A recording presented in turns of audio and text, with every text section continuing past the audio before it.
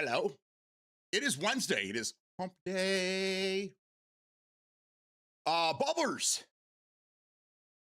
No, I didn't get a chance to be in your stream last night, but I did put the link in the community thing, and it was probably Chaburoy. Cha-cha Boo-Roy. That's my guess is who it was. But hey, Bubba, go into Twitch and turn on your VODs, man. I didn't get a chance to watch your stream, but I wanted to watch it this morning a little bit when I was working on some other things. And it said you didn't have any videos in there. So if you can go into Twitch and you can turn on the VODs, so after you stream, it's there so we can watch it, that'd be awesome. But I would like to see it. I didn't get a chance to get in there last night. I apologize, but hello, Governor. What's going on, Matt? Matt the Bat. Good morning, bro. Did we talk about the stream console news? I mean, yeah. We can. I mean, it's going to be an ongoing thing for months, so we can continue talking about it. It's not a problem. I only have a couple things I was going to address today. So if you want to talk about stream, Steam, doesn't matter to me, man. What you got, brother? What you got?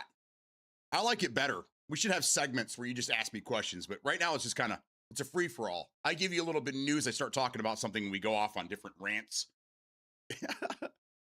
So if you got something you want to talk about, bring it to the table. Let's go. You know me. I've always got something to say. That's why I'm here. I bought an Asus Tough monitor, 27-inch, 300 hertz on sale for $1.99. Nice. Do you have it hooked up yet, or is it like ordered and you'll have it in a day or two? I would love to see what your reaction is to that. And I assume it's 1440p, right? I'm assuming because that's what we were talking about yesterday. Okay, I'll have to figure that out. I got it set at 1080p, 60 frames. Good. So now you just got to go into Twitch and you have to go into settings and you have to set it so that your VODs are automatically published or something along those lines. I can't really tell you exactly where it's at. But once you do that, the people that miss your stream can always go back and watch your stream via VOD. It'll help you grow if you want to keep streaming and you want to get more people in there. If you have your VODs or your VOD set up, then people can watch you and they'll figure out who you are when you're non-streaming, you know? It's crucial to have that turned on. I don't know why it's not set to default like on, and I'm not sure why people turn them off. There's a couple people in our community, one's gone now, but he refused to turn his VODs on because he said he wants to review the video before he published it, but then he never did that. So it's like, just publish it. Who cares? What are you reviewing it for? I don't know. So that's just for anybody that wants to stream or anybody that's streaming right now, always turn your VODs on. There's really no reason not to. I mean, or I guess a good reason not to. The pros outweigh the cons when it comes to that. Anyhow. Steam console price point is already under scrutiny. Yeah, we talked about that yesterday. That was our big conversation yesterday. The problem is that everybody had this is what happens, man. Things get blown out of proportion. People create rumors and then people get their hopes up, and then things that were never said become truth. And then by the time something gets fully announced, people already had it in their heads that it was going to be something completely different, even though the company didn't say any of these things. It was all speculation that turned into truth. So a lot of the problem right now is just people. Number one, you got a lot of console fanboys they were nervous that this was going to be the end of their console, right? So now they're laughing at it, going, "Haha, we get to have our consoles for the next 20 years, you know, and you're not going to force your PC shit on us." And then on the other side, you have the PC guys that are going, "Oh my God, I can build a way better computer for that money than that."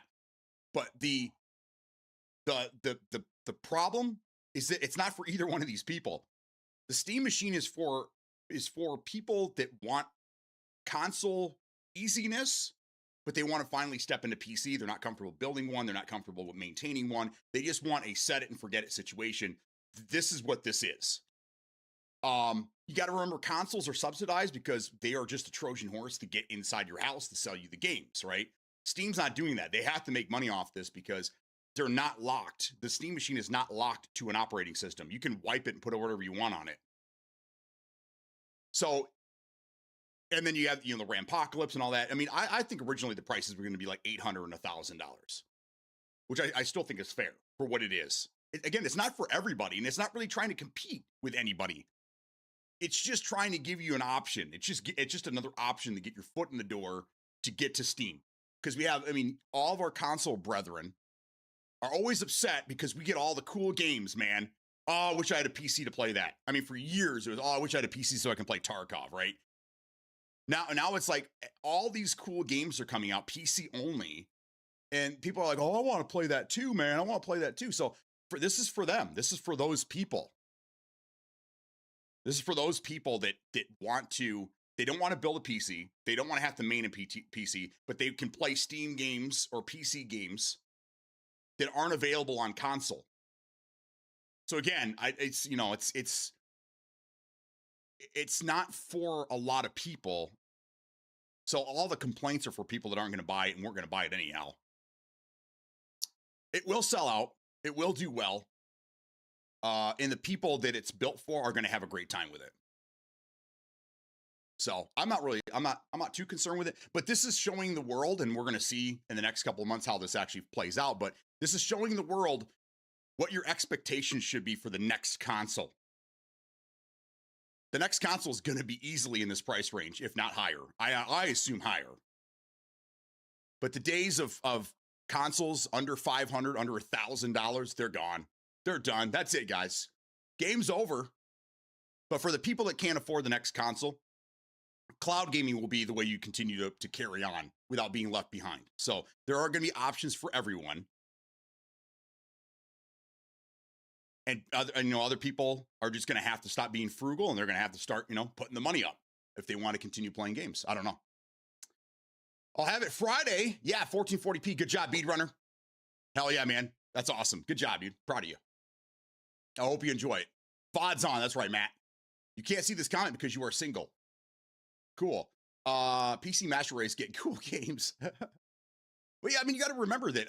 On Steam alone, every month, thousands of games. It's crazy. It's saturated, obviously, but there's a lot of great games on PC that are not available on console. And there's this rumor, as it's still going around. I still have to keep correcting people that the next console, Project Helix, is going to have Steam available on it. It's not. So if you're holding out hope that the next console is going to be able to play Xbox games and Steam on the same platform, it is not going to do that. So you might as well start looking elsewhere. I don't know. Free to Escape, good morning. How you doing, buddy? It makes me sad to see the state of gaming. What's wrong with it? Besides the fact they're not making games for my age group anymore. We're getting into the area of, graphics are just insane. The technology is advancing faster than the hardware is. In this world, we sit on our hardware for 5 to 10 years before we upgrade. So another good reason why we have DLSS and these lower priced video cards have the option for like frame generation, things like that, so that we can start running our games better with cheaper hardware, because the software is going way up here and we're still down here trying to figure out how to, yeah. So the days of native resolution and things like that, they're going to go away. Unless you want to start buying $2,000 consoles every 5 years, that's the only way it's going to work.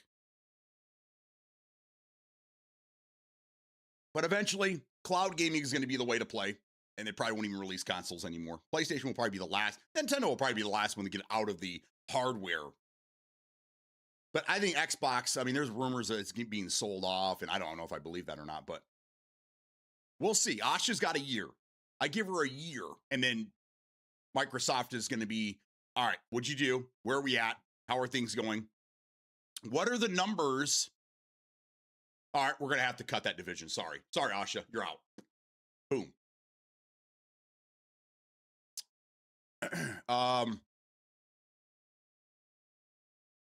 I wish PlayStation had Command and Conquer. I love that game. Got for my PS2, not PlayStation 5. There should be a lot of Command and Conquer like games though, right? Just real-time strategy games. But there you go. Like Bubba, this console, this Steam machine, this is really for you, dude. This is like for you and Penguin, the guys that aren't really comfortable getting into PC just yet, but they really want to play Steam games or PC games that aren't available on their console. This is for you. This thing is for you. This is, yeah. These are the people that Steam is and Valve is trying to target to get in there. I think it'd be a great little emulation machine. I could build one cheaper, but I think it's cool. The whole thing is cool as hell. The little package deal, it's quiet as hell. Got a lot of power for what it is. If I had some money to burn, I'd probably buy the damn thing, turn it into an emulation machine, throw it on my TV, and just game, bro. Just game. That's how I backwards compatibility. I do it all in one place.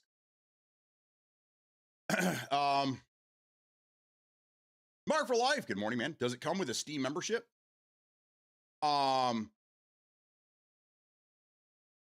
There isn't a membership. If I'm not sure what you mean. There isn't a membership. You just need an account, really.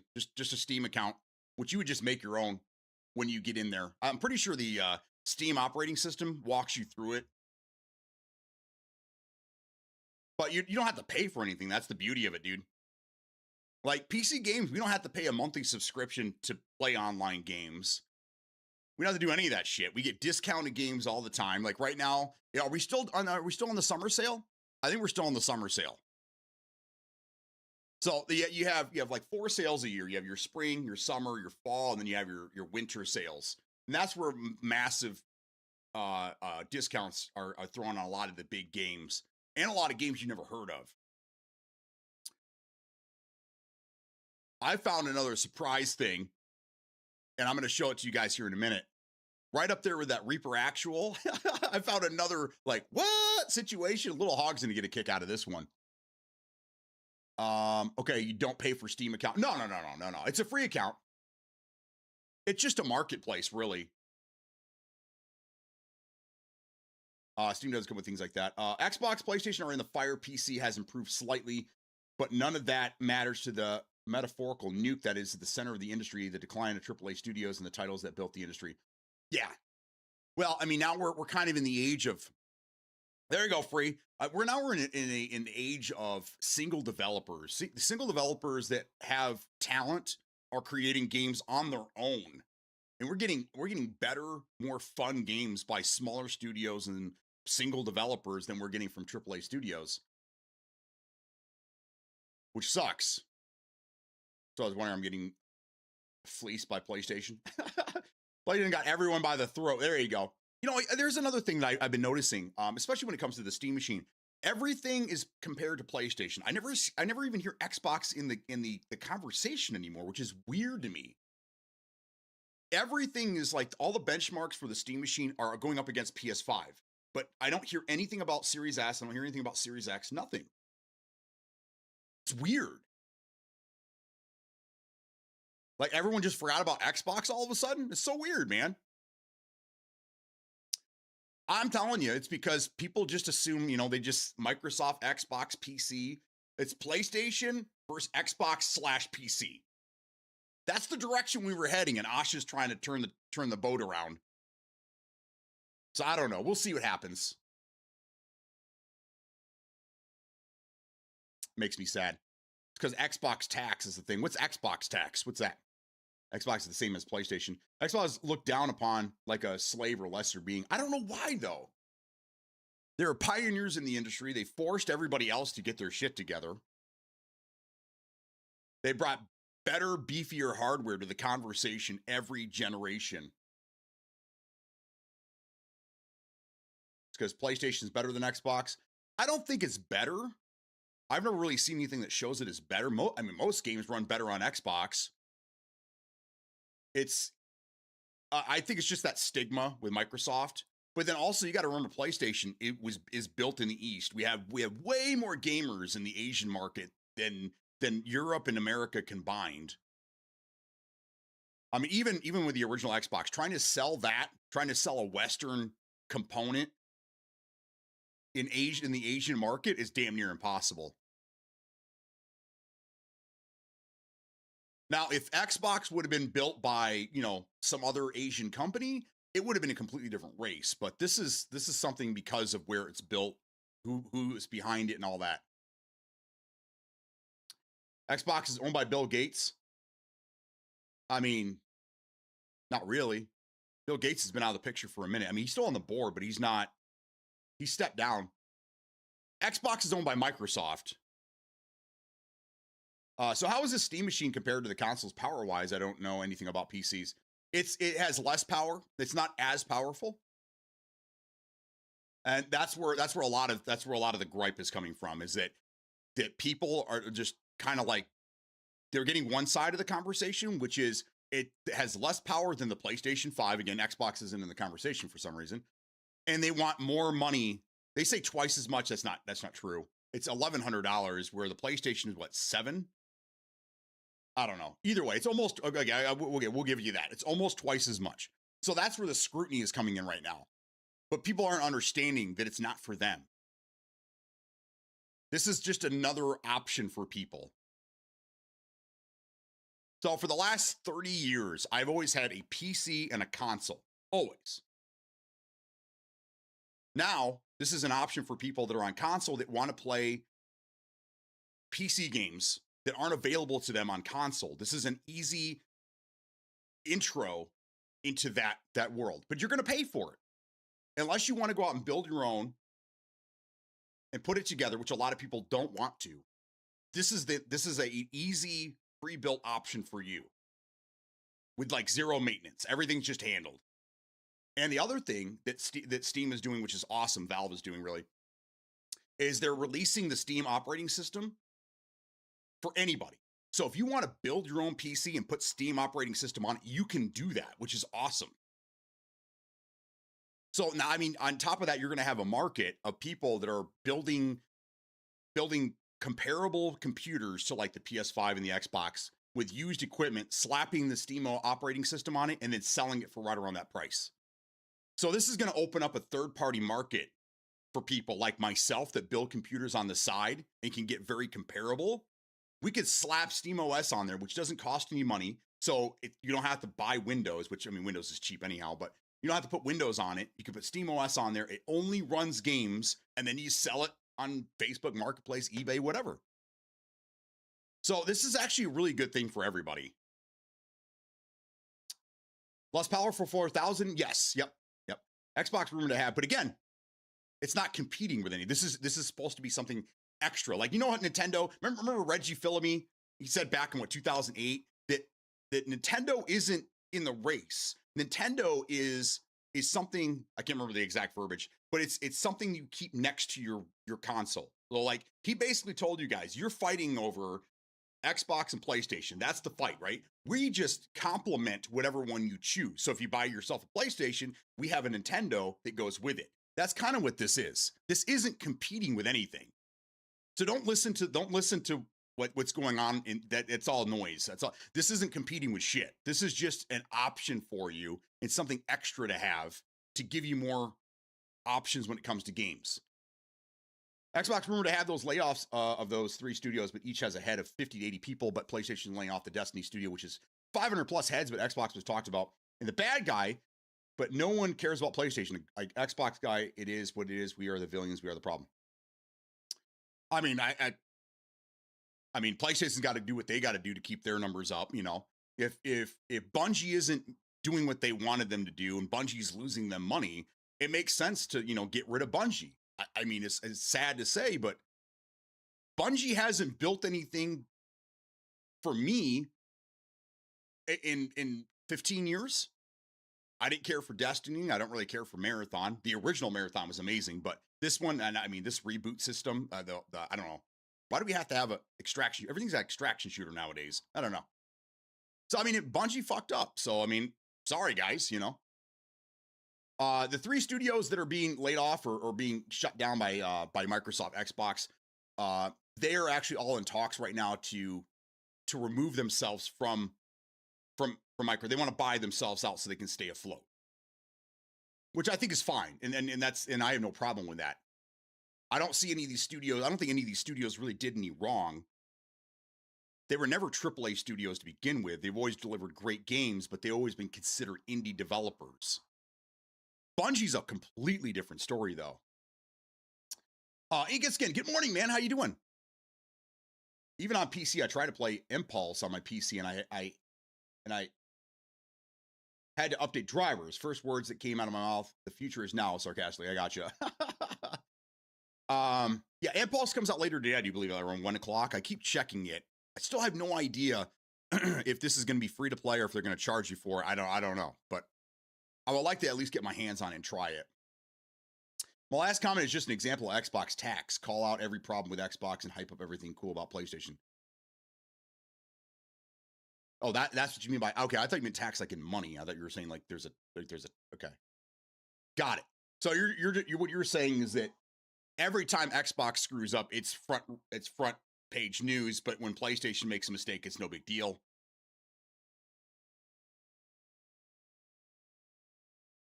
I don't know. I mean, I'm on the opposite spectrum here because I don't really get a lot of PlayStation news. I don't really see much except for like exclusive games from time to time. Most of my news comes in Xbox or PC, obviously. Probably just how the algorithm's set up for me. But because of the Steam Machine, the last few days with the Steam Machine news, it's been nothing but Valve, Steam, and PlayStation. That's all the current news right now. And then this morning I woke up to all GTA 6 news. That's it. Everything's GTA 6. They finally have a price. They have some things that people aren't happy about, which you can't make everybody happy. So it is what it is, but we'll get to that in a minute. No, it's new Gen Z term or something. But yeah, basically that. Okay. All right. I don't know. There's so many new terms. Cooked was bad, then cooked was good. Cooked is bad. Cooking is good. Cooked. I don't know, man. It's some of these terms are so goofy. Remember the Bloom thing? Oh my God. The Bloom thing. I don't know. Oh, good. Yeah, Twitter is GTA. Yeah, everything's GTA right now. I mean, that's where everyone's focused on. Which is fine. I mean, it is what it is. We have, 5 months until we see that game. But that's all we're going to hear all summer long. GTA. We need more screenshots. We need video. We need gameplay. We need this. We need this. What you need is to calm the fuck down because you got 5 more months. Everyone just needs to settle down. We have a lot of games coming out between now and then. Let's just all chill out. GTA will be here in all 30 frames of goodness for you guys shortly. Let's focus on the next month or two, Call of Duty came and gone. I don't hear anything about Call of Duty, dude. Beginning of the month, Call of Duty was where it was at. Everybody was Call of Duty this, COD, Modern Warfare 17, blah, blah, blah. In the last 2 weeks, I haven't heard jack shit about Call of Duty. As a matter of fact, I had to ask about Call of Duty yesterday because I haven't heard shit about it. But that's how you do it. You hype it up, you get your pre-orders out there, and then you go radio is silent for a few months. You got it, old man. You're doing good. There you go. I have my kids try to explain 6-7 to me. It just means nothing. So whatever. I still do that just to embarrass my kids. I think it's hilarious. Hey, it's your term, not mine. If you get embarrassed when I say it, that's on you. $80 for 30 FPS. Well, for some people like Smokey, bro, it's going to be like $780. Smokey's going to go out and he's going to go buy a console so he can play the game in November. I hope he buys it secondhand, though. I really do. Let's make game $67. So that's what I saw all morning. All morning is that the price is. Can anyone confirm this? All I'm seeing are like, it's nothing from Rockstar. It's nothing from. It's like journalist sites, I guess, but it's people from the journalist sites, not representing them. I don't know. It's weird. I mean, the price is staying the same, right? 70 or is it $80? 79s? I don't know, $79, something like that. Is it $80? $80 for the base model, and it's $100 for the deluxe or whatever. And then like the very next thing is like, oh, the $100 thing has like all these, I don't know, markets or something. There's a bunch of stuff locked behind the $100 package. Now people are getting mad about that. It's like, I mean, guys, We've been doing this forever, man. Collector's editions, deluxe editions. This is nothing new, so I don't know why people are acting like this is craziness. Hey, come on, really?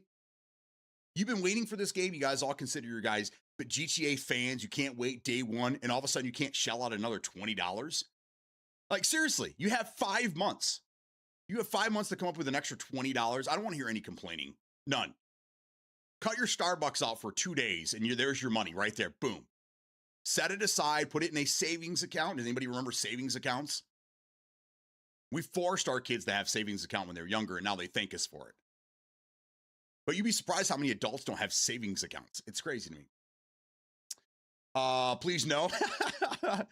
I'll get all the extras through mods since it comes to PC. Yeah, eventually, yes. Eventually, we will get it as well. But I don't care about any of that, man.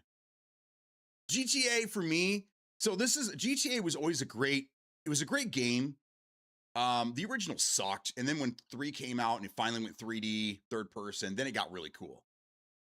But, towards the end of GTA for me, GTA 5 really, I never really did any missions. I got in a car, I'd go steal a nice car and I would just drive around. I listened to the hip hop channel. That's it.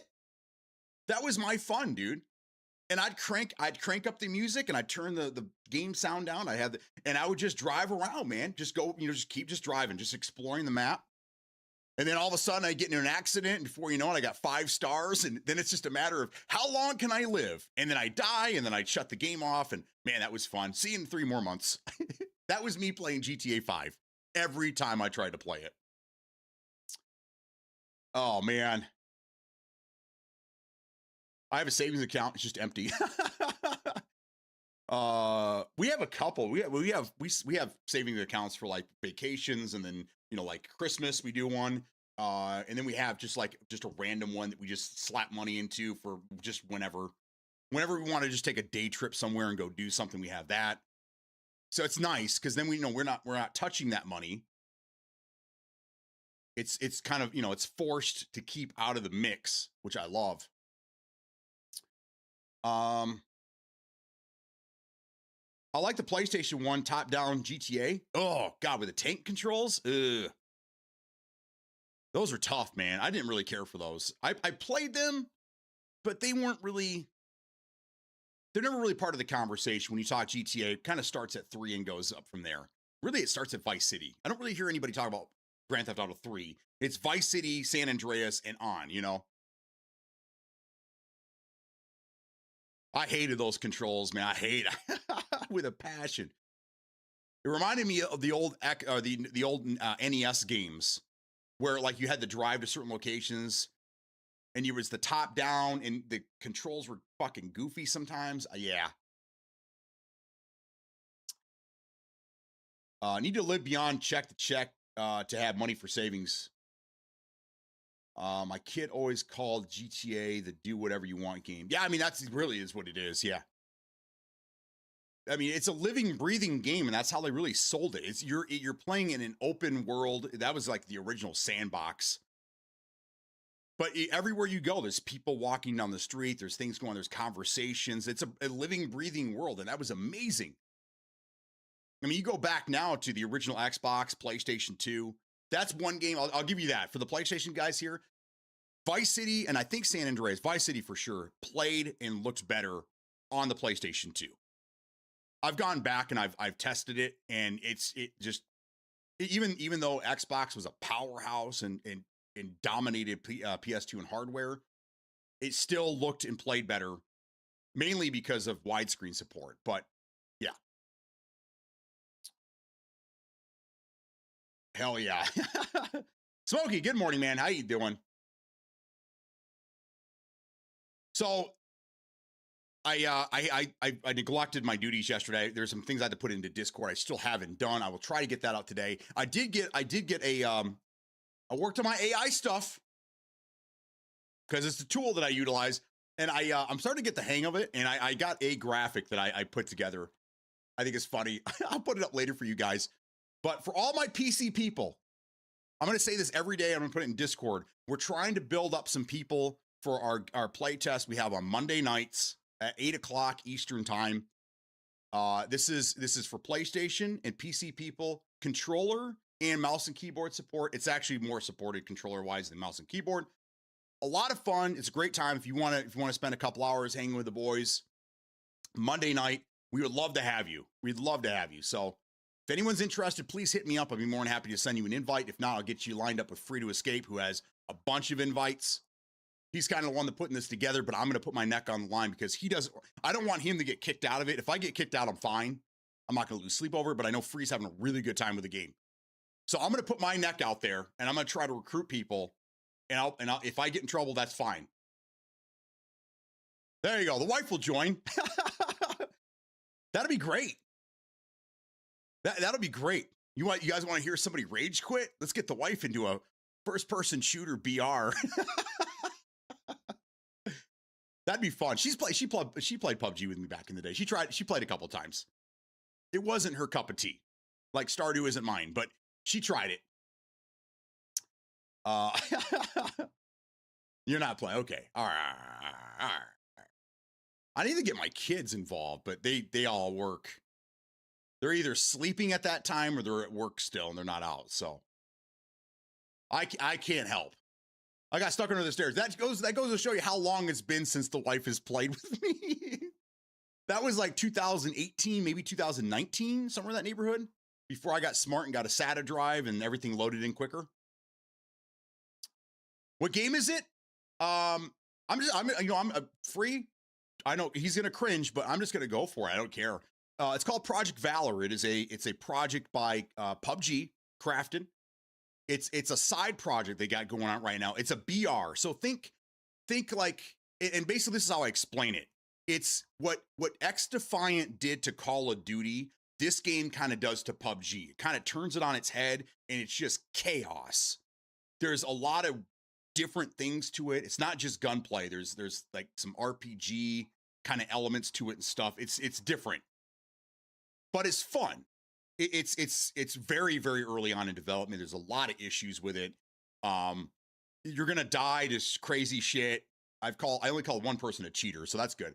I'm pretty sure it was the hiccup in the server that fucked me, but it's a cool game.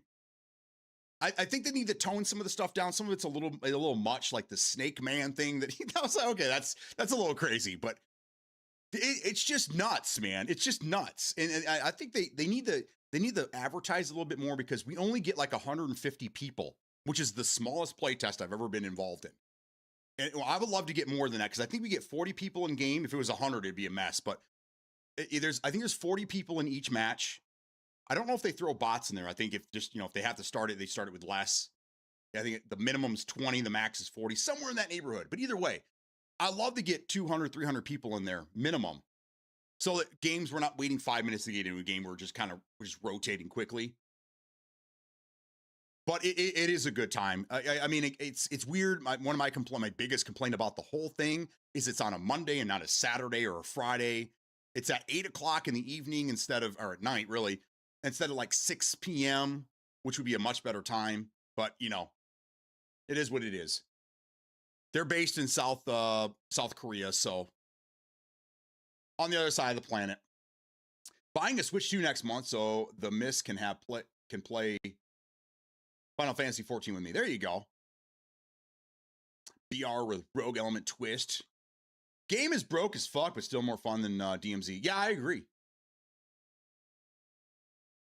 Well, DMZ is still a beta, so isn't that the term? It's still a beta. No bots. Yeah, I assume they wouldn't have bots in there. I mean, we got a lot of bot players, but some of these guys are crazy, man. They end when servers drop below 20 people. They shrink the circle size for smaller map loads. So they got a good thing going on over there. I'm gonna keep doing these little advertisements for you guys. There you go. Yeah, freeze a bot. But we need more people. So that's at the end of the day, that's what we're looking for. So if anybody's interested, please hit me up. Me or Free, we'll get you dialed in. It's a good time. I don't know why Ink's not involved in this. Ink is 100% should be involved in this. I think you'd have a great time. Who else? Who else can I pick out of the crew here? Little Hog, but Hog, would you be able to play on a Monday night at 8 o'clock? Eastern time. Sorry to call you out, brother, but I just want to return the favor. He's pointing me in the direction of so many great games lately. Would Hog be interested? Ink and Skin, we got to get you in there, brother. The new BR, it's a play test called Project Valor. It's from PUBG. So think PUBG, but like just chaotic, just crazy shit. It's a fun game, but it's a play test right now. It's only available on Mondays at 8 o'clock. You know what? I'm just gonna send you an invite. I'm not even gonna ask you. I'm just gonna send that shit to you. Yeah, Monday at 8 o'clock, and it runs for. I played until 10. The other guy said that it ran until about 11 o'clock. They play until the servers are less than 20 people. We only this past week. I don't know how it was before, but I just started playing this past Monday, and there was only like a maximum. I think 170 people maybe at one point. But it's a fun game. At least give it a shot. Like, even if you want to just jump in there and just play with us, for a half hour, just play one match and check it out. We'd love to have you, dude. We'd love to have you in there. You're off on Monday? Okay, I'm going to send you an invite, bro. And if you make it, you make it. If not, no big deal. I want to start getting these invites out there and try to get to drum up some business for us, Fucking baby doll. Yeah. Oh, yeah. Don't touch the baby doll, dude. I learned that the hard way. I thought it was one of those monkey bombs, like in the Call of Duty, the zombies shit. We're gonna get in trouble for talking about this, but that's fine. Blitz doesn't follow me anymore. I'm not a PUBG partner anymore, so he doesn't follow me. So we're fine. I think we'll be okay. Yeah, I thought the baby doll was one of those bombs, and it turned me into a baby doll. I won't go any further than that, but yeah, it was nuts. I learned my lesson. Monday 8 to 11-ish. Used to be set schedule from 8 to 11, but about a month ago, they started keeping it open until everyone leaves. Okay, that's cool. I'm sure Rowdy Joe would be available too. Okay, yeah. Okay, I'll send him I'll send both of you guys an invite then. You're the only ones I could see right now that have PCs. Beadrunner, would you be interested? Maybe instead of asking nicely, I just start sending out invites to people I know that have PCs, and if they accept it, they accept it. I don't know. I'll see if I can get more. Maybe Free can get us more. I'm just gonna start dropping it on people. That's what I'm gonna do. But anyhow, that's what okay. So now that I have Little Hog here, I'm just throwing invites around. That's why I'm just gonna go nuts. But I'll have to get with Free to see who he sent them to, because I think he's gonna do the same thing. He has more invites than I do. So okay, so before you leave, Little Hog, I wanted to show this to you. Now, do you guys remember we've been dealing with a lot of scam shit, right? So the day before, I think that was the one, right? The day before, the day after, whatever the fuck it was. It was an extraction shooter zombie thing, and it released. It was in terrible state. You couldn't even jump, climb over. It was horrible. It was a terrible game, right? Everyone remembers that game, I think. Well, since then we've had Reaper Actual is another one that just it seems like a scam. It keeps popping up, but it's the same build from 9 months ago. Like it looks like they're just trying to kind of get money is wherever they can out of it. It's weird, right? So you guys remember about a year ago, shortly after the fiasco of the day before, whatever, there was another game that was making its rounds called Project Elite. You guys remember that? It was an extraction shooter, a little kind of on the goofy side, more cartoony than anything. And then people started finding out that the guy that was behind it is a known con artist, and he's been involved with a bunch of other games that ended up being just scams or cons. This game fucking released in the last week. I was looking through, so just so you know, the Steam calendar is awesome. You guys really, for any of you on PC that are on Steam, you should be going to your personal calendar and looking at that. It shows you all the releases, everything that's coming out day by day, and then it shows you like what released in the last 30 days, what's released in the last 7 days, blah, blah, blah. So Project Elite released on June 19th. It came out quietly. Sorry, June 23rd. Yesterday. It came out yesterday. Release date today. It says early access release date's July 25th, but you can buy it now. So I don't know what that means. It's $20. It's getting mixed reviews, obviously. It's a buggy game that gets worse as it goes from beginning, so it's not fun to root.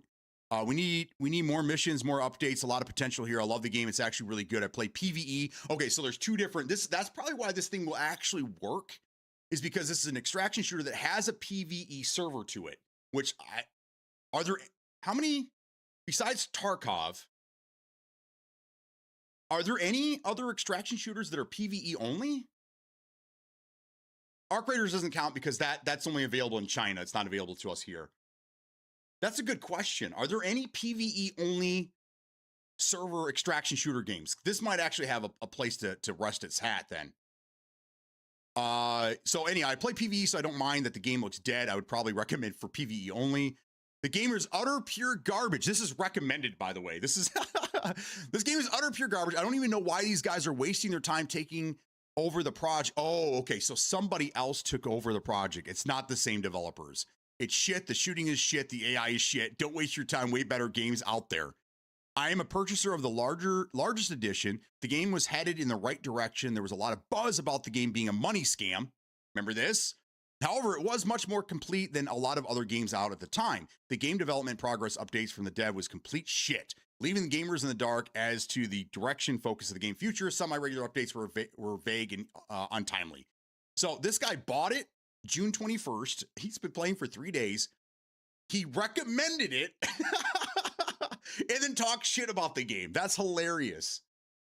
That's hilarious. Okay, so this game's out there. Had the best version of this game. Now I had the most basic one, and there has been zero help and even trying to get this to, okay. So, I mean, everything is really, yeah, and all the positive reviews were from before it would changed hands, it looks like. So I would say probably stay away from this. But that's crazy, isn't it, Hog? He's probably looking at it right now. And this looks like the exact same video. Yeah, this is the same video they showed off a year or two ago. Really, nothing changed. Everything's identical.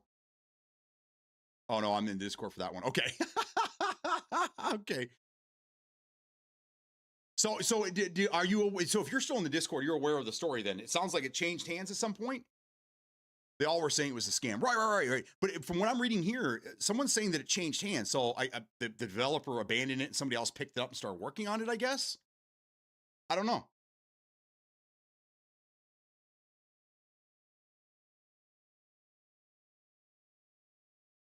It's interesting. I'm really on the fence though, because I mean it kind of looks cool. It did look cool back in the day when they were first showing it off, but I just stepped away from it because the scam part of things. But I mean, graphically, it looks great. It looks like a cool game. I mean, $20 is a lot to ask for something like this. I mean, I probably, if it was $12, I'd probably do it. And that's for the Founders Edition. So I'm assuming that they're going to open it up, maybe free to play later, because it says it has 2 dates. Release date is yesterday. An early access release date is July 25th, a month from now. So maybe this is just early access for early access. I don't know. The guy sold a bunch of jumpstart access. Then once the pressure was on, the game was pretty far, but he was like, fuck this. I got mine, shut it down, or someone take it. I got it. So he made some quick money off it, abandoned it, and somebody else took it over. He says it's still having a closed play test. I don't know if I believe that. I think they're just reusing, again, all the assets from 2 years ago or whatever it was. I just hit another tier and have 8 more invites. Plus, I know I can get more. Okay, Rowdy Joe, we got a game. We got a game we're playing. Rowdy just give one to Rowdy. You're gonna play it. Rowdy, it's a PUBG. It's like a chaotic PUBG game made from PUBG. I think you're an OG PUBG guy. I think you should just try it. It has controller and mouse and keyboard support. So and it has aim assist. So it's like PUBG on crack. I think you'll enjoy it. You're gonna get a code. It's on Friday, or I'm sorry, it's on Monday at 8 o'clock Eastern time. So it'd be what, 6 o'clock for you? Are you Central? Yeah, you're Central, aren't you? Yeah. You ever try Forever Winter? Me? No. I've watched gameplay. I'm not. That's a little. It's Forever Winter is looks like an Arc Raider, like a much darker, much less forgiving Arc Raiders. Matter of fact, when Arc Raiders came out and it had changed completely from what the original vision was when I was involved in it, I had said that, man, Arc Raiders is starting to look a lot more like that Forever Winter game. Like it's weird. You put them side by side. A lot of the assets and everything look very similar. Surprised no one got sued over that shit, basically. Hog and Joe, that's right. I'll send them both now. There you go. What's a controller and central? There you go. You know what a controller is. It's the thing that we retired years ago. Remember these things we used to play PUBG with? Oh, the humanity. I still use it. I still use this for one game and one game only. And that's Hitman. That's it. That's the only game I use this for. Unless I'm using my emulators, and that's it. I have a red controller that I use, a very old red controller, red camo, that it's hooked up to my console, it's hooked up to my TV that never gets used. But anyhow, it's that thing on the right side, armrest of your wheelchair. There you go. I love it. That's great. So anyhow, that's I think that was big news. That's big news. So let's see. Can I get to my calendar here? There we go. Thank you. Show games. Okay, good. So it says released in the last 7 days, but Impulse technically hasn't released just yet. It's coming out today. I think 1 o'clock is going to be the time it comes out. It says approximately less than an hour. So noon. At noon o'clock, Impulse is coming out. I'll probably be playing this later this evening. I'm not going to be playing it on stream today. I'm only here for a limited time, unfortunately, because I got a lot of stuff I got to get done. Story of my life. Check DMs. There you go. But I'm the wife and I, just a quick announcement again, since you guys are all here. We are going to get Jackbox back in some capacity, and within the next month. We got a lot going on in July. We're going to be going to Chicago, so I won't be streaming for a half a week probably. We got a lot of stuff going on. But we're going to try to Saturday night. We're going to try to get another Jackbox game together. We have great ideas on how to implement this so that we're not getting a bunch of assholes in, and the people that really want to be there having fun playing with us will be there, and we'll have a spot open for you. That, and then I've been talking with the wife. I'm going to start putting together probably a Friday night situation. Friday night seems to be kind of a slower night for the wife and I. We like to unwind, but I'm thinking about putting together a game night, a community game night. Would anybody be interested in doing that? We all catch up and play some games together, or take over a server or something. Maybe we do it like every other Friday to start, and if it catches on, then we start doing it more often. But I miss playing with the homies. I didn't realize how much I missed it until Monday when I was playing with Smokey and Free, and we were running this new BR. I had a blast. The game was kind of pissing me off a little bit, but then I was like, it's just a fucking, no one's playing this game. It's not competitive. It's broke as fuck. I'm just having a good time with the homies, So I would love to start doing that again. Clue? We could probably play Clue. The wife and I, we tested that out, and it was hard. It's hard it wants to drop the server connections, and then once you get dropped, you can't get back in. Like Jackbox, if you get dropped, you can get back in most of the time. Clue is not like that. Once you're out, you're out. And if you're mid-game, that sucks. Depends on the games. Yeah, let's start with Tarkov.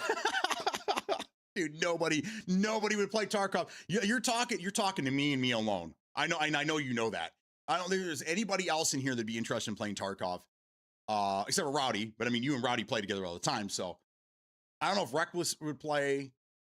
I don't know if Ink would be interested. I don't think Free would be interested. I don't think Smokey would be interested. I know if I'm talking for you, correct me, please, but most expensive game, I don't play that. Oh, Smokey has it. That's right. He was playing with you, right? I think he played with you and Rowdy.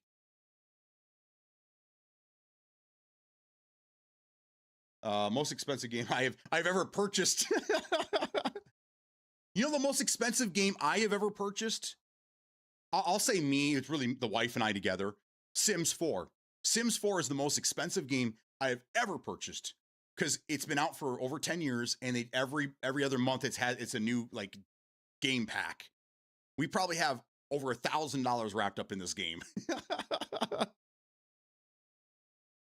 The most expensive game I have ever bought, if you're not counting like collector's editions, Gray Zone Warfare.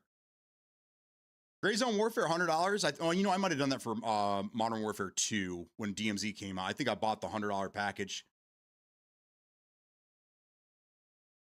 I don't think I've ever spent, unless it was a collector's edition, I don't think I've ever spent over $100 on a game. That's it.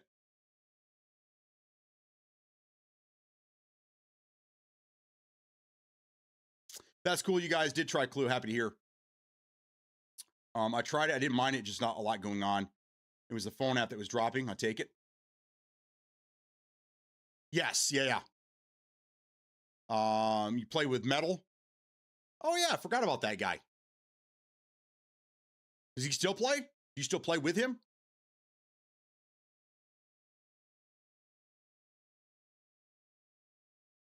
Anyhow, Impulse. I'm thinking about running some Impulse tonight if anybody's interested in playing. I don't think the wife and I have anything going on. As a matter of fact, I looked at our schedules.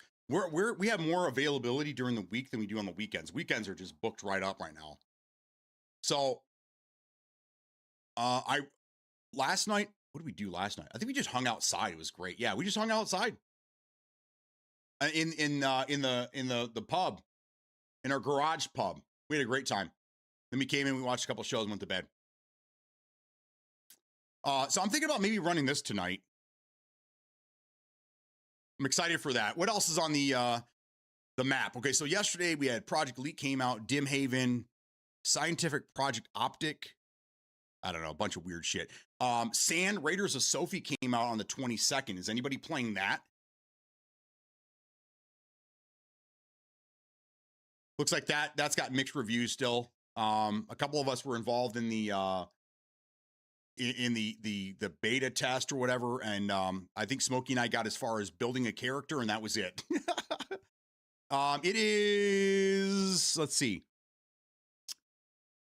It's $25. It's on sale until next week for just under $20, $19.74. Not free to play. I'm probably not interested in that. But here's interesting. We were just talking about Forever Winter. It must be the same publisher. Sand and Forever Winter are being sold together, being bundled together for $45. I don't know. Let me ask you this, little hog. I just kind of brushed you off. I apologize. Do you play Forever Winter, and is it good? Do you like it? Is it worth a look? It just looks strange to me, so I just kind of brushed it off. And this might answer my question. Does this game have PvE only servers?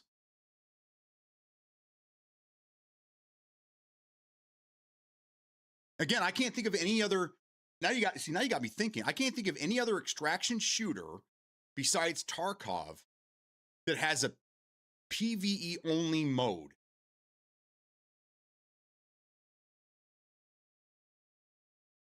Maybe that's what's missing from. Maybe that's why everybody wants Arc Raiders to have one. China has a version, but America does not. The US, Europe does not. This game looks, this game looks like a much darker version of Arc Raiders. But you can aim down sights. Now that's a welcome. So yeah, think like a darker Arc Raiders that you can actually aim down sights. That's kind of cool. Free to play? No. Okay, I'm back to, I had to pull a toad out of the pool because kids were all worked up. That's funny. No, I have never tried it, but seen quite a bit. Arc Raiders just released PvE maps and modes, but only in China. Yep. That's what I was saying earlier. Like, we can't count that because that's in a different market. We don't have access to that. Does Forever Winter have PvE only? It doesn't look like it. We've talked about this before. I like extraction shooters. I like what they offer, but it's hard for me. I can't focus on both at the same time. I'm either PvP or I'm PvE. It's hard to do both. DMZ was a different animal because there wasn't a whole lot of incentive to do missions. I mean, it would unlock some things for you, but it wasn't crucial, right? And if you died, your weapons were on a cooldown most of the time. I always had backup weapons, things like that. So it didn't really matter, But it was fun when you wanted to do a mission. But most of the time we just, you remember us, we just PvP'd the whole damn time. But these other extraction shooters are not like that. There's incentives, there's gear fear, there's a lot of things. So it's hard because it's like, I just want to PvP because I know that if I go try to do a story mission, I'm going to get ambushed. I'm going to get shot in the back, That's why extraction shooters just aren't really for me. I lean more towards the BRs. I think BRs are still, even after, 9 years? I think it's going to be 9 years in December that PUBG's been out on Xbox. For 9 years, BRs have, been around in some capacity. And I just hope they don't die out because I still like them. I think they're great. Lil Hog, you off? Do you use FreeSync on your monitor? I do. The nice thing is that FreeSync and G-Sync work together. So something that that NVIDIA put together. So my monitor uses FreeSync, but I can actually utilize G-Sync with it, and it looks phenomenal. So yes, I do. Other than your rocker, what we downloading some little people porn? What? What? I can't think of any PvE. Everything I've played, we just tried to play in PvE style, but once we got fed up with PvP, we left. Right. So that Project Elite game, not that I'm trying to advertise it, but they do have a PvE only mode, which is interesting. I need to do some more research on that. As a matter of fact, I'm going to put that back on my wish list, which I know call me crazy. I'm going to put this on my wish list too. This Forever Winter. If it goes back on sale again, I might scoop it up just to check it out. But I'm going to put Project Lead on my wish list. I'm going to keep an eye on that. And I'm going to do a little research, and I'm going to see who's running the show now. I can't add it to my wish list.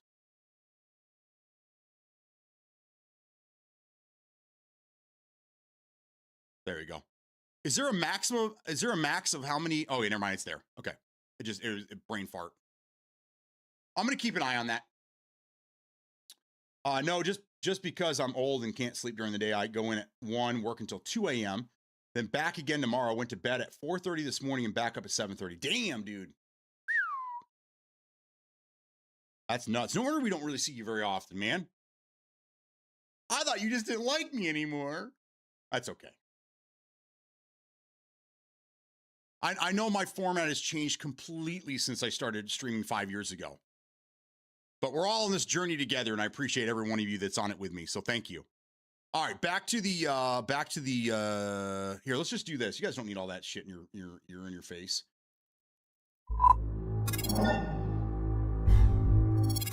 All right, so this is my calendar for what's going on right now. Today it looks like the only thing coming out today is Impulse. Tomorrow, Vampire Syndicate, Gangs of Moonfall. It's a CRPG with sexual content. Ooh, yummy. They don't put on here. It'd be nice if they had some. If it showed like when DLC was dropping for the games that I own. I wonder if that's an option. Can I even do that? No. See, that's a bummer. It'd be nice if it showed you DLC releasing, because like tomorrow we have, and we will be gaming tomorrow. Just so you guys know. Gray Zone Warfare is getting an update tomorrow, and then they're starting the Twitch drops. So tomorrow, this is the place to get your Twitch drops. I'll be streaming. I'm going to try to get here right at 9 o'clock tomorrow morning, and we're going to stream as long as we can. So make sure you show up for that tomorrow. It's going to be a big day. We'll probably see some appearances from the Honda. I don't know. He's the only one that actually plays in the morning. Maybe Free will jump in here with us. We'll see what happens. But that's what's going on tomorrow. I'm going to try to put some things together, make it a little more fun.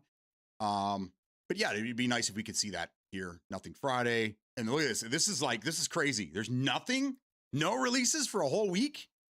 And then on the 9th, we get Assassin's Creed Black Flag Resynced. Backyard Baseball. I know a handful of you guys were interested in that game. And Echoes of, another RPG game. And then Pal World, is this 1.0? Wonder what that's all about. This says it came out in January 19th of 2024. So it looks like on July 10th, Pal World is going to be 1.0. I don't know. So we got a lot of games coming out here. Denshaw Attack. Oh, that's cool. This is kind of like a like if Jet Set Radio was a train. Again, we got some weird games coming out of the Asian market. Fixer Undercover. Tears of Metal.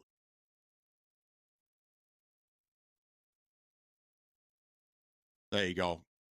Halo campaign involved July 28th.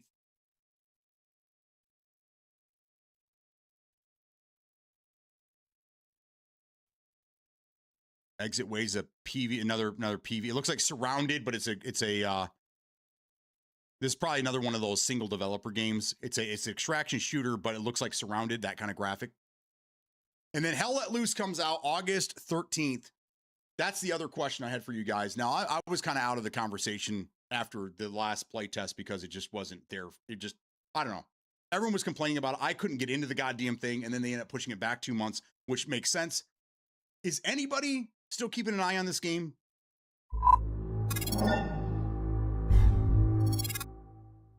Anybody looking forward to Hell Let Loose Vietnam? I don't really know what I should do at this point. Like, I was all for it, but then everyone's saying it's just terrible. It's worse than, the original. I don't know how to feel about it. So I think I'm going to have to wait until I get closer to that date and see what it looks like. But I don't know, man.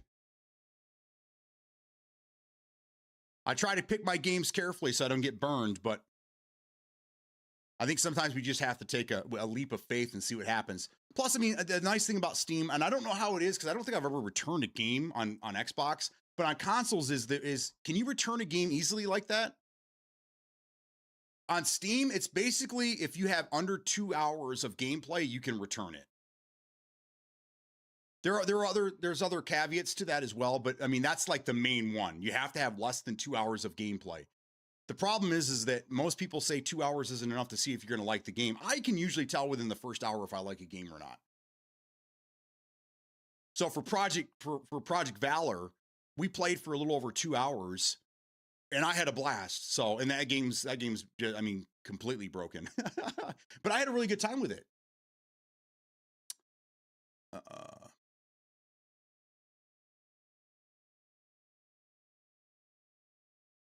If anyone wants to smoke in backyard baseball, hit the DMs.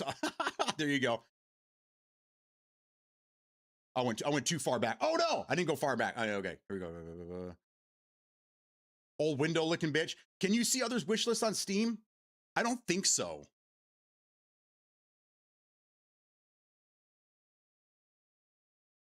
Jitterbug. Which one was good? Harm's Way, what's going on, man? How you doing? Free gonna jump into what?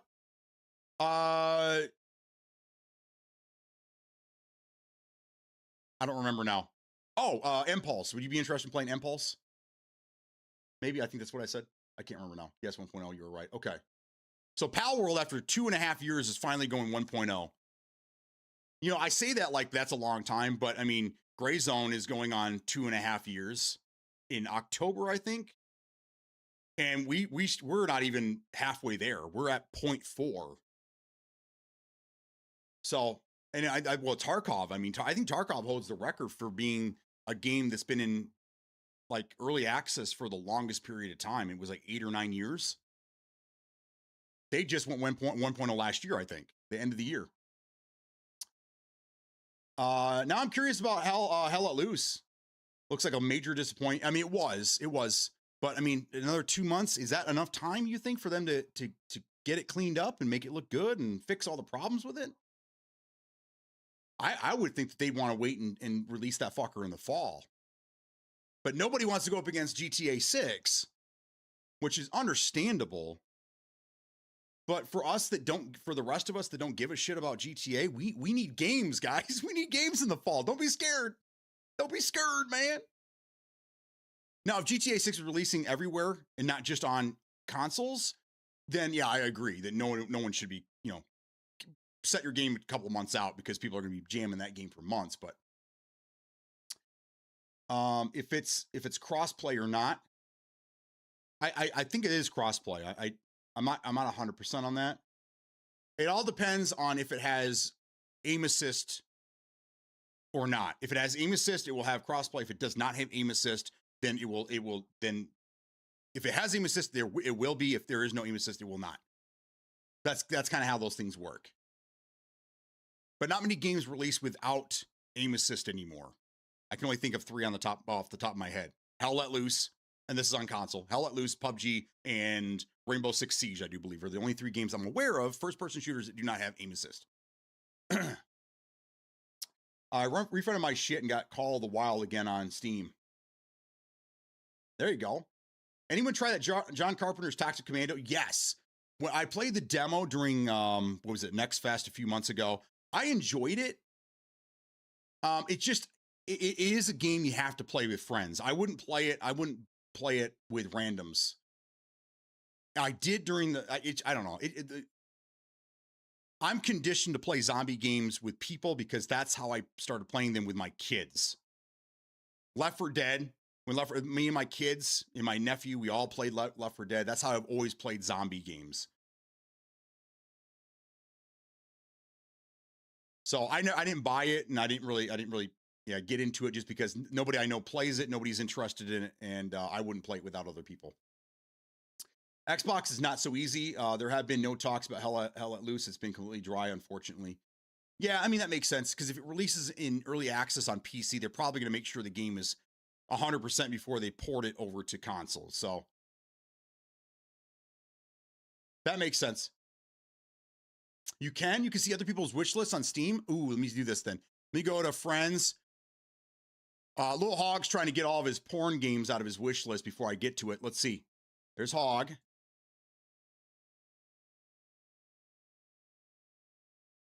View profile. You better hurry. I'm getting closer, Hog. More.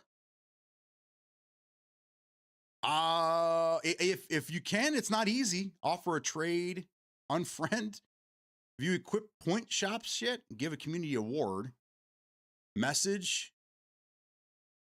All right, Harm's Way, show us the way. How do I look at? I want to look at Little Hog's. I want to look at his wish list.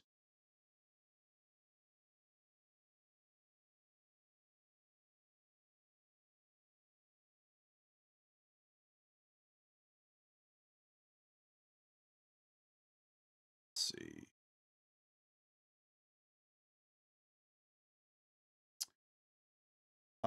Know nothing about it, but free to play is good for me to check out. I'm interested in Impulse. I am too. I'm a Titanfall sucker. As a matter of fact, I gave up Call of Duties when they started getting weird, and I jumped headfirst into Titanfall, and I lived there for years. Titanfall was my game.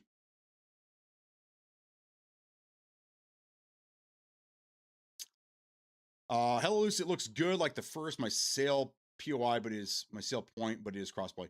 I'm still waiting for that Karen game. Same here. It's on my wish list, bro. That, and then the Wu-Tang game, and then one game that I'm really excited for that I don't know if you guys saw. I think I showed it to you. You need to look this one up. My wife wants it badly. It's called The Last Shepherd, and you play a border collie, and the whole game is you basically just rounding up sheep. It's called, I'm sorry, The Free Shepherd. Dude, check this game out. It's sick. It comes out 2027. There's just a teaser that came out recently. There's not a lot about it, but Ink, you might like this game. We have, in case you didn't already know, we have a border collie, and she's an awesome dog. My wife loves border collies, and that's it. From now on till the end of time, this is the only dog she's gonna have. But go check this out. It's called The Free Shepherd, and you're just a border collie just trying to round up all the sheep and take them and put them in pens and things like that. But it's big open world. It looks like it's in like New Zealand or something. Big, huge vistas, beautiful. I mean, it's almost like an aerial, like it's the camera is like a drone or something. It looks cool as shit. So that's one of those shut up and take my money games. It looks amazing.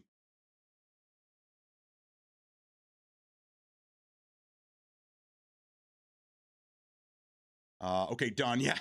View my profile. I think it's under games, then wish list, and where it says view all, see what games they play. It was wish list 2 and the reviews they did. Yeah, when you view profile, it's on the right. Click on games, then you'll see all. Oh, okay. Let me go back to that again. Should I use you? Let's see, who else? Where's Manic? I'm gonna do Manic. Okay, no, he's got porn games in there. He's not here either. Ha ha. So we click on games. Got it. Oh, there it is. Wish list.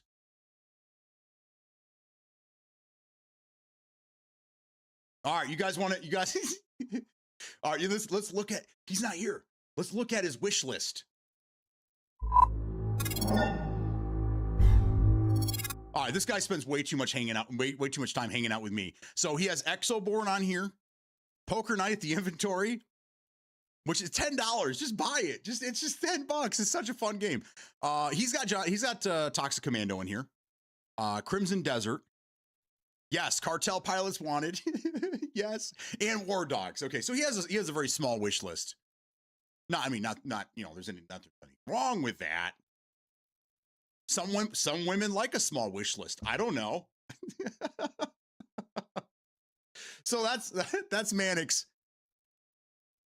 Thank you. That's cool. And so then they have, let's see. Oh, they have reviews too. They haven't put any reviews out. Oh shit! Don't look at my reviews then. Followed, ready or not. Okay, so they follow. Okay. Yeah, 16 games. Arc Raiders, Call of Duty, Dead Zone Road, Battlefield, First Descendant. Yep. This is the typical fare here. Hitman, hell yeah, brother. Red Dead Redemption, Renegade Ops. Dude, this is a great game too. This is a fun game, usually cheap as shit. Controller game. Okay, so that's interesting. I like that. I'd say it's average. It's an average size wish list.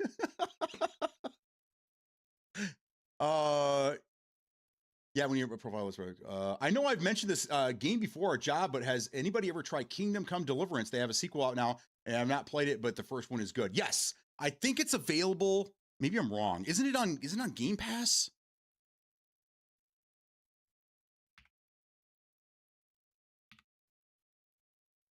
Kingdom Come, yeah. Kingdom Come Deliverance 2 is on Game Pass. Do you have Game Pass, Peak? This is it's a story-driven action RPG. Both games are available currently through Game Pass if you have that. So, have I tried? No, I don't like RPGs, man. I just can't do it. I did try that first-person sword fighting game. That was actually kind of fun. It was nuts. I don't remember the name of that one now. It was kind of a fun game. Played it for I think 2 days. I can't get into this, man. I think this is the Red Dead Redemption 2 side of you that likes this. I can't even get into that game. I tried. I even tried streaming it for a couple days. I just can't get into the game. It looks beautiful. I love, cowboys and Indian stuff, but I don't know, man. It's just too GTA for me. Peak, I need to ask you a very serious question. Okay, because I need you involved in this. The problem is that if I get you involved in this, we can't play together. But do you have access to a PS5? Would you have access to a PS5? We're trying to get people involved in this new game, and I know you would play it. I know you'd have a good time with it because it's PUBG really is what it is. But it's only available on PC or PlayStation. The Xbox is out of the equation for now, which sucks. But I'd love to get you and Rickon on this because I think you guys would have a blast with it, dude. Seriously.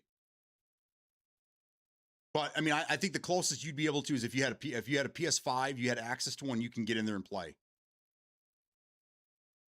And shit, I had the longest wish list. I'll bet you do. Mine's at 60 right now. I say it's out and she thinks it's cute.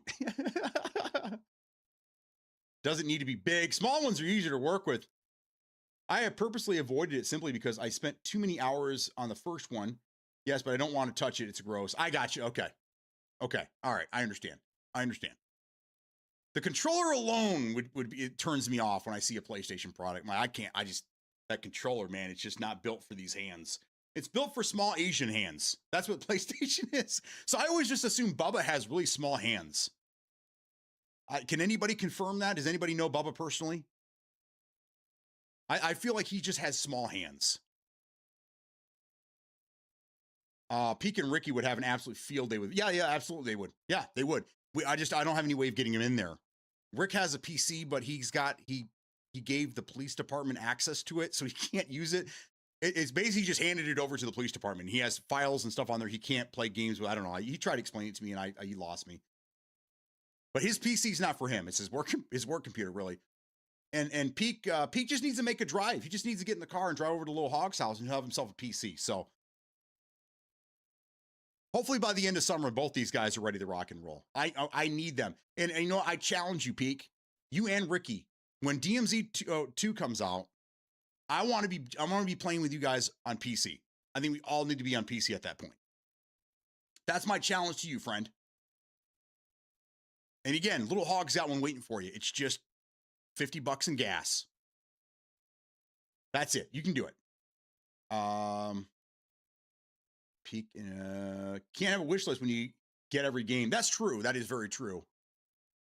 I'm in the 100s for sure. I'd be afraid of them in the lobby. You're afraid of everybody in the lobby. That's all we heard on Monday. Oh shit, guys, they're coming for us. Oh no, these guys are cracked. I'm like, come on, Free, we could take these guys. Don't worry about that. Don't worry about that. That's bullshit. We could take these guys. We smoked a lot of fools that day. So many games that don't even have release dates yet. Yeah, I'm with you, man. Most of the games that are on my wish list, I'd say a handful of them are games that I've already released. I'm just waiting for sales, or just, I just don't want to remove them from the wish list because I don't know what I want to do yet. And then a lot of them are for 2027 and beyond. I disagree. Other than the Duke, PS controllers are bigger. The worst thing with Xbox is asymmetrical design. I've got used to it, but I don't prefer it. Oh, I love it, dude. I love it. So I started playing off with the Duke controller, which I want to re-release that they gave out. What was it, 5 or 6 years ago? They did a re-release of the Duke, which is awesome. But when the S controller came out, it was a little small, but it was almost perfect. The Duke was too big. The Duke was a little too big, but then the S controller came out. It was a little on the small side, but it felt way better. And then when the 360 controller came out, that's when they finally figured it out. That was it. PlayStation controllers relatively stayed the same. The contours have changed, but pretty much the same. The worst thing with that, and then we got wiped. I mean, yeah, we got killed a couple times. We were getting third party a lot. And then my problem is that I was treating it more like a Call of Duty, faster paced, because they want you to be faster paced. So I was charging into things where you had a lot of guys dug in with sniper rifles that were just kind of opportunists waiting for everyone to come to them. They weren't moving. They were kind of dug in like rats. So I personally ran into a lot of those situations where I'm chasing gunfire and they're just waiting for us. But this Monday, I'll play a little differently and we'll get different results. I guarantee it. Third place was probably my best map with people that haven't been running since Christmas. Well, I mean, technically we got second place, but the game fucked up. Right? Or did we figure out that was something different? Because that should have been third place too then. I don't know. Either way. Player count is fucked also. Should include everyone left in the map, including our team. Right. It should show teams left. It doesn't necessarily need to show players. It should show how many teams are left. So people are left guessing. It could be one player on that team, but there's still 3 teams left, right? So you have 2 full teams. It'd be 7 players, but you don't see the players. You only see that there's 3 teams left. That would be way better. Because then people are going to play differently because they don't know. Is it 3 full teams? Is it 2 short teams and 1 full team? What is it? That'd be a little bit better. And I think the end circles should be more out in the open. There's too much, I don't know, all this end circles we were in, there's just way too much cover. You got to force people out. But either way.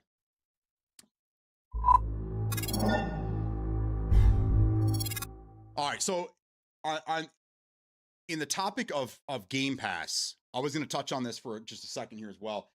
I'm not sure what's going on here. I know that we're not getting a lot of games and whatnot, but Game Pass is kind of slowed down in the last 2 months. We're not really getting anything. And when they give us things, it's a lot of just boring shit that no one's really interested in, or games that are like, they're giving us a lot of free to play shit. Like, that's not a game. That's stuff we already had access to. Give us new things, you know? In the last month, we've got, what are the notables here? A lot of them don't pertain to me, but let's just say Elder Scrolls Online. Okay, I think that's a bigger game, right? People play that. People are interested in that. A soccer game called Goals. I've heard a lot of positive things about this, but again, I don't care about soccer. Wolong, Fallen Dynasty, Where the Winds Meet, and then Call of Duty Vanguard. That's pretty much all we've got for notable games in the last month. I don't know what to do here, because like on one side, I mean, I only pay $13 a month for PC Game Pass. So I don't feel like, I mean, I pay more for streaming services, but like, I don't feel like I'm missing out too much. And again, if I get like 1 or 2 good games a month to play, I feel like I've got my money's worth, right? At least one good game, $13, whatever. But I've played 2 games this month, and it was Luna Abyss, which I think came out last month or 2 months ago, and Doom the Dark Ages, which came out a year ago. That I just want to make sure is, you know, I got it all dialed in for the new video card, and I'm ready for the new DLC that comes out.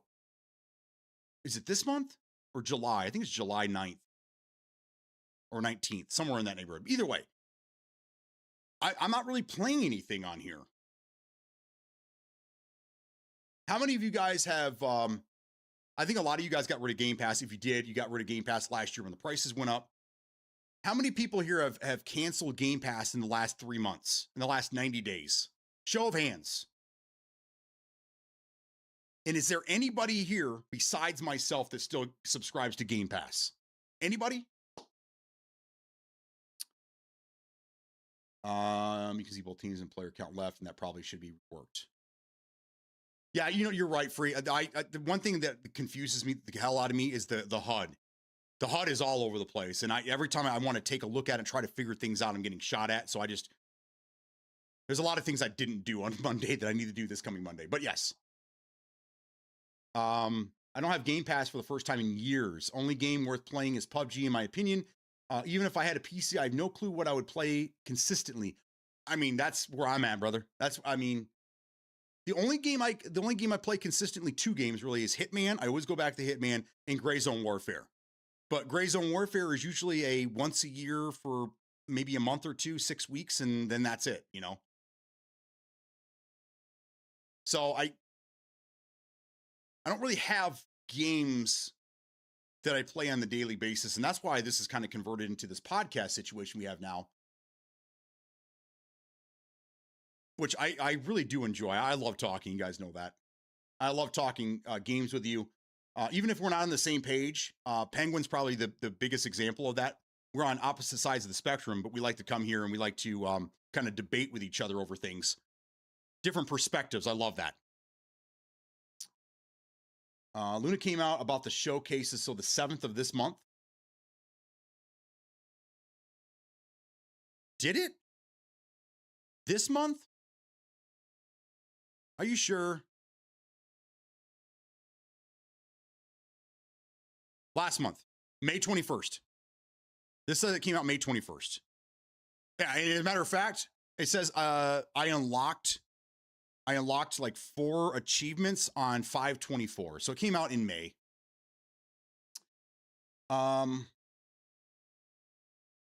Still have Game Pass. Okay. Reckless does. Okay. I went down to $15, then went back up to 23.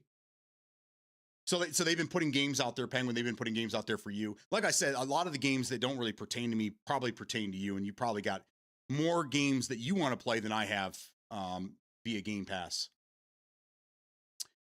I have PC Game Pass. So, okay, so there's still a handful of us left.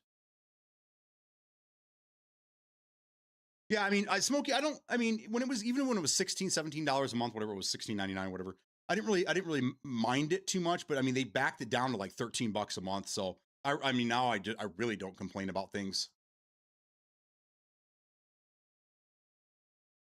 So I thought I saw someone stick their head around the corner here.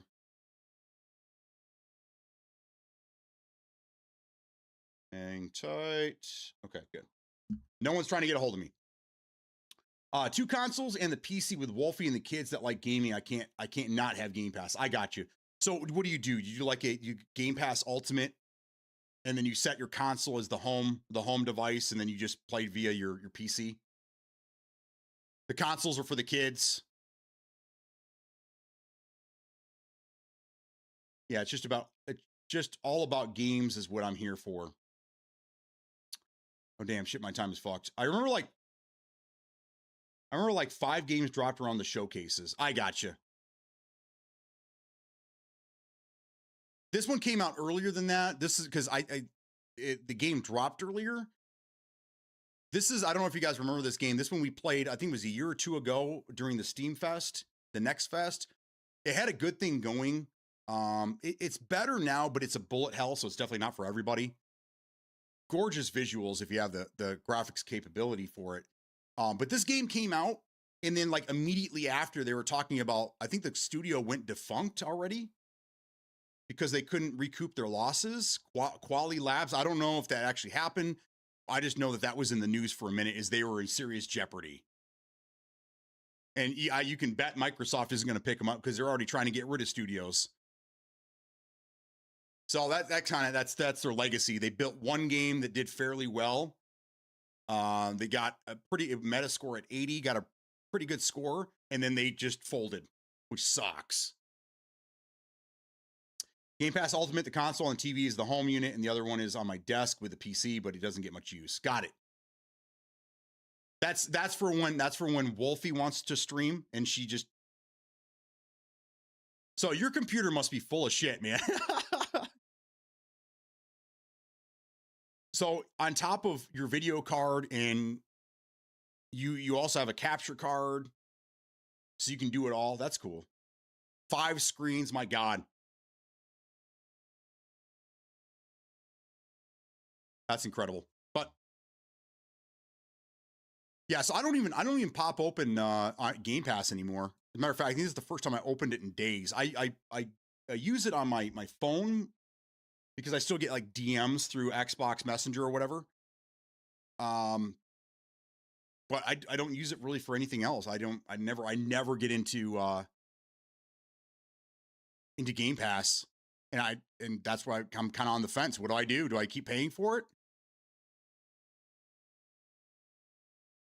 Do I keep paying for it, or do I just, cut them loose for now?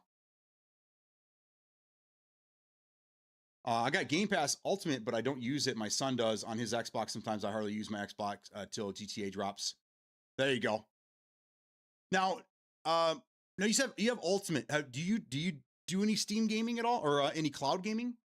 Does anybody do any cloud gaming here? Has anybody tried it?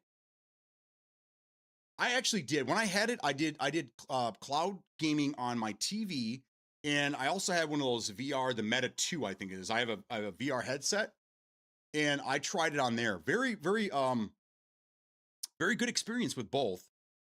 Maybe it's my internet, but I remember trying it a few years back. It wasn't the best experience.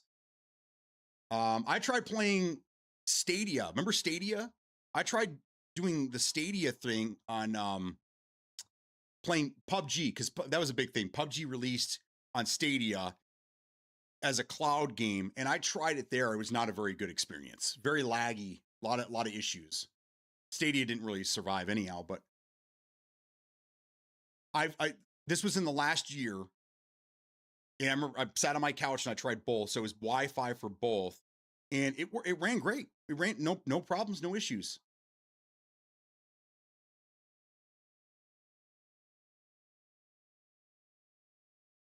I think that they need to do, and I've said this a couple times, they need to have a cloud only Game Pass level.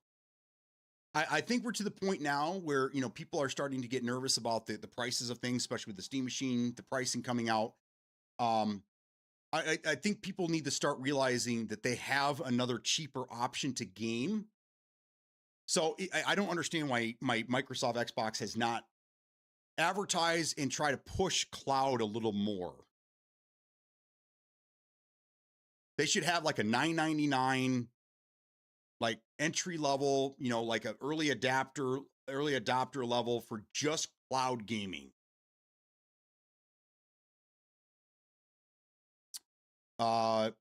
Big Al Mac. He bought one of those backbone things. And when I was over there back in January, I was going through his office trying to help him fix a couple things, move some things. He had shown it to me. Oh, this is cool. You know, I haven't seen one of these before. So I plugged my phone into it and I downloaded the app and I was running it. And that was a pretty enjoyable experience as well. The backbone's pretty cool thing. And it has a little travel case and everything. So when you're on the road, I just don't do any mobile gaming. So I don't really have a use for it. But things like that are making gaming cheaper and easier for people. I think the backbone's like $100 or something like that. So if you tie that in with cloud gaming, I think that's a very frugal way of gaming, staying up to date, and not being left behind on older equipment. Especially since the next console we already know is going to be over $1,000. There are a lot of people that can't afford that, and I get that. And we don't want to leave them behind. You know, we still need them. We still need their money in the industry. So I think cloud gaming is going to be that's going to be the spot for those people.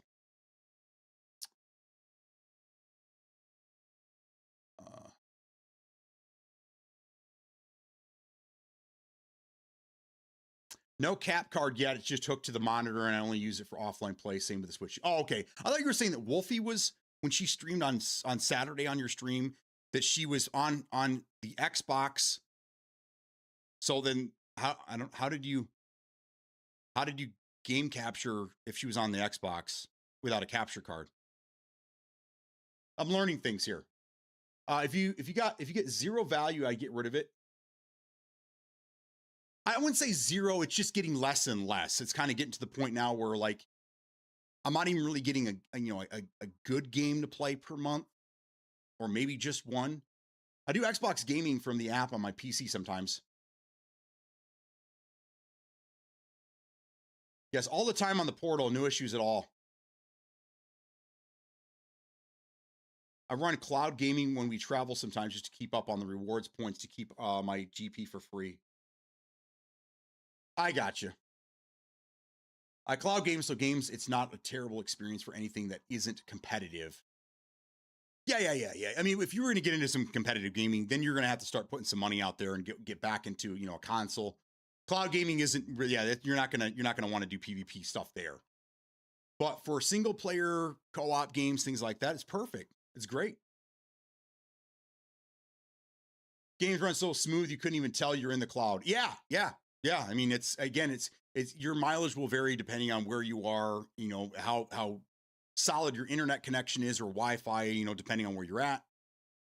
In the big cities for people, it's probably a lot easier, especially when they're like on public transit and things like that. Because, you know, 5G has way better signals in the big cities, you know, compared to, you know, the outer laying areas. So if you game on the run, that's a good one for you. I have one of those too, not bad, but can't play on a phone. I can't either. Screen's too small, Hog. I don't know what it is. I don't know if it's just my eyes or my expectations. The screen is just way too small to play on. I just can't do it.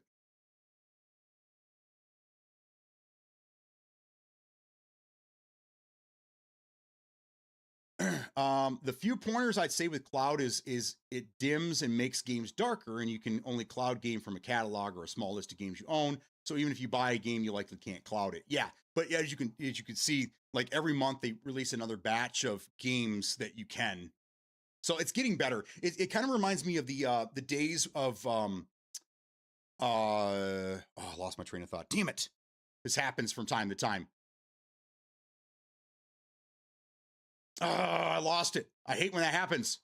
It'll come to me. It'll come to me.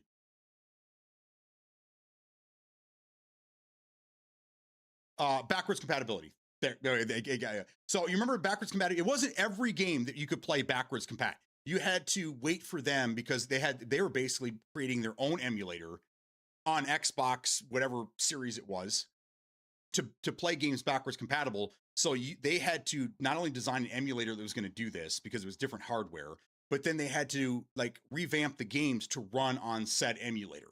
So not all games were available, but it was like every month or every couple of months they release a big selection of games that did, and then they stopped the backwards compatibility, and they're like, that's it. This is where it stops. But then they started working on it again, and I know that they're working on it even harder now for the next console. They want, I think they said at one point, Penguin, you should know because you're the Xbox resident Xbox loyalist here. They said that every Xbox game from every generation will be backwards compatible. Is that true or false? Which locks you out of 80% of games. No, she was Xbox app.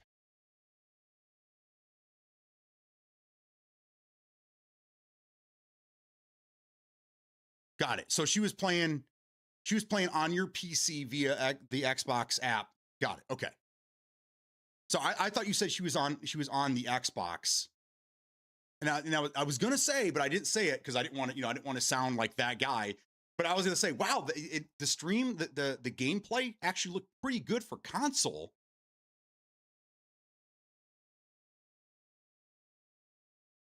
It's like getting Prime, but you watch one movie and order nothing a month. I get rid of it. It's we watch a lot of stuff on Prime, not so much anymore, but I mean, even Prime for just shipping, we order everything from Amazon. So like we'll always have Prime, even if we don't watch anything on it. But that's just because there's a bunch of different things offered there.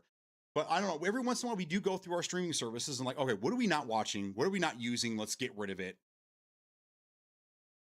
Because we subscribe to like everything. We just found out the other day we quit Disney Plus like a year ago.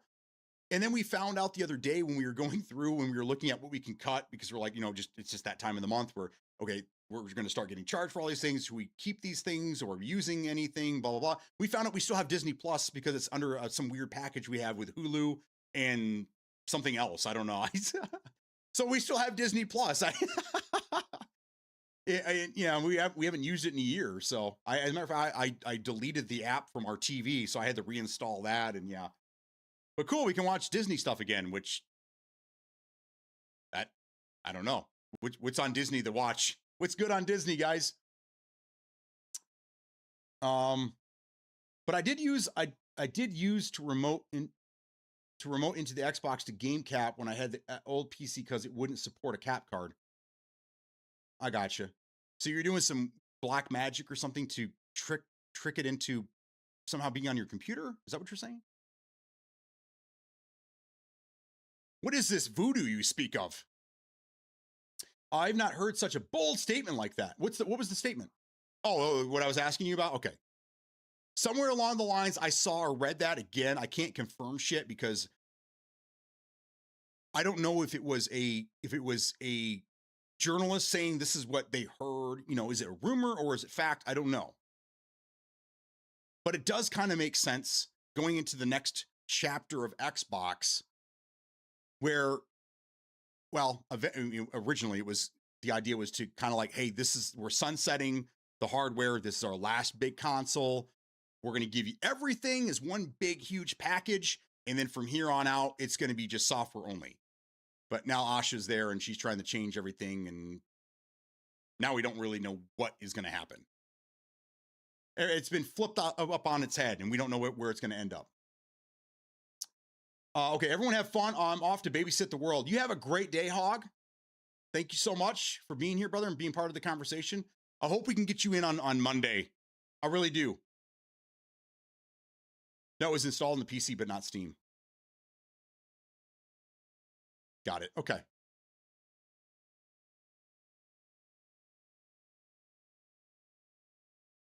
So you were using on your old computer, since you didn't have a cap card, and you couldn't run games natively off of the Xbox app. You were somehow, through your PC, you were logging into your Xbox and you were streaming the game from the Xbox to your PC screen. Is that what you're saying? I think I've heard of that before. It kind of sounds familiar. I've never done it myself, so I don't really know, but that sounds interesting.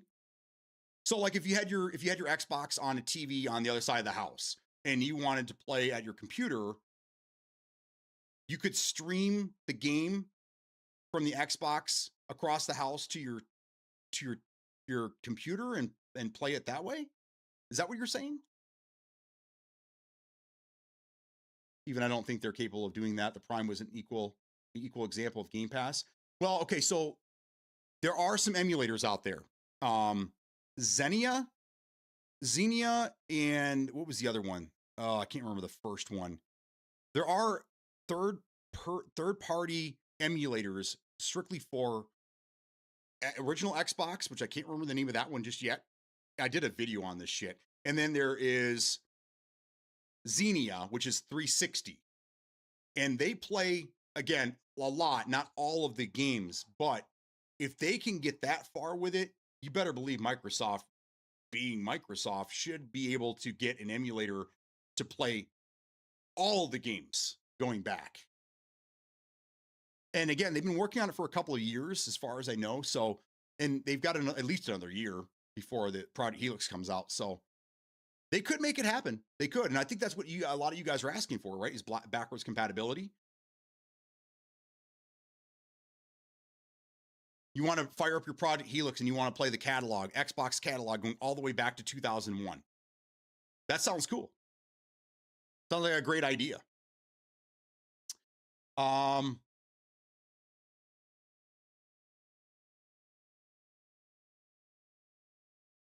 be around. Okay.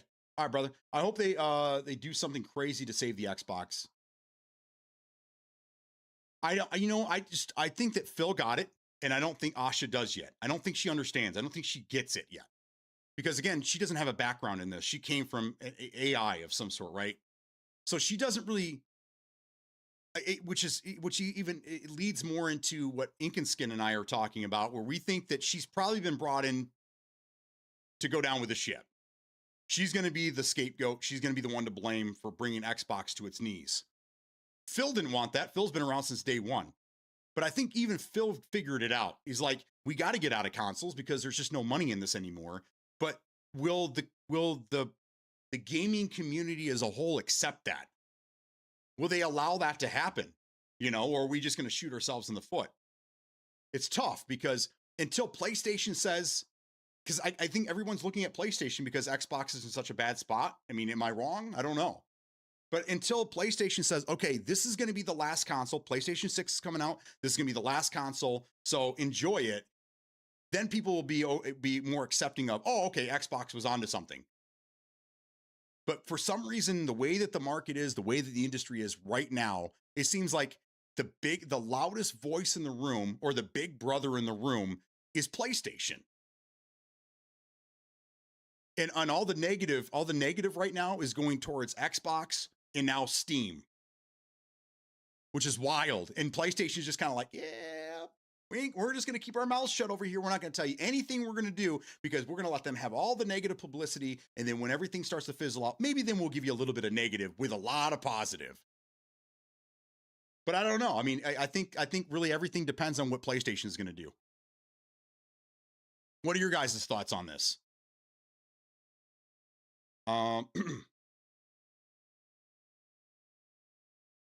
Turn on console, connect it to screen in game, OBS open on PC, open Xbox app and remote into console, capturing OBS. What? What? Are you telling me this has been a feature this whole fucking time? So if I wanted to, I can jump into, no.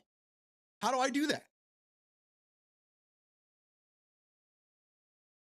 So I can connect it in PC app in the PC games fucking Xbox app on PC. I can turn on my console and I can stream a game from there to here. Okay, do I have to use a controller? Wait a second here. Wait, now we're on to something. Can I use a mouse and keyboard? So are you telling me, oh, maybe this is how people are cheating in PUBG besides Cronus? Can I fire up PUBG on my console, play it through my Xbox app, mouse and keyboard? No. Okay, I'm gonna have to test this out. I'm gonna clear my schedule for the rest of the day. I have to check this out. So can I? Okay, so but I'm using. So I'd have to still use a controller on my PC, right? I'm controlling it with my PC, or do I have to have the controller on the console? Oh my God, this is something. Okay, this is crazy. How has this been a thing and they're not advertising this? Why aren't they talking about this? This is crazy. I might even have to do a whole fucking thing on this. I've never heard about this ever. Okay, anyhow. Calm myself down for a minute. Exactly. I can remote into either console from any PC in the house, but I can also remote in and view what's happening on the consoles while using the console in another room. So remote view is what OBS and Stream saw to keep rendering lower on the PC and lag out of the game since I was running DMZ. Got it. Okay. Yeah, definitely asking for more backwards, though wasn't expecting a full catalog miracle happen. Well, I don't know if that's true, but I read that along the lines somewhere. Maybe that's something that they were saying, like that's what they want to do. That in an ideal world, that's what would be available. But I don't know. Time will tell, bro. Time will tell. You know what I mean? I'm okay with having the bar of expectation here, but not all the way up here. Yeah. Yes, bro. I'm not sure about input. I always ran controller. I'll post pics in Discord what channel you want it in. Gaming, put in gaming setups. I think that'd probably be the best spot for it. That you could show it off in there, and then when everybody goes in there to take a look at it, then they're going to want to copy that as well, and it won't get buried as easily in other spots. It's going to get buried quickly. Not many people put their stuff up in there, so that'll remain there towards the forefront for a longer period of time. Awesome. Okay, so that gives me something to do this afternoon. If it's, oh, please don't rain. God damn it. It's supposed to be mowing the lawn today. Fuck, it's gonna rain at 2. God damn it. Oh, I can't win. Can't win. All right, so anyhow. Well, looks like I got to do other things today now. Bro, that's amazing. That is absolutely amazing. Okay, so maybe there is a chance for me to play some PUBG again with the boys. And that is hardwired. My Xbox is. TV's not, because I found it actually slowed the TV down. TV's Wi-Fi, Xbox, and Steam Link are both. Because I have Steam Link too, so I can actually play my PC games. I stream them to my TV via the Steam Link, which is like 13 years old now. And that's another great experience. And that's a lot of fun. Games look good, even though it streams at 1080p. My TV upscales things to a point where they look pretty damn good. So I like that as well.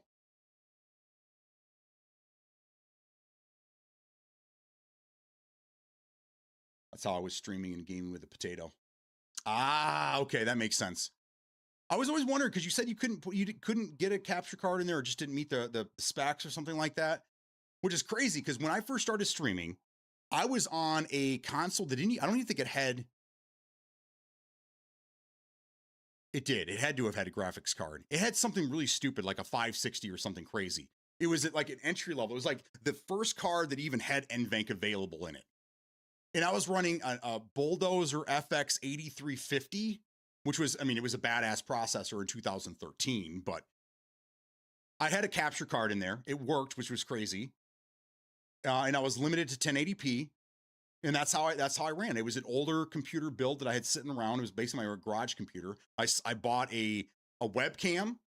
I bought a cheap Chinese capture card that I ended up giving to Big Al Mac, and he streamed with that for a while. Slapped all that shit in this old PC. Plugged my Xbox into that, and away we went, man.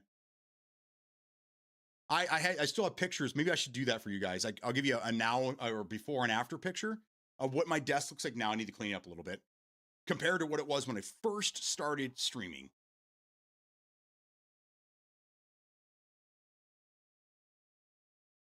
It didn't have USB 3, only 2, and only one PCIe slot that the RX 50 was in, but the other slots were PCIe, just regular PCI. I got you. Got it. Okay.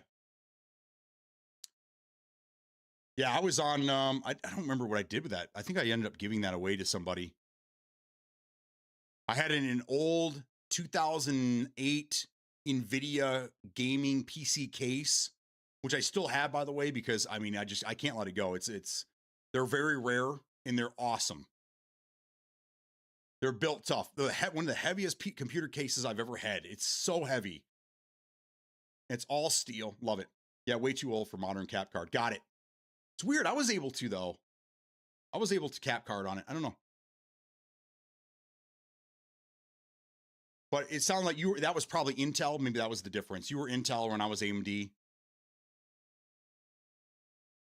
I don't know. And I was running an NVIDIA 560 Ti. Yeah, a 560 Ti, I think is what it was. Oh, I love that card. I had that on my garage computer forever, and then it finally died. Finally took a shit. Made it a long time, had a great life. All right, so let's see. Did this game come out?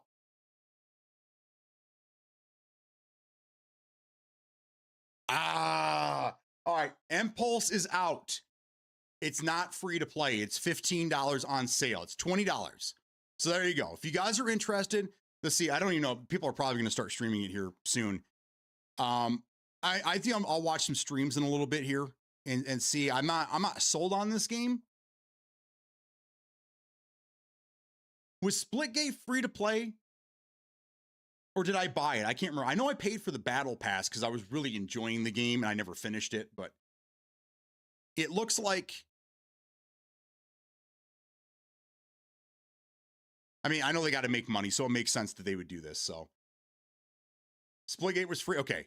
All right. So it's a Titanfall spiritual successor for $15 on sale right now.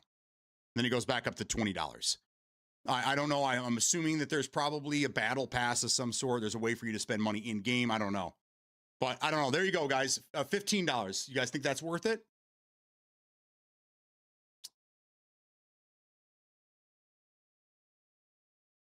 All AMD, just flat AM3, not AM3 Plus. Got it. Okay.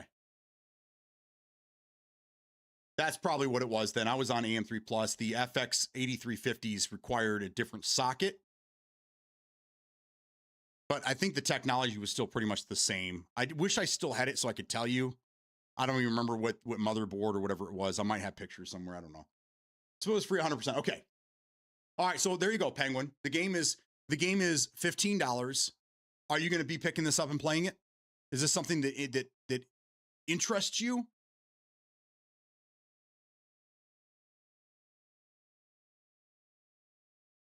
It's just so hard nowadays. I don't really know, you know. It's tough. AM3 Plus had USB 3. Usually it was the first gen with the upgrade. And that explains it then. That's probably what it was. Now I had a capture card way back in the mid 2000s. It was I think it was an MSI. No, it was an ATI. Back before AMD bought ATI, it was an ATI video card. It was a standalone unit that ran via USB 2.0. It got really fucking hot, but it would take coax cable and it would take composite video. It took composite. I think it took S video too. S video, composite, and coax. And it was mainly for recording or transferring like DVDs, VHS, recording live TV, shit like that. And I had that one for a while, and I used it, and I did record some video back in the day, which I probably should have stuck with it. But I mean, this was early 2000s, and I think that was built in the late 90s, early 2000s. But I remember some of the first early concepts of capture cards. God, I wish I still had it. My garage is basically just a museum of yesteryear computer components. Every once in a while, you guys get me thinking about something. I'll run out to the garage, I'll grab something, and be like, "See, I still have it, guys. This is 20 years old." You know, show my age. My plate is full. Okay, I might. It does pique interest. Maybe when games maybe die down in December. There you go. I'm gonna watch. I'm gonna watch some video. I'll watch some streams and see what I think. I mean, $15 is hard to argue with. It really is. Especially if I mean, like, I probably would have spent $15 in Splitgate for as much gameplay as we had. And I have another question for you guys. I'm gonna end soon. It's already 2:00. My throat is getting scratchy, but or I'm sorry, we've been streaming for 2 hours. Has anybody seen Louis lately? I was thinking about this the other day. Like, I haven't seen Louis in forever, man. I haven't seen him stream or nothing. I was thinking about getting back into Battlefield 6 if he was willing to, do some Red Sec again, because I have really nothing to play. And then I just started thinking about Splitgate here. I was like, shit, me, Reckless, I think Penguin got involved here for a while, and Louis, we all played Splitgate. We had a great time playing it. Like, I think I'm gonna message him too, man. I haven't seen him in a minute. I hope he's okay. I hope he's just like me, and summer comes around and then he's just not indoors anymore. Because that's pretty much how I've been. That's why you're not seeing me as in the capacity that you normally see me in, because I am outside most of the day. And I love it. Even though the weather's been kind of chilly. I don't know how your weather's been, guys, but up here in Michigan, it's been a very mild spring summer so far. We had like 2 days we were 90 degrees, and since then it's been kind of the 80s, kind of the 70s. At night it's kind of the 50s. It's weird. It's all over the place. We wake up, it's chilly. By noon it's 70, and we're just starting to get into shorts. And then it gets cold again. It's weird. Actually, no, 85 plus. Yeah, you're in Florida. I mean, it's a whole different world down there. All Red Sack, but I'm not as good as Louis, but I'll play. Okay, I didn't know if you still work, because I know you said that you've been focusing on PUBG, and I'm thinking about running that some morning. If you'd be interested, Peak, maybe we can get Rick in there. I think Rick would be interested as well. I'll get with you guys and we'll try to set something up, if that sounds good. I know that everyone's schedules are way different than they used to be. Mine's relatively the same.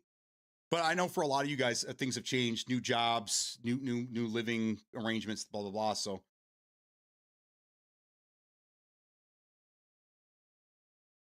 no, Penguin, you're in Missouri, right? You're in Missouri. That's right. You're out there by Ink and Skin in Honda. All my Missouri boys.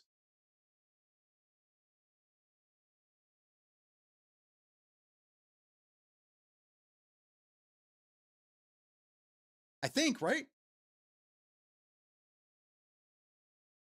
Man, I'm losing my mind. Right? Oh man, I don't know. What cam and audio interface do you use?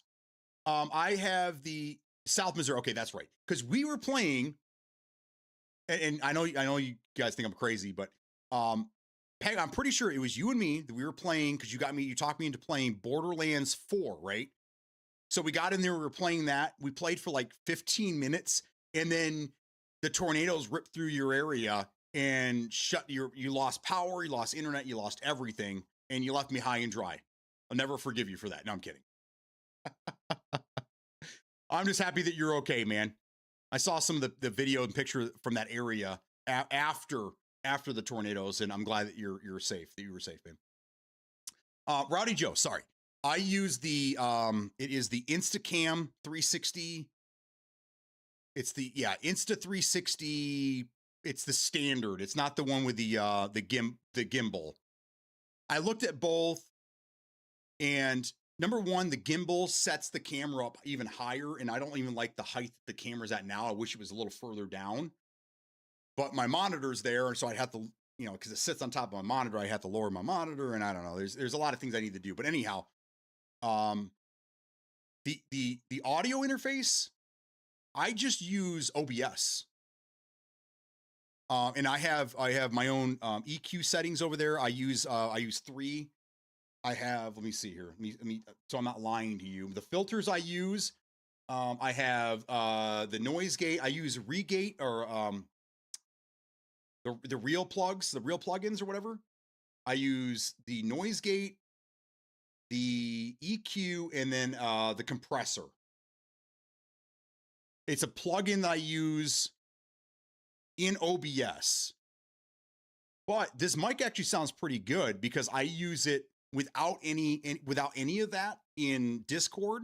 So when you guys are talking to me through Discord, like when we're gaming or whatever, that is completely unfiltered. That's just this microphone, which has its own built-in stuff as well. So, and then like in game as well. I always, like in Gray Zone, there's no filters there. It's just the raw input from this microphone, which I love this microphone. This microphone is actually built for podcasts. It's a podcasting microphone, which I mean, I think is probably the best, right? I mean, because when you're streaming, what's the number one thing that you want to come through besides the game is your voice, and you want the best, clearest version of your voice that you can get. So microphone's everything. I would even say I would go as far to say the microphone is probably even more important than the camera, right? Because how many people are actually watching me, and how many people are actually just listening to me in the background somewhere? Even when I'm gaming, how many of you guys are actually just listening to me in the background and not actually watching me play? I think I'm upgrading a little. Got me a Rode pod mic, and I wanted some new. The other thing is I haven't got into XLR at all. I don't know if that's what you're running. I know Rode is big on that, but I know they had their own some USB stuff as well. This is a USB microphone. It's a dynamic USB microphone, and it works great. I don't actually have to be. I don't have to be right here the whole time. I sound pretty good from over here. So, I mean, for the longest time, you guys never even saw my microphone. You see it now because I need to raise it up a little bit. But even when I turn my head from side to side, it sounds pretty good, right? You don't really lose me. That's kind of a problem with dynamic mics nowadays, is that if you're not right on top of it, no one can hear you. Condenser microphones will pick up shit from everywhere, but it also picks up shit from everywhere. So yeah, this, out of all the microphones I've had, and I've had a lot of them. Started off with a HyperX cheap microphone that it was like $30 as a solo cast, I think is what it was called. I ended up giving that to one of my kids, and they used it for a while. And then I had two different versions of this one, and I had something else, but I've gone through a handful of microphones, and this is my absolute favorite.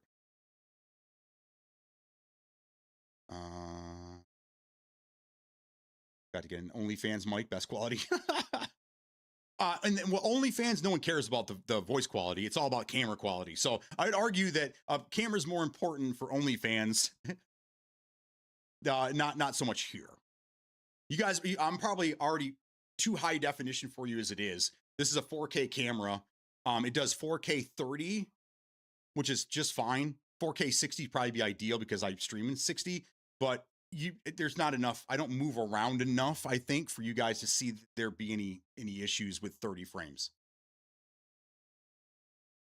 And my interface is on its last leg. What do you mean by interface? Are you talking about like a mix board or something? So in that department, I'm pretty basic. I don't even really run a stream deck. I use Touch Portal software, and I have an old Google HTC tablet from 2015, I want to say. And that sits on my desk sideways, plugged into my PC. That is my stream deck. Okay. And I love this thing. It has so many different things I can do to it. It's crazy. It connects to everything. It's great. My mixer, I am still using the Astro Mix Amp from 6 years ago. I bought it the same day I bought my Series X, both of them. And I love this thing. I tried buying a cheap one on Amazon from recommendations from someone who used to be part of our community. And I hated it. It was terrible. It was not a good experience. It was not what I was expecting, and I returned it, and I went right back to my Astro. I love this thing. And this is probably where I'll sit until I start getting into XLR microphones, if I ever do. I don't know. Right now, I'm happy with what I got. No one really complains, so. Your mixer's on the last layer? Okay. Just having some issues with her. Bead Runner just listens to me. Okay. You probably like the podcast setup more then. One of the complaints, my wife's not here right now, so one of the complaints my wife has, and not really a complaint, but she'd be like, I'm at work, I'm at my desk, I have my phone set up in the corner, and I'm watching, I have your stream up, I'm watching, I'm listening to you doing my work, whatever, and then somebody comes in, and then it might be quiet for a little bit, and then all of a sudden it's just gunfire. And then you go, oh shit, or and she's like, then I reach for my phone quickly and try to turn it down, but I keep telling her, I was like, you just need to get in the habit of, as soon as someone walks in the door, just shut the screen or something. But most of the people that she works with know that I do this. So they're always just like, oh yeah, your husband at it again, huh? Yeah. Love my XLR setup. Yeah, I'm talking about my audio interface mixer for my XLR. Is on its last leg. I got you. Okay. I don't really know. I don't really have any. I don't have a horse in the race, as you'd say. I don't really know what's good, what's bad. Go XLR was the go-to for new streamers coming around, and then they lost support, and then people are like, don't buy them. Go with this, go with that, and then XLR support came back for Go XLR from community or something. I don't know. I mean, I don't know. I know there's a shit ton of them out there. If you go to Amazon, there's a lot of Chinese knockoffs. I don't know. I went with the one that our mutual friend recommended to us at one point, and I didn't like it. It wasn't for me. I should have known, because it was half the price of my Astro mix amp. But I don't know. I run 2 hardware. Is M Game and software Steel Series. I got you. So your microphone runs through your PC? No, it runs through your M Game. So you have an equalizer there, and then it goes into your PC, and then you run it through another EQ. Is that what you're saying?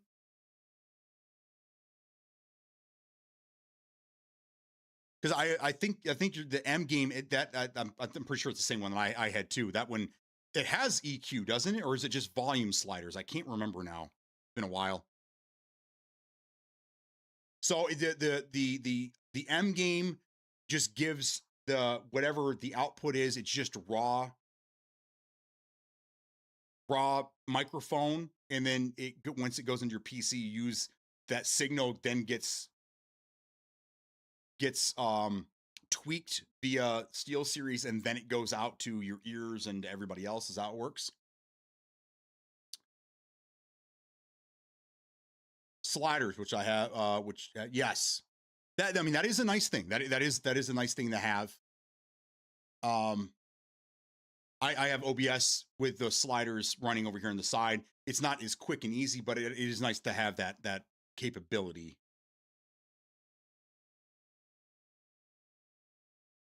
So it's just seen better days, starting to die out, time for something new.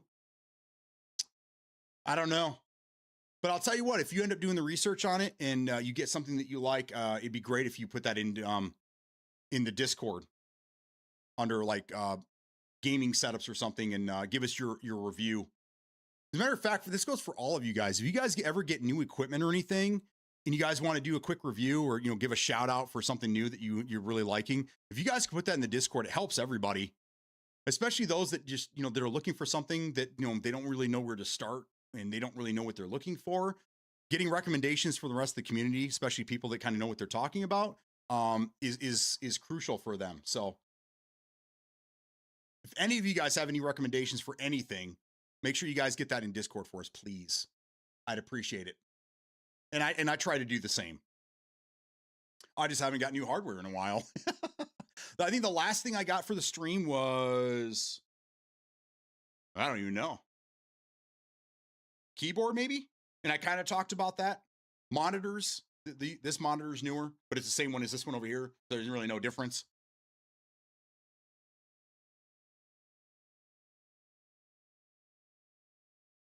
I use Wavelink audio software in my Stream Deck Plus as my mixer. Yeah, it has 5 sliders: mic, game, chat, sampler, and system. That's cool. I'm pretty sure that's the same one that I got.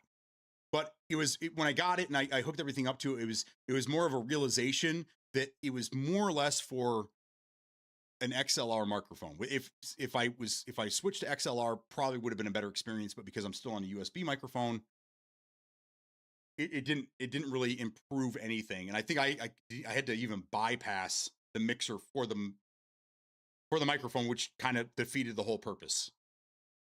I mean, it had cool buttons. I could put things on them, but I also have that in my Stream Deck that I can do where I can just play random funny shit for you guys. Like, I don't know. Let's see. I said something funny. So funny. Funniest thing ever. Yeah.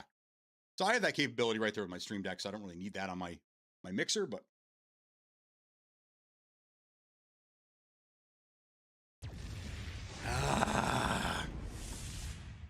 coffee's still hitting good. I want to move to earbud headsets.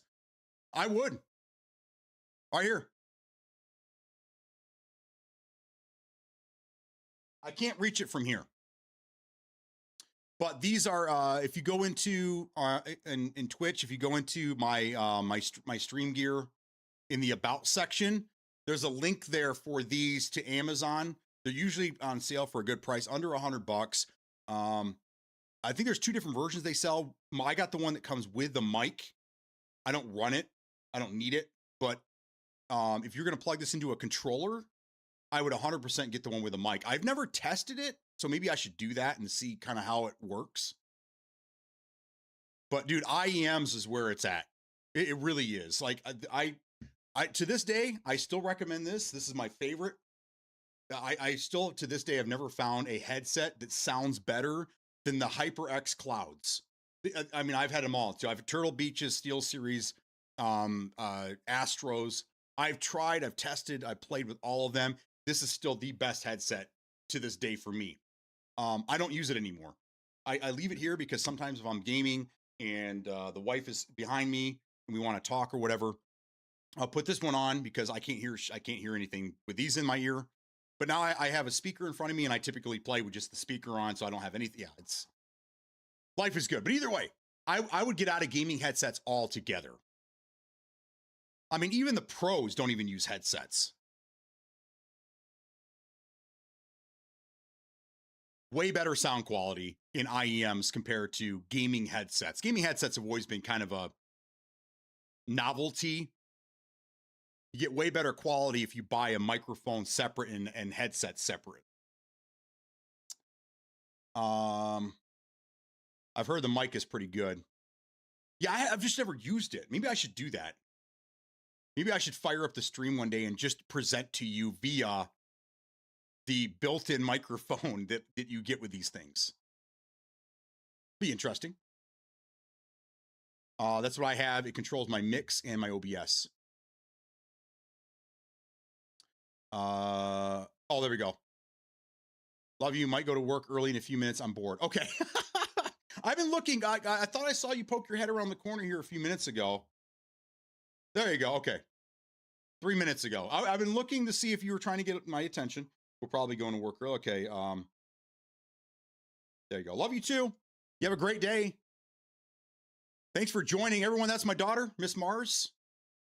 Everyone say hi to the hardest working young lady in this house besides her mother. She's a go-getter. She's got her mama's looks and her daddy's attitude. And it shows.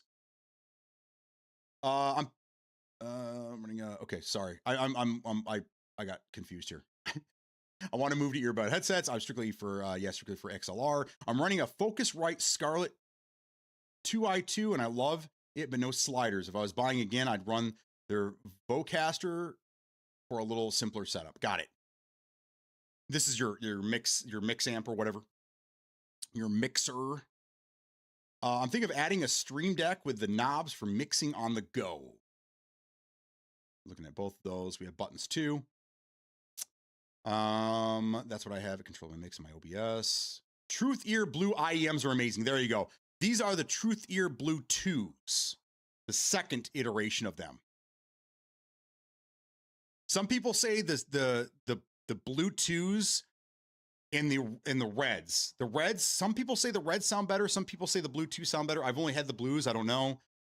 From what I heard, the Reds have more bass, where the Blues have higher, crisper high end, highs, which I think would be probably better for footstep sounds. And so far, it is better for footstep sounds for me. But I haven't compared both of them, so I don't know what would be better for you.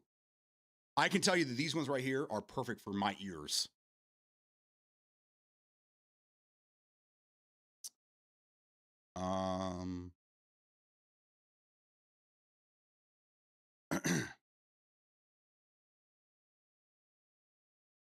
Yeah, I know. I've been jealous for a long while. That's funny. I like my HyperX 70% keyboard. Oh yeah. Yeah, I was running all I was running all HyperX for a while there. I even messaged him with a screenshot of everything that I had on my desk, and everything was HyperX at the time. This was years ago. And I didn't have the following that I have now. And I was like, hey, would you be interested in, partnering with me? I put your shit out there all the time. And they're like, yeah, if you get yourself up, a little higher with, followers, or, read you up. So at least they were nice enough to, tell me thanks, but no thanks, instead of just completely ignoring me like most companies do. But that was nice that they did that. But since then, I've found that, HyperX makes a good thing, but not all things. This is my current keyboard here. This is what is it again? It's a Royal Kludge 65%er. I like this. It's kind of like the Django Fett colors, kind of. It's different. It's a different color. I like it. Perfect for me, perfect for my fingers, my hands, and it also has the volume and mute knob, which is crucial for me, especially when it comes to streaming. I very quickly I can handle the audio for you guys. This one has 3 different connections. It has its own dongle that's built in. You can Bluetooth it, or you can just hardwire it in. So this is nice. A lot of applications for this. This has been my favorite keyboard so far as well. Before this, I had a full-size HyperX keyboard, which was way too big for my desk. And I gave it to my wife. She loves it. She uses it. But I mean, this one was like $80 compared to that one was $150 when I first got it. So I am earbuds. Hopefully the mic quality is good too. Thinking about the Stream Deck XL to have more buttons and the knobs. There you go.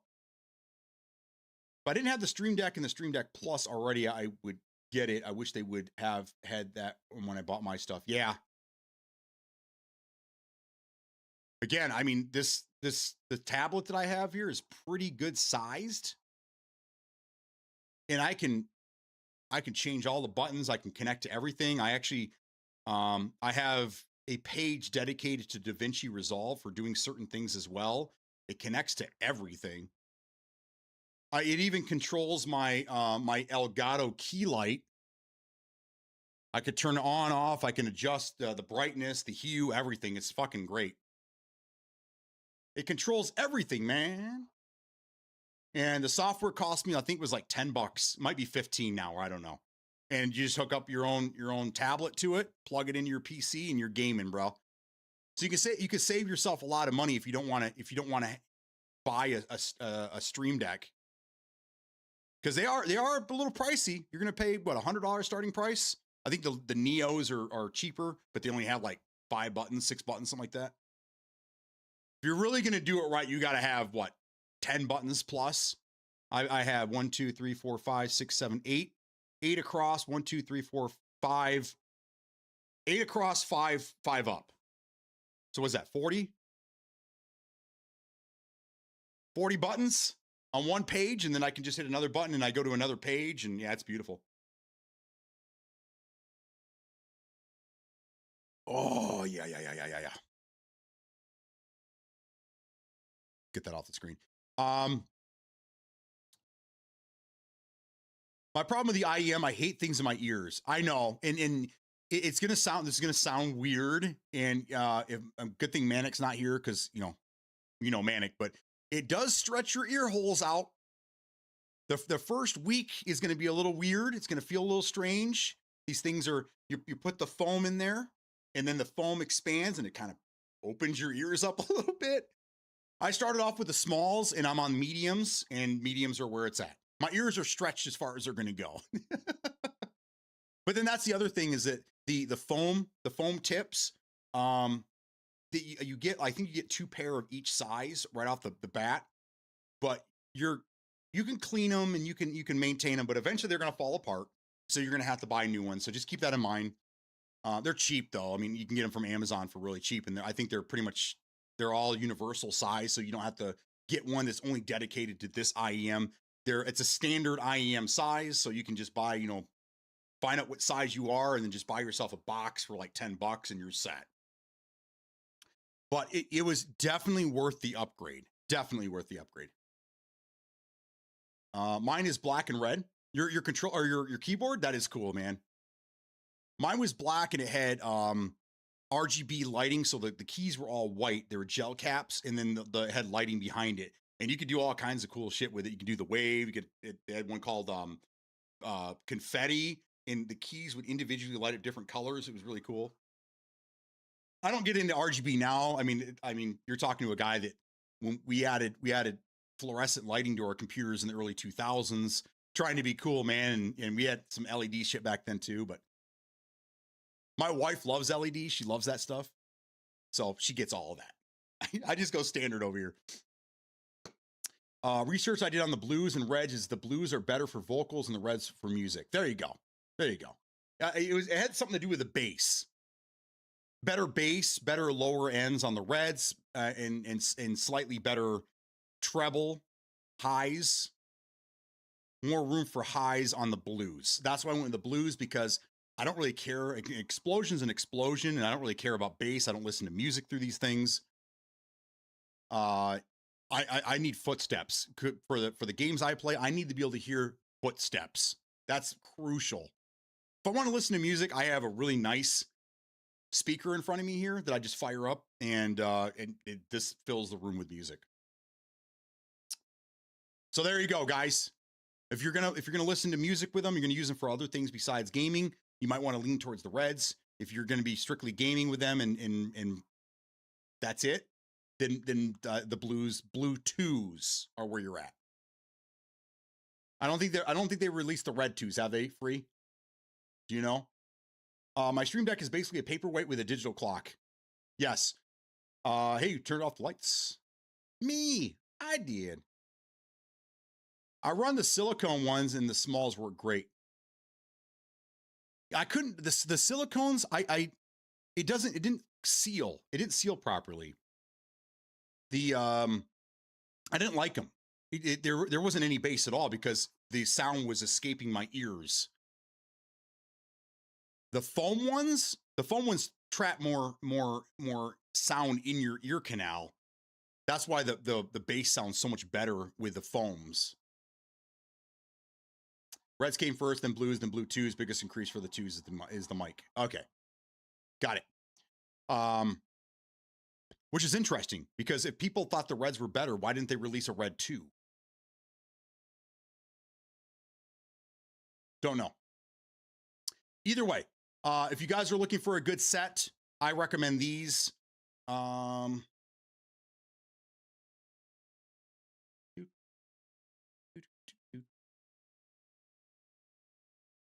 There you go. If you guys are interested, again, there's a link.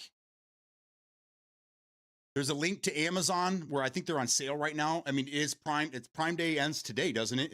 Isn't it only a couple days? So if you guys were talking about all this new equipment, everybody is jealous of each other for what they have, which I think is fun. So now is your chance to get it, because Prime Days is almost over. My wife did a lot of shopping yesterday. We whenever these sales come around, we always keep things in our wish list, in our basket, whatever, things that we don't necessarily need, but we want or we'll need down the road. And then when these sales come around, we just We just go for it. We just swipe that card and get it done. This is the first time that I haven't really been looking at anything. Nothing. Nothing. Nothing this year. It's weird. So my wife bought everything. I have Shure SE215s. They are the same ones I used when I did vocals. Oh, cool. How do you like those? I'm assuming you love them. I love to try the Novas, but they're so expensive.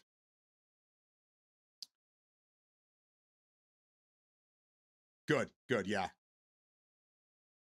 For what I use, I don't think I need anything. I know there's people that there is a Tarkov guy that that I'm aware of. Other people in the community had recommended this guy. I watched him a couple times. But anyhow, he had these like $600 IEMs. And he said he loved them. I'm sure you would for $600, but I mean, is the sound quality in video games that different? Music, yes, I get that, because there's so many different ranges music can hit. But video games, does it really make a difference?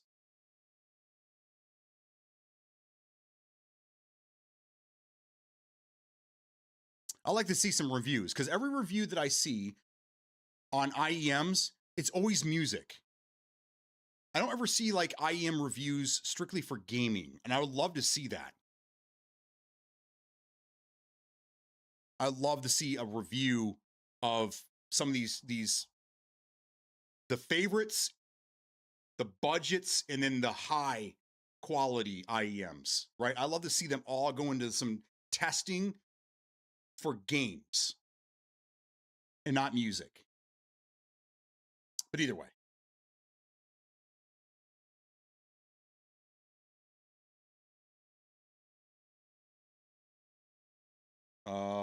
Yeah. New wave of Prime deals are happening now, guys. As of 15 minutes ago.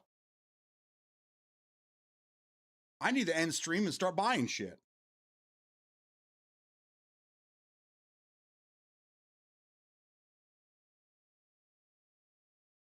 Oh, poor Bubba, I missed him.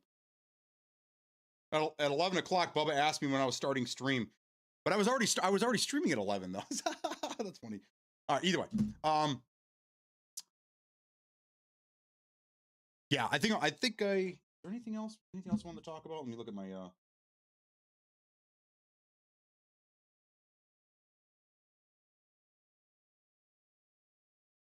Okay. I think that was it. It just the only thing that I saw in the news today, this morning, everything was GTA 6. And we could talk about that real quick if you guys want to, because I know some of you guys are going to be buying the game, and we touched on this earlier today. So GTA 6, I'm pretty sure, right? We've confirmed that the prices are actual. $79.99, right? It's $79.99, $80 roughly. Is the starter edition, is the base model of the game. $100 is the deluxe version of the game. There are things locked behind the deluxe edition, which is standard, right? The other thing that I heard about GTA 6 this morning, and I think this is what's getting probably the biggest backlash, is that the physical copies of the game are not going to include a disc. It's just going to be a code.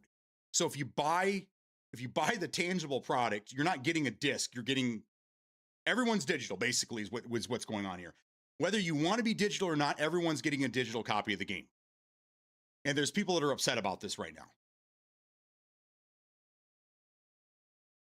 now. What is your guys' take? I have something to say, but I'm interested in what your thought is. Has anybody else heard this? Are you guys only hearing this from me? 80 and 100. Yep. Okay. All right. There you go. Any DDR5 desks on Prime?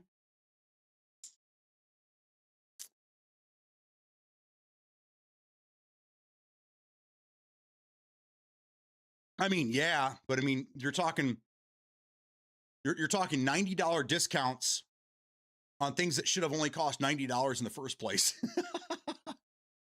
I bought my RAM. It's DDR. It's Team Extreme. No, it's Team. I can't remember. Team Force or something like that. Extreme something or other. It's some new technology they were messing around with a few years ago. I don't think they're doing it anymore. It's a really cool DDR. Wish I could show it to you. It's DDR4 3600 MT or whatever. I think it's the fastest RAM you can get on the AM4 platform. Whatever. I got both these 32 gigs. I got it for like $90 in 2023, so 3 years ago. And now this same RAM, I don't even think it's available anymore, but the same RAM or similar to it is like what, $500 now? Let me look that up.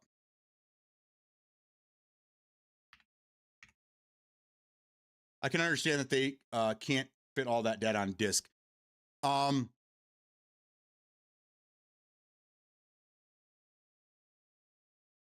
I mean, so how does it work? Okay, so I haven't bought.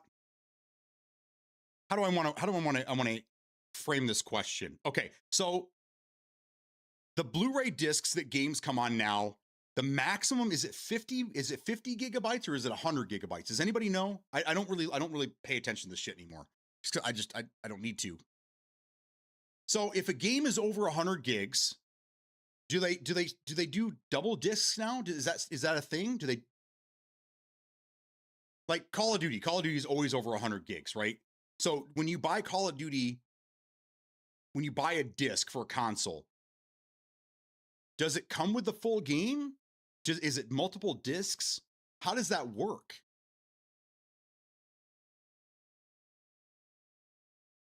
I can understand they can't fit all the data on disk, right? Am I wrong? No, you're right. There's a capacity like anything else, right? I just don't know what the current capacity is.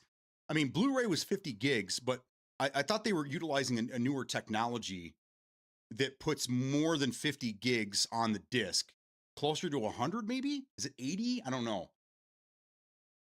This is something I don't know because again, I never really looked into it because it doesn't really affect me. I haven't bought a disc game in years. 6 years plus. I've all digital for me for almost 10 years now, I want to say. No, you're right. You're right, Penguin. I just don't know what the capacity is. So again, like if you buy Call of Duty and it's over 100 gigs, does it come with 2 discs? Are you required to download? Does it like give you some of the game and you have to download the rest? Like, how does that work? Can anyone explain that to me? Only if we knew, I would have stockpiled RAM and made bank. You know, I'm the same, bro. I think a lot of people are the same way, you know. Couldn't tell you the last time I put a disc in a system. Yeah, I mean, I don't either.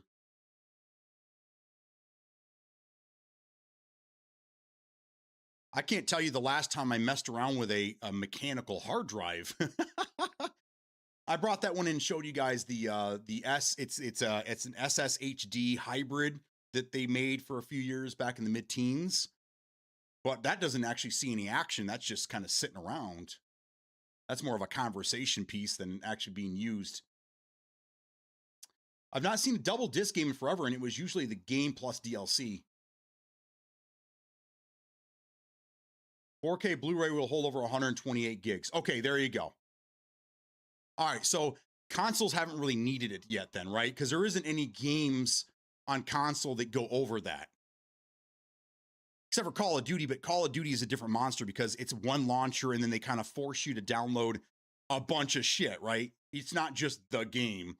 It's their launcher, which takes up like 40 gigs by itself and then all the other shit that goes with it. God, I don't look forward to that in the fall. I hope that Modern Warfare 4 is a standalone project that I can just boot into what I want to, and I don't have to go through the stupid fucking launcher hub nonsense. I think the people that even play the game currently are sick and tired of that nonsense. Yeah, at this point, if I bought a hard copy of a game from a store, it would feel like time travel. What do you guys, have they said what the size of the game is? Does anybody think that they know how big this game's going to be on console? You think it'll be over 100 gigs? I mean, either way, it sounds like the disc could handle it, and then they could go double disc either way, right? Because that's always been a thing since, I mean, PlayStation. The original PlayStation had double discs. I remember playing Final Fantasy VII, and we had 4 discs, I'm pretty sure. And when you walk through a door, it would do a loading screen, then you have to put in another disc, and then it would load some more, and then you'd be there, and you'd be like, oh, wait, I wasn't done with my previous area. So you go turn around, you go back through that fucking door, and then the same thing. You spend 10 minutes switching discs, and oh God, I miss those days. They're so great.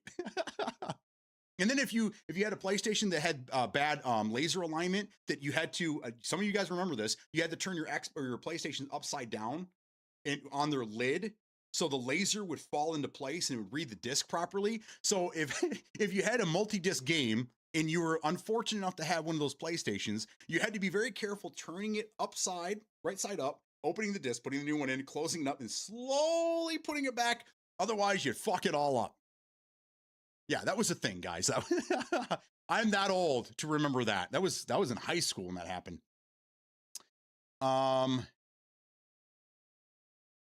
So basically what the point is that it's not a matter of not being able to fit the entire game on the disc or discs plural. It's the understanding is they don't want people leaking the game. This happens a lot, and I think this is another reason why a lot of these companies want to get out of discs. They want to get out of the tangible product. Is somebody somewhere fucks up and sends somebody a disc. That guy gets the disc, he installs the game, and he instantly starts playing, recording it. Videos are up everywhere. Boom, things are ruined. And I think that's what this is all about. This is Rockstar's way of saying, you're not going to leak our shit. Nobody's going to get it any earlier than anybody else. I think that's fair. Again, we're kind of at the point now where does it make sense for games to still come on disc? I don't think so. It just doesn't make sense. Everything should be digital. I think we're getting into that digital age where there's not many people with consoles that are not connected to the internet. That was a thing 10, 15 years ago. That was a real world worry, is that the consoles, a lot of people were going to be left behind because they were in rural areas that didn't have internet or fast internet or whatever. But that times have changed, and there's very few areas now that don't have internet where they can install games and run things digitally. So I think we're getting closer to the discs are going to be pretty much done. But that makes sense. For those that may remember, that have been around for a while, PUBG originally, when it came out on console, wasn't a disc. It was a cardboard box, because I have it. It was a cardboard box with a piece of paper that had the digital code on it and a couple stickers. That was it. That's all it was. And then a couple years later, they did release a disc version, but initially that's what it was. It was a cardboard box. It wasn't even a plastic container. It wasn't even a plastic case. It was a cardboard box, and that's all it had was a digital code inside of it. So even if you bought a physical copy, it was still a digital code. Which again, it's kind of nice because you don't always have to keep your disc in the drive. Once you own it, it's attached to your account, you're good to go. The only people it would hurt is the resale market. But they're fine. They're going to be fine because they have all the retro gaming that people that are interested and involved in right now. They don't really need discs that continue being made. Now, 10, 15 years from now, that might be a problem for them, but who knows where the industry is going to be then. So I don't know. It doesn't really affect me. Again, I'm on PC. I don't really care.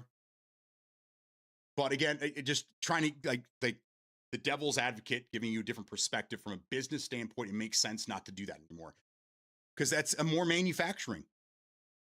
So the $70 they're asking for the game, they actually get less profit because they have to manufacture the disc. They have to manufacture the box. They have to manufacture everything that's included, the manual, all that shit. So their piece of the pie is much smaller when they sell you a disc. And then they have to sell it at a even lower cost. So the stores that they're selling it in are making money off it as well. That's why going to digital makes companies way more money.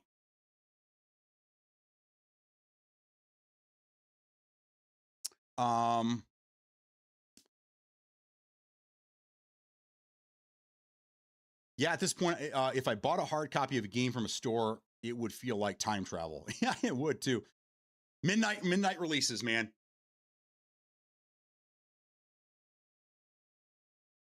These were the days. Midnight releases. These were the days. There was nothing like it, man. But I mean, nowadays the convenience of buying it at home, having it ready at midnight instead of midnight, picking up the game, waiting in line, picking up the game, going home, installing it, playing the, it's just so much more convenient to do it from home. But I'll never forget, this is my favorite midnight relaunch. Just nothing else like it. I feel bad for the people that never experienced that, but sorry. That's quad layer only though. Most are 66 or 100 gig. Yeah, I figured it's right. Would I say between 80 and 100, somewhere in that neighborhood? So yeah. That makes sense. And then if you need the more expensive disc, then again, it's more cost to them. They can recoup more money selling to you digitally. 154 gig on Xbox, my bet. Okay. Well, I don't know if they'll be able to do this. And I don't know if they will, because again, there's a possibility that it could leak. But if a game is over 100 gig, I really think it's in their best interest for really anybody. I know PC's different because people can break PC stuff and they can get in, they can figure out how to, get the game installed and running first. But it'd be nice if you could at least download the game. Maybe not unpack and install it. Maybe it needs a key to but it'd be nice if, for a lot of people that have slower internet, 154 gigs it's nothing to scoff at. Where some of us are on fiber and we can download that in 15, 20 minutes. Not a big deal, right? But for others, that you're talking hours, if not a day, to download that kind of stuff. So hopefully they give everyone the ability to at least download the game and have it ready. And then maybe at midnight or whenever it launches, then it goes through an install process that only takes 5-10 minutes. Because at the end of the day, I think you'd rather take 5-10 minutes than to have to download and then install, which takes hours. Subnuke! Final Fantasy VII had 3. There you go. Thank you. I knew it was more than 2. That could be this could be the push you've been saying to get away from disc. Again, it's not me, and I'm not for it. I'm just kind of like, I'm just kind of like just trying to keep you guys ahead of the curve, really. I've been gaming all my life, and so it's to the point now where I kind of see things happening, and I see from a business perspective where things are going, and I read a lot of news that's not gaming but pertains to these companies that finance gaming, and I just kind of see where the writing is. The writing's on the wall, and I'm just trying to stay ahead of it and try to keep you guys ahead of it as well. So then it's not like this big surprise when the shit happens, right? Because like, oh yeah, Beatdown was talking about this 2 years ago. We knew this was coming, It's one of those things. But the biggest curveball in the industry right now is Asha. We don't know what she's going to do. We have an idea what she's doing. But I knew where the industry was heading. I knew where it was going, but now we don't really know. She's the wild card in the situation, so anything can happen now. You all right making dinner? Danny, I'm doing fantastic. How are you?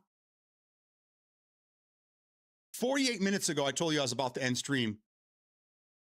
We're almost at that 3-hour mark. Look what's going on here, guys. This is what happens. I get talking. PC been digital only for a long time with no disk drives at all. Yeah. That's what I'm saying. For PC, it makes sense. Even for console, it just doesn't really make sense anymore. I don't go to Walmart. That's not a thing for me. I know a lot of you guys do. And a lot of the time when I hear these arguments, especially on Reddit, it's always Walmart. Walmart's always the top of the shopping chain there, right? Everyone goes to Walmart, I guess. So when I start hearing that Walmart is taking their video game section and it's getting smaller and smaller and smaller and smaller and smaller to the point where they're not even selling games the discs anymore. They're selling digital codes for games. That's what we're seeing now. It's hard to find the discs anymore, right? So I mean, that's where the industry is going. It's not me, and I'm not here like rooting for it, going, yeah, let's get rid of these fucking discs. I don't care. I'm just telling you that this is where it's going to happen. Why always look at PC for the future? Because that's where the future is PC. And when, like Subnuke said, for like damn near a decade, we haven't really been using discs for anything. It's not a thing. It's not a thing anymore. The X-Files for PC had 7 discs. Wow. I remember a game called D. It was kind of like Myst. It was like it was all 3D. It was one of the very first walking simulator games, I guess you'd consider it. And you were this young lady that was going into a castle, and you find out that you're a relative of Dracula or something. It was a really weird game. That was available on Sega CD and the PlayStation and something else as well. But I'm pretty sure that game had like 4 discs. There were some games back in the day that, yeah. Because CDs were very, very small. They still are. 800 megabytes, something like that. Or it's less than that. It's 80 minutes of music, right? Isn't that what a CD is? I don't even remember the capacity of a CD. I can tell you a floppy disk, the hard floppy disk, 3.4s or whatever, 3.14s, they were 1.44 megabytes. 1.44 megabytes.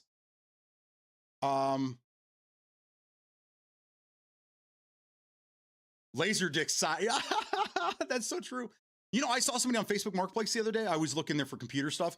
Someone was selling a pristine Laserdisc player for $300. They had the box, they had the manual. This thing was in pristine condition. Man, I was so close to going and picking that thing up. And then they were selling discs, $30 a piece. They had all my favorites: Star Wars Trilogy, Raiders of the Lost Ark, Temple of Doom, Jaws, something. I mean, I was like, dude, oh man. Oh, I had to quickly swipe. I just, no, keep going. Don't look, just keep going. I love that stuff. OMG Halo 2 Relic. Yes. That was one of my Father Day gifts. I apologize. I haven't put that in Discord yet. I did take a picture. I just haven't put it there yet. That was one of my Father Day gifts that I got. And this, and I'll be building this soon with the wife. She got another one of her Lego floral bouquets. She loves the floral stuff. So I'll be building this with her next weekend, or probably in August. I don't fucking know. Having physical discs saved me when I was trying to recover my BattleNet account for World of Warcraft. I had switched internet providers and didn't have the same email, but I had the physical disc and the codes, and support went ahead and changed everything for me because I was able to prove ownership based on the code. I had the exact same problem, exact same issue with EA and Battlefield 2. I have the original Battlefield 2 discs. It was 3 of them. It was 3 or 4 of them that came in a case, and I tried adding it to my EA account, but because that game was so old at the time, they wouldn't allow. My code was no good anymore. So I had to get a hold of EA support. I had to show them that I had the case, that I had, everything, that I had my code. They verified my code was attached to my account from back in the day, and they were able to get Battlefield 2 on there for me. And the nice thing was, when they gave it to me, they gave me the Battle Chest edition. So I got all the DLC that I didn't pay for. So I got all that too with it, which is great. But no one plays Battlefield 2 anymore. I mean, that game's 21 years old now. But God, it was a great game at the time. They should redo those maps. We need Gulf of Omen. Gulf of Omen was the map back in the day. Anyhow, I had Steelbook for Halo 2. I had that too. I have the Steelbook for Doom 3. I have the Doom 3.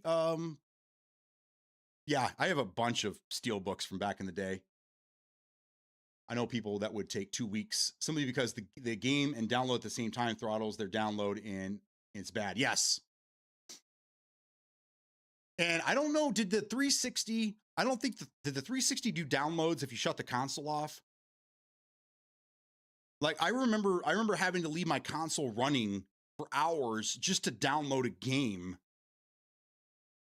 because my internet was good at the time. Like we had decent internet back then, not as what it is now, but I had Comcast, so whatever, they were the leaders at the time.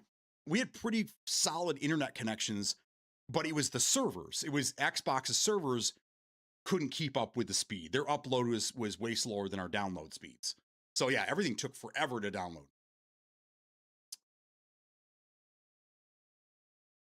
Keep BD hostage. You guys are doing a great job of that. Hey, listen, I mean, if the conversation's going and it's not all crickets in here, I'll stay. When everyone gets quiet, that's what typically when it's like, all right, I'm going to exit stage left. Well, I'm glad you didn't end 48 minutes ago. I would have missed you. Are you on lunch, Subnuke? You get a long lunch, brother. I like that. With a push for more and more PC, I'm ready for mandatory government IDs to access the internet and websites. Don't say that, bro.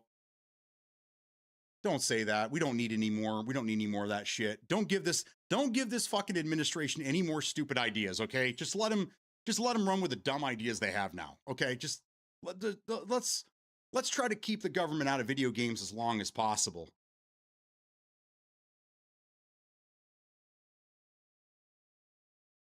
They already have shit like that. And Danny Bot, you live in the UK. You guys have to pay for access to TV, right? TV is free, kind of. You guys have to pay. What is it? I can't remember. It's a licensing fee. I'm pretty sure everyone in the UK has to pay a license fee to utilize their TVs, right? And it's a hefty fine if you don't. Danny Bot would be the only one that could tell us this, yes or no. So hopefully he's still here.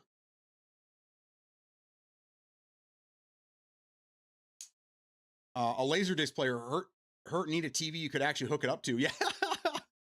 But didn't Laserdisc, they weren't all coaxial, right? Laserdisc was pretty high end.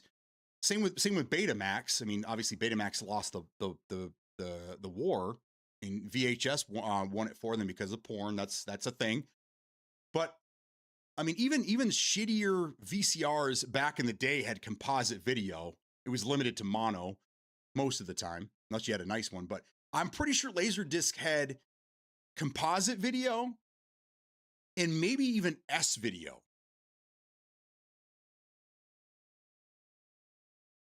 I'm not willing to bet on that, but I'm willing to say I'm about 70% right. And I actually have a converter box from composite to HDMI. It's not the best, but for a while, and I have to do another one, I was converting video from an old VCR over. So I bought one of these $15 converter jobs from Amazon. Definitely not the best, but it did the job.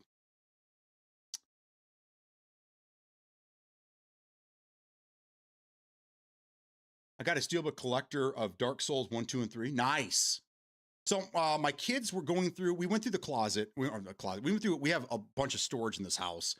And we started going through, because we're trying to downsize again. We're thinking about leaving here in the next year, moving out of the state in the next 3.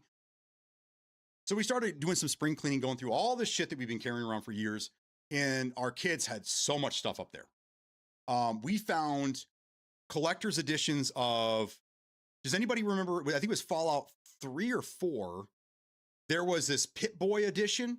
It came in this big box, big plastic Pit-Boy box. And you opened it up and it had the Pit-Boy, and it would fit, at the time, it would fit certain iPhones only, I think. And then you downloaded this app, and you could work the Pit-Boy through your phone on this handheld device. It was cool as shit, man. I remember spending a lot of money on this thing for Christmas. One of the kids had that. We found a Juggernog refrigerator, which I think was with Black Ops 3 or 4. 3, I think. Maybe it's 3. That was another special edition. It was the Juggernog edition. It's an actual refrigerator. It's cool as hell. We found one of the kids got a, it was Batman Arkham Knight, I think. They had this collector's edition that came with a Batarang. We found that up there. I mean, we have all these special editions, man, floating around. It's amazing what you'll find in your attic. It's amazing what you forgot you bought, especially when you bought it for your kids. Yeah, we have a lot of gaming memorabilia in the house. A lot. Not just me, my kids. One of my kids in his room, he bought this big, kind of like a tchotchke displayer. What do they call those? Like a China cabinet or something. But it's just a display shit. It's just like 6 shelves of display. He bought this damn thing. He put it in his room. It's cool. He filled it with all of his Minecraft Lego that he built. So he has this display case. Really, it's kind of like a trophy case, and it's just full of Minecraft Lego. Awesome shit.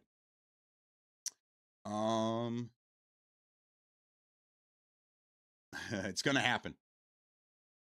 At least 5 to 15 years. Do we want it? No, but you see more and more are moving to PC. Why is this cutting off?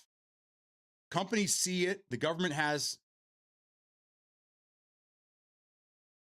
Companies see it. The government got to see it too, and it's already a raging mess, business, consumer, or parent-child crisis. Well, I'll tell you this. The government is going to regulate internet for us individually before it regulates AI at all. Because again, the AI companies pretty much own our government. I mean, we all know that. If you guys pay attention, whenever any of these big things are happening, who's always sitting in the front row behind everybody else? All the big dogs, right? Even G7. Did you guys see the G7 summit that they just had recently? Anybody that keeps up on politics, I hope all of you guys keep up on politics to some certain degree and see what the hell's going on in our country and around the world. But did you see who was in the crowd? Yeah. All the Meta boys, the OpenAI boys, Elon and company. Bill Maher calls them the Spectrum boys. You know why? Because they have a stake in this world. Because they are, they all talk about QAnon and all this and that. No, these boys are the ones that run the world. And it's only going to get worse. So again, yeah, I see the internet being, regulated and policed and whatnot, but for us, not for them. Had a friend who bought the Pip-Boy edition for her teenage son. How much was it? Do you remember? Does anybody remember how much? I mean, I can kick myself now for spending that kind of money, but I never saw my kids. So the only way my love language was money. I send them a nice gift every once in a while with a picture of me so they remember what I look like. It's not like that anymore, but I mean, Jog fridge is legendary loot. Yeah. I got boxes of Magic the Gathering cards from like 1998 in a box on a shelf in a closet. Dude, you should sell those. The wife was telling me that she works with a couple people that they have a side hustle right now where they buy and sell Pokemon cards and these Fuglies or something like that. These stuffed animal. The only thing I got out of it is that she's like, oh, so the Beanie Baby craze is back. That's cool. I don't know anything about it, but these are younger people that she works with that are telling her about this. They make some money on the side going to these shows, buying and selling Pokemon cards. I'll bet you got a lot of money sitting in there, brother. We found this. Yeah, when we were going through all that shit, when the kids were into Pokemon back in the day, we found this Pokemon Breakpoint box. So I went through there on one of those TGF card databases, and we have there's 3 cards in here that are worth I don't know, $5 or something like that, and the rest of them are all garbage. But that's kind of cool. But I was hoping that I was gonna open the box and there was gonna be thousands of dollars of cards in you. No. Oh geez. Did anyone see the video of the guy playing PUBG with an AI teammate making call outs and shit? Yeah. I downloaded PUBG the other day because I was going to try that out.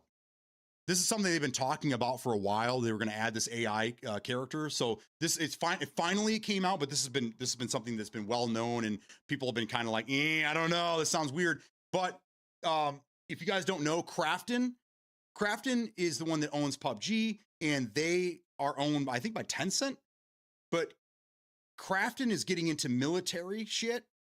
So what you're seeing right now in PUBG, this is just the tip of the iceberg. This is stuff that they're designing, but more effect in the military shit, the side of things over there. So if that shit scares you, just imagine what they're working on the government side of things.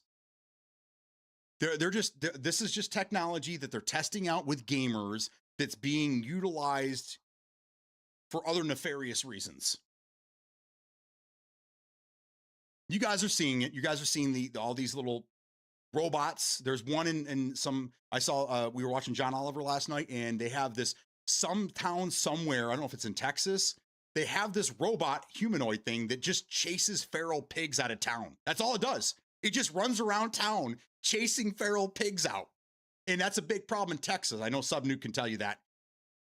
But imagine if this thing was designed to be told what to do out there and it had a weapon. Scary stuff, guys. Scary stuff coming down the road. This is why you guys got to pay attention to what's happening. Politics don't pay my bills. If the world ends, nothing I can do about it. Lol. Yeah. Yeah, I see. I get that. I'm not gonna push you guys into it, but you should really pay attention to what's going on, especially in this country right now, because there's a lot of just. Remember Susan Powder? Stop the insanity. There's a lot of that shit going on right now.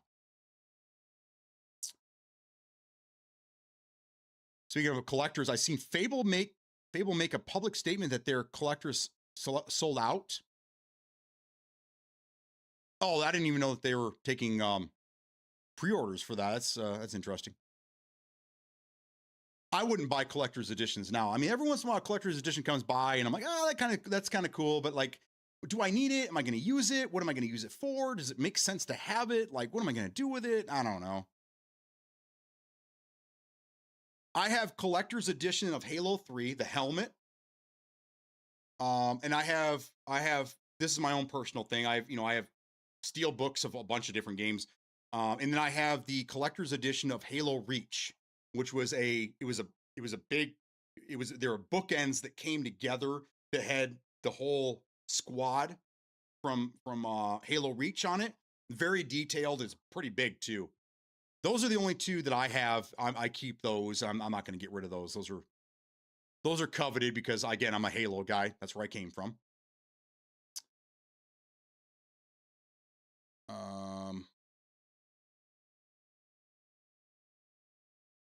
Rip them packs right, meow. Metal having a field day on that. Yeah, I mean, yeah, it is what it is, man. I hope, you know what? I wish him all the luck. I wish him the best. I'm not mad at him. It's rough that someone would go to that extreme, especially someone that I considered a friend.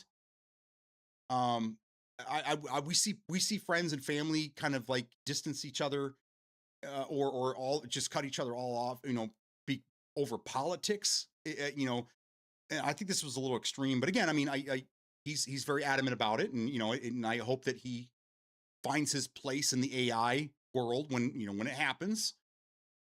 But I don't know.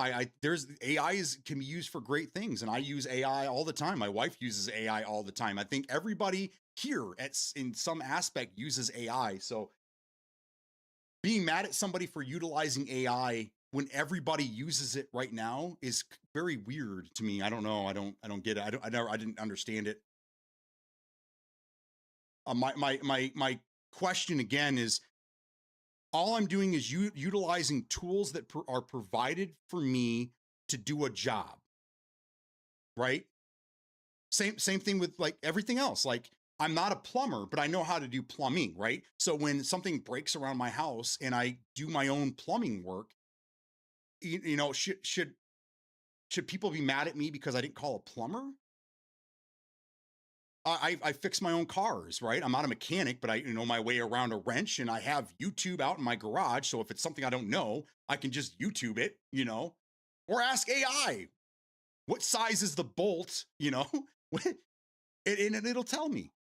But again, these are all tools that what am I supposed to do? Not utilize the tools? And every time I need something done, I have to take it to a mechanic or have to call a plumber or an HVAC guy or, whatever. I still don't understand what the problem was with what I was doing. I don't get it. I'm not preventing artists for making money. I'm not hurting artists. I'm doing something that for myself with the tools that I have for myself. I don't know, whatever. It doesn't matter either way. Godspeed. I hope he figures it out. I really do. Anyhow, have you not seen the AI drones they used in Gaza? I mean, Ukraine showed the world that you don't have to have the world's largest military. You don't have to have even the fraction of most military budgets to defend yourself. These guys are now, I mean, they start off, these guys were using drones from the very beginning. They had very smart people that knew what the fuck they were doing over there. Now they're getting to the point where they can 3D print a drone in a few hours that costs only $1,000. Like, these guys are like, if anybody here can show people how to war frugally, it's Ukraine, dude.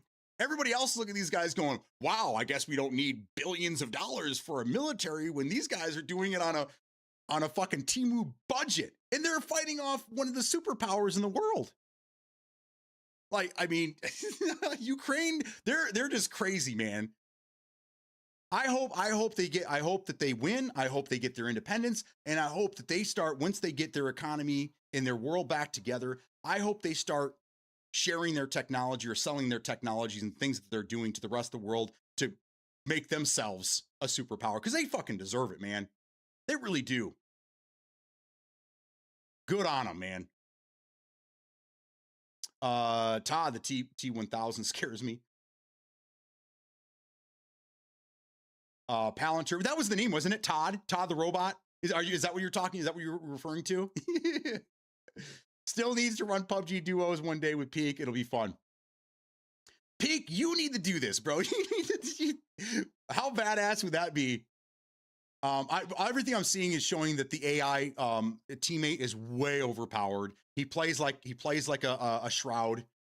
Basically, everyone gets a Shroud to run with. They should have named it Shroud. What is it? Ellie, I think, is the name. They should have named the bot Shroud or Tiggle. Tiggleton, I think, is a better player. I think he's probably the best player in the world, isn't he? And in PUBG, definitely one of the best. Still, hello people. Steam sales tomorrow. Let's go.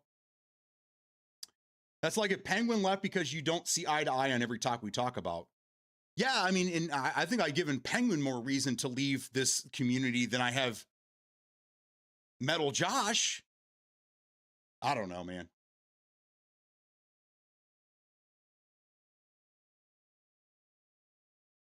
Yep. Soon to have AI and female robots. Blade Runner, here we come. Yes, it'll happen. We will have androids. We will have humanoid androids here. It's going to happen. It's it's probably our next step of evolution.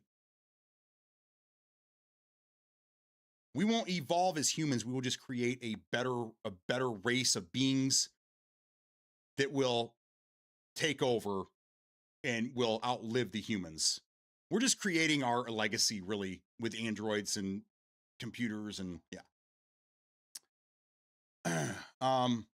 Torque specs, essential Google search. Yes, absolutely, bro.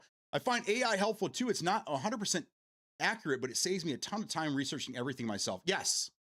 And it gives you a starting point. It really does. Because another thing that it does, which is really good, is not only does it give you a summary, an AI summary, but it cites its sources, which is huge, right? Because you're like, okay, cool, that makes sense. But where did you get that? Where did it say that? So at the end of each little paragraph, it has a link to where it got that information. Then you can follow that. You can go do more. You can read up on what the original article was or follow along with, it's making life easier. Are people going to lose their jobs? Yes. Is that the fault of us for using AI? No. It's not our faults. We shouldn't be blamed for that. This is just, we're advancing. Again, another huge advancement. We saw it 100 years ago, 150 years ago, 200 years ago. We get into these big, huge increases. Industrial age, electricity, computer age. Just what happens. That's right. One of these days. Negative. It's clueless. Oh, is it? Okay. My mom works at the big Citizens main branch in town, and they have a robot dog that surveils the parking lot. I watched Bob play with it. Oh my God, how did I miss that? I don't watch him as often as I should. When did he do that? Was it stupid?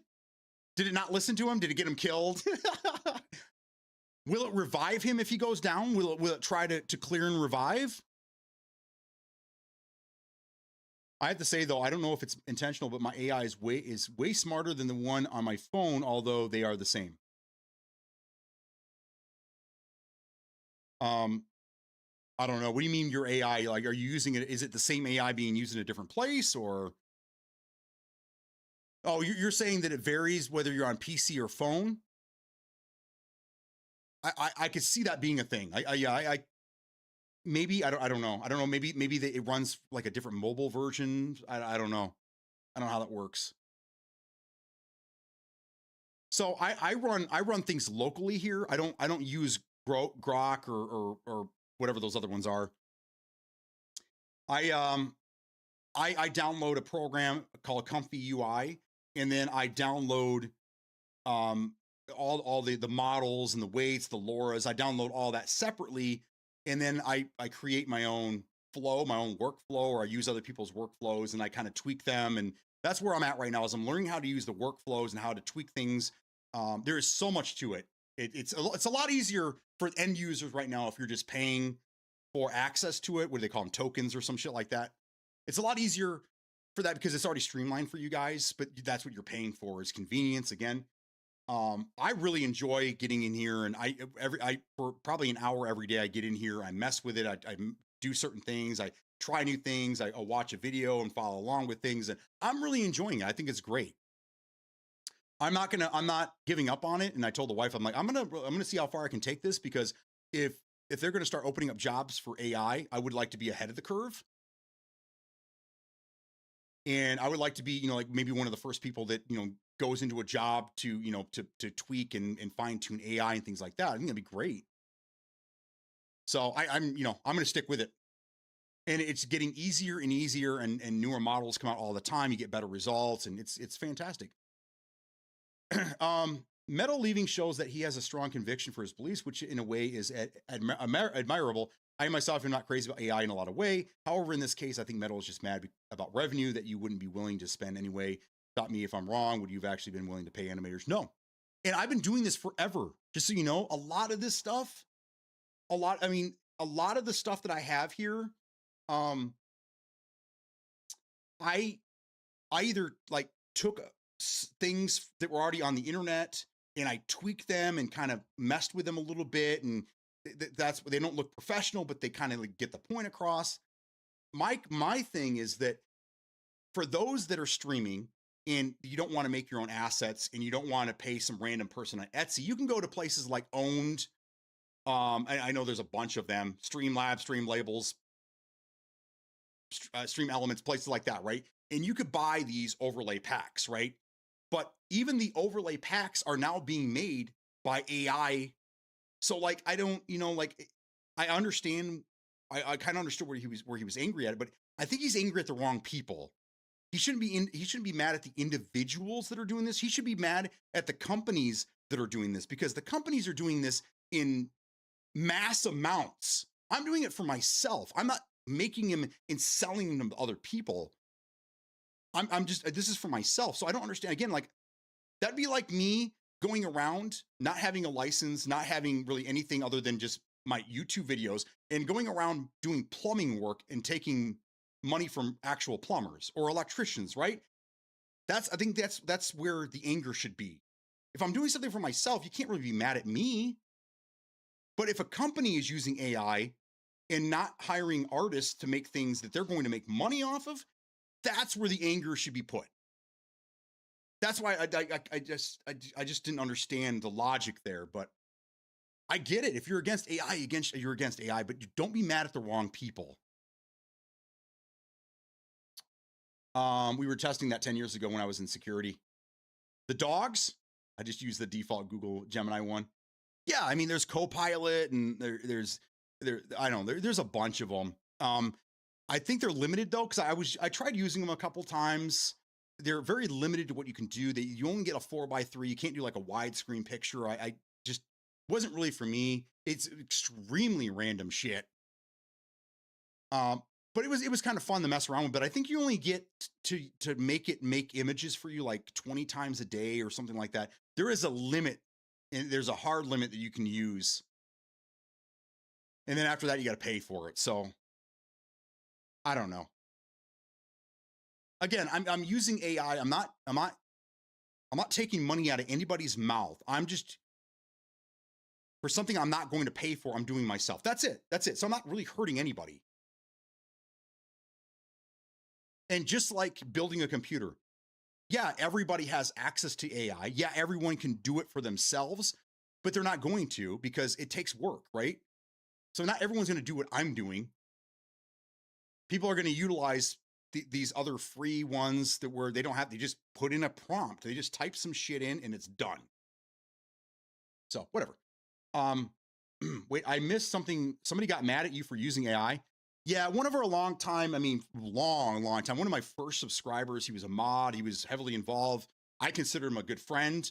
A couple weeks ago, we were talking AI, and in the middle of the stream, he kind of threw kind of a weird threat out there, and I was trying to clarify what the threat was, and then he was gone. That was it. He removed himself as a mod on Twitch, Discord, removed himself from Discord, Twitch, YouTube. He even unfriended me on Facebook, which was weird, man. But again, I just I don't know. I don't know, man. All I know is the world is getting weirder by the day, and all I know is to expect the unexpected, right, guys? I don't even know anymore. I don't. I have a video of it. I'll put it in Discord. There you go. He works in auto parts store. It's the same thing. Use the tools and skills available to do your own work rather than pay someone. Yeah, that's a good point too. Yeah. When someone comes in to buy a part, he should be every time. Are you taking this to a mechanic or are you doing it yourself? You better be taking this to a mechanic. Otherwise, fuck you. Can you imagine if you went to an auto parts store and the clerk, when he gets the part for you, he goes, okay, so what dealership are you taking this to? Can I let him know you're on your way? Wait, what? Well, no, I'm doing it in the parking lot. Fuck you, get out of here. That's a great point, dude. I love that. That's fantastic. I'm sure there's a dialogue that can be had that will resonate with Metal and explain in this situation and allowing you to become your own animator. I don't know how to, I kind of explained it to the best of my ability right there. There's really, I don't really know how else to, convey what I'm doing. Again, if I was making things as a side hustle, if it was a side hustle, I was making things and I was selling it to other people, I get that. I get that. That's not cool. Yeah, I'm literally taking money out of artists' mouths, whatever. But I'm not. I'm doing this for myself, and that's it. So I don't know how you can be mad about that. And again, his whole thing is AI in general. He hates AI, but the problem is you lost. You already lost. You can't. You're by yourself on the other side of the road screaming no AI. Everyone else is over here using AI. You've already lost. Now you just need to find out where you want to land with this thing. If you don't want to use it, that's fine. But shutting out friends, family, potential friends, whatever, because they're utilizing it when everybody else is kind of, you're just going to single yourself out and you're just going to be alone. So I really hope that he comes back around at some point and kind of figures it out. And, but I can't change people's way of thinking. All I can do is offer a different perspective. What's the old saying? You can lead a horse to water, but you can't make him put his bathing suit on. Something along those lines.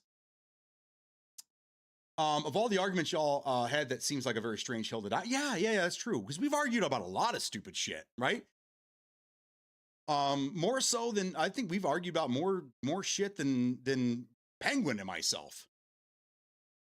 It's childish as fuck. I don't know. He's very adamant about it. He's very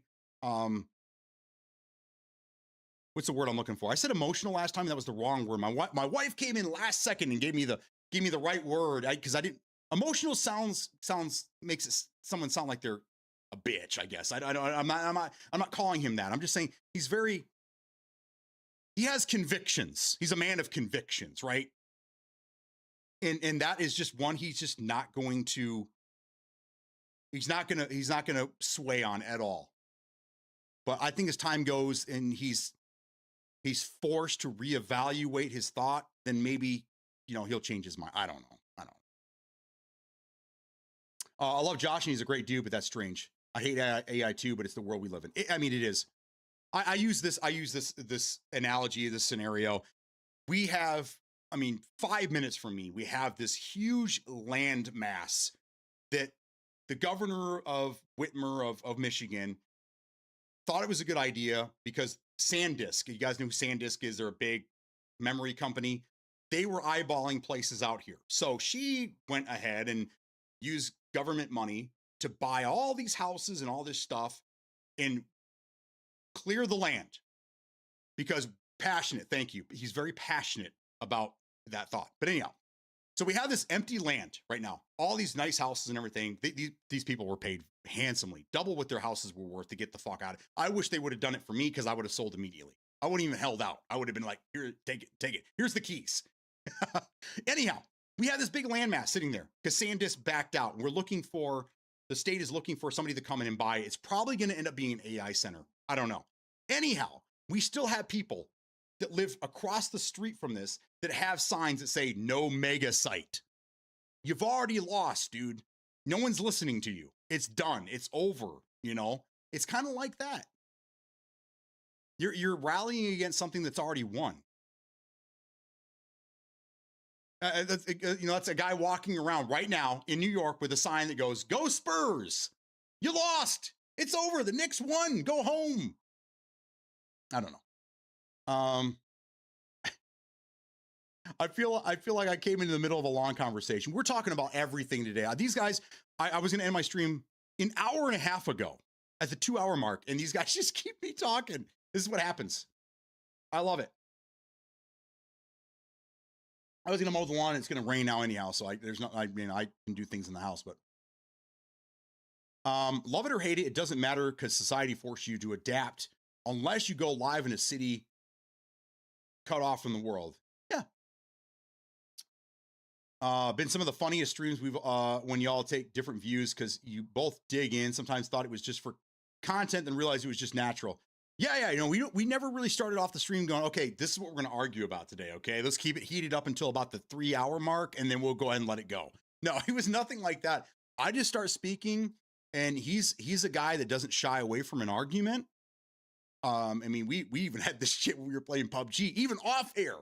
Him and I would argue about stupid shit while we're playing duos on PUBG. That's how far back we went,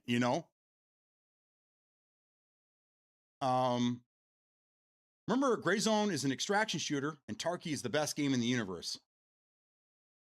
Yeah. Oh, these are some of his arguments. Oh, yeah. Yes.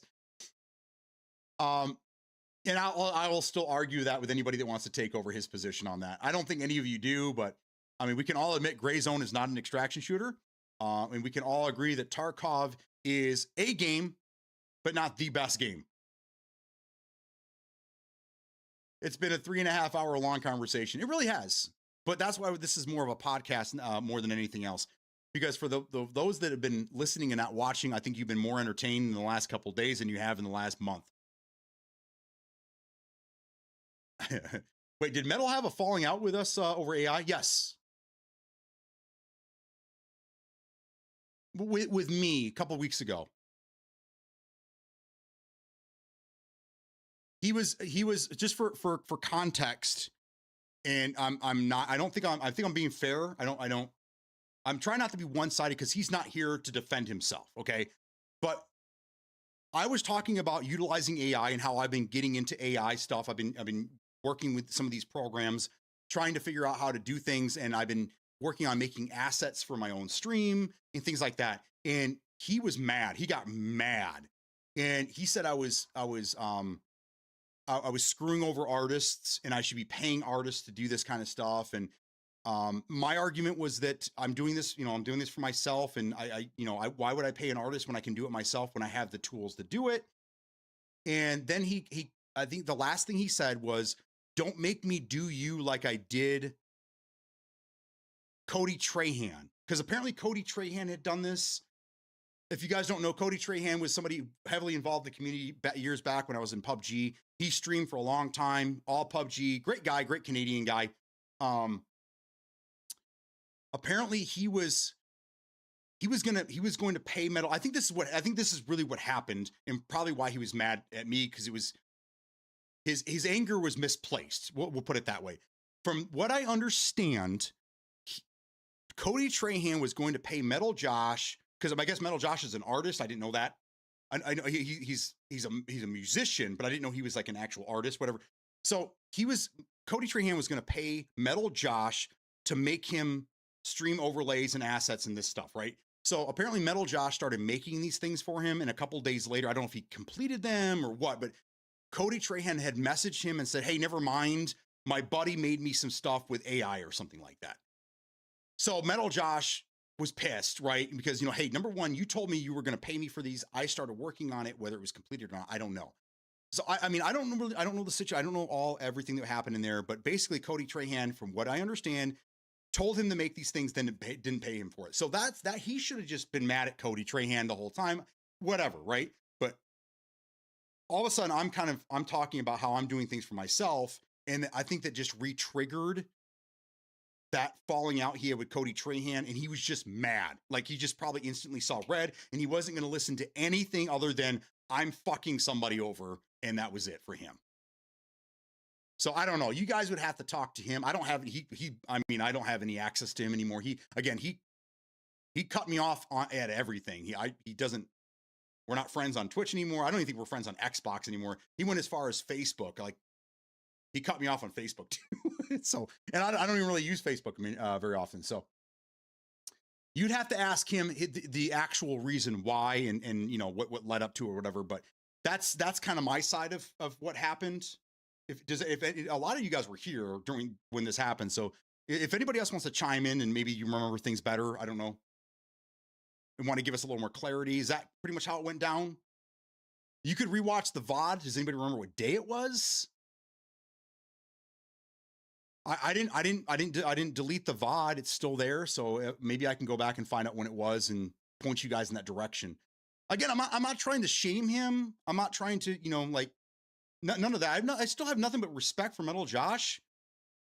Good guy. We obviously didn't see eye to eye on everything, but he had enough of me.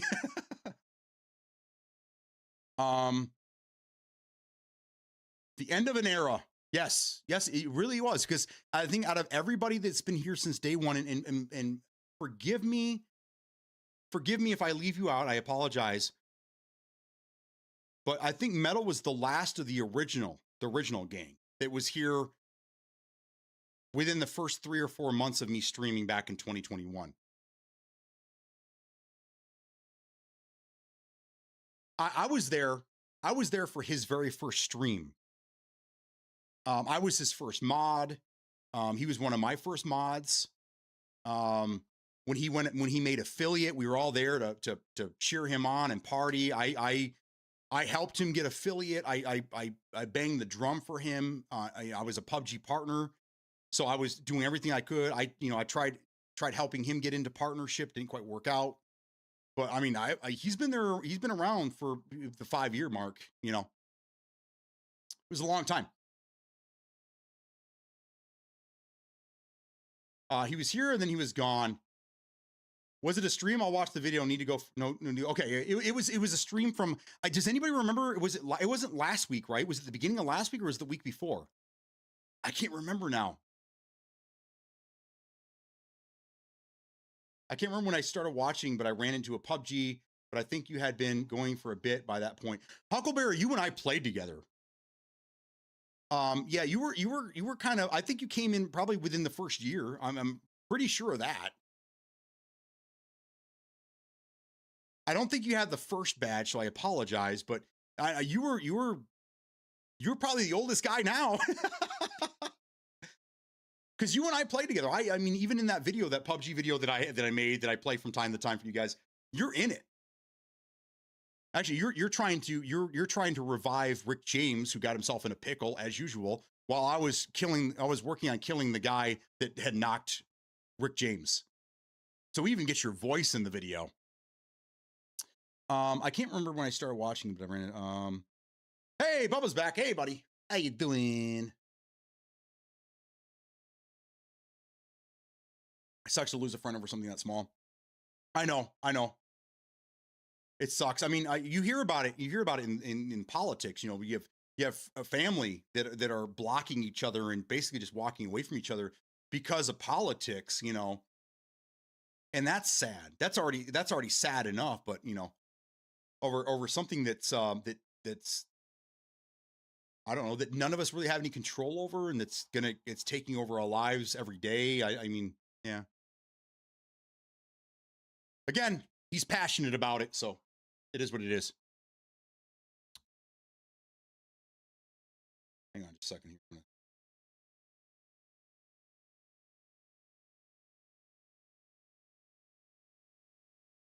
Let's make sure that nobody's trying to get a hold of me. Okay, we're good. I started watching when I camped you on the final circle. I messaged to apologize for camping the win, and you invited to watch your stream. Sounds about right. So a lot of you guys probably that were around during the PUBG days, that right there is how you guys found me, or PUBG Report. Man, there's a lot. We had a lot of people that came in just from PUBG Report, which was fantastic.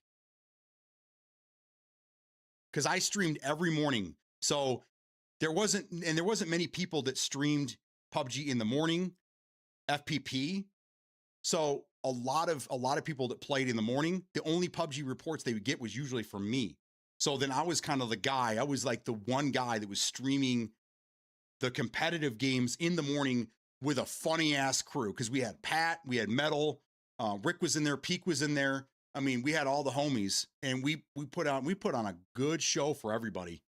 And then a lot of you guys came in during, then the rest of you guys came in during DMZ, and that was even good then. But at that point we had lost. Metal wasn't really around. Pat was pretty much gone. He came in and played from time to time, but that was pretty much the me, Rick, and Peak show. And we put on a good show for you guys. We like to get back to that. I would like to get back to that again, where we do the podcast once or twice a week, and then we just game the rest of the time. No more solo shit. We got to have other voices in here. I don't use AI much at home, but at work it's constant AI stuff, insurance. Yeah. My wife uses Chat GPT all the time because she's a wordsmith. She's very good with typing. She's one of the fastest typers I've ever seen in my life. This woman is amazing on a keyboard. And I'm the chicken, I'm the hen pecker or whatever.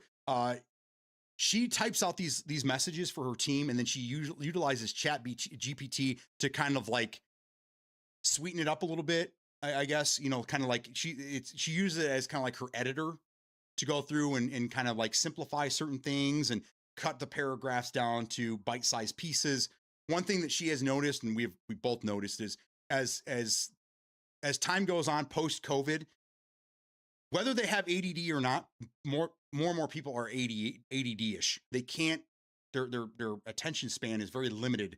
So if you send out an email that's 2 paragraphs long, people just aren't reading these things. So she had to figure out a way to try to bring everything into a smaller bite-size email that people are going to read.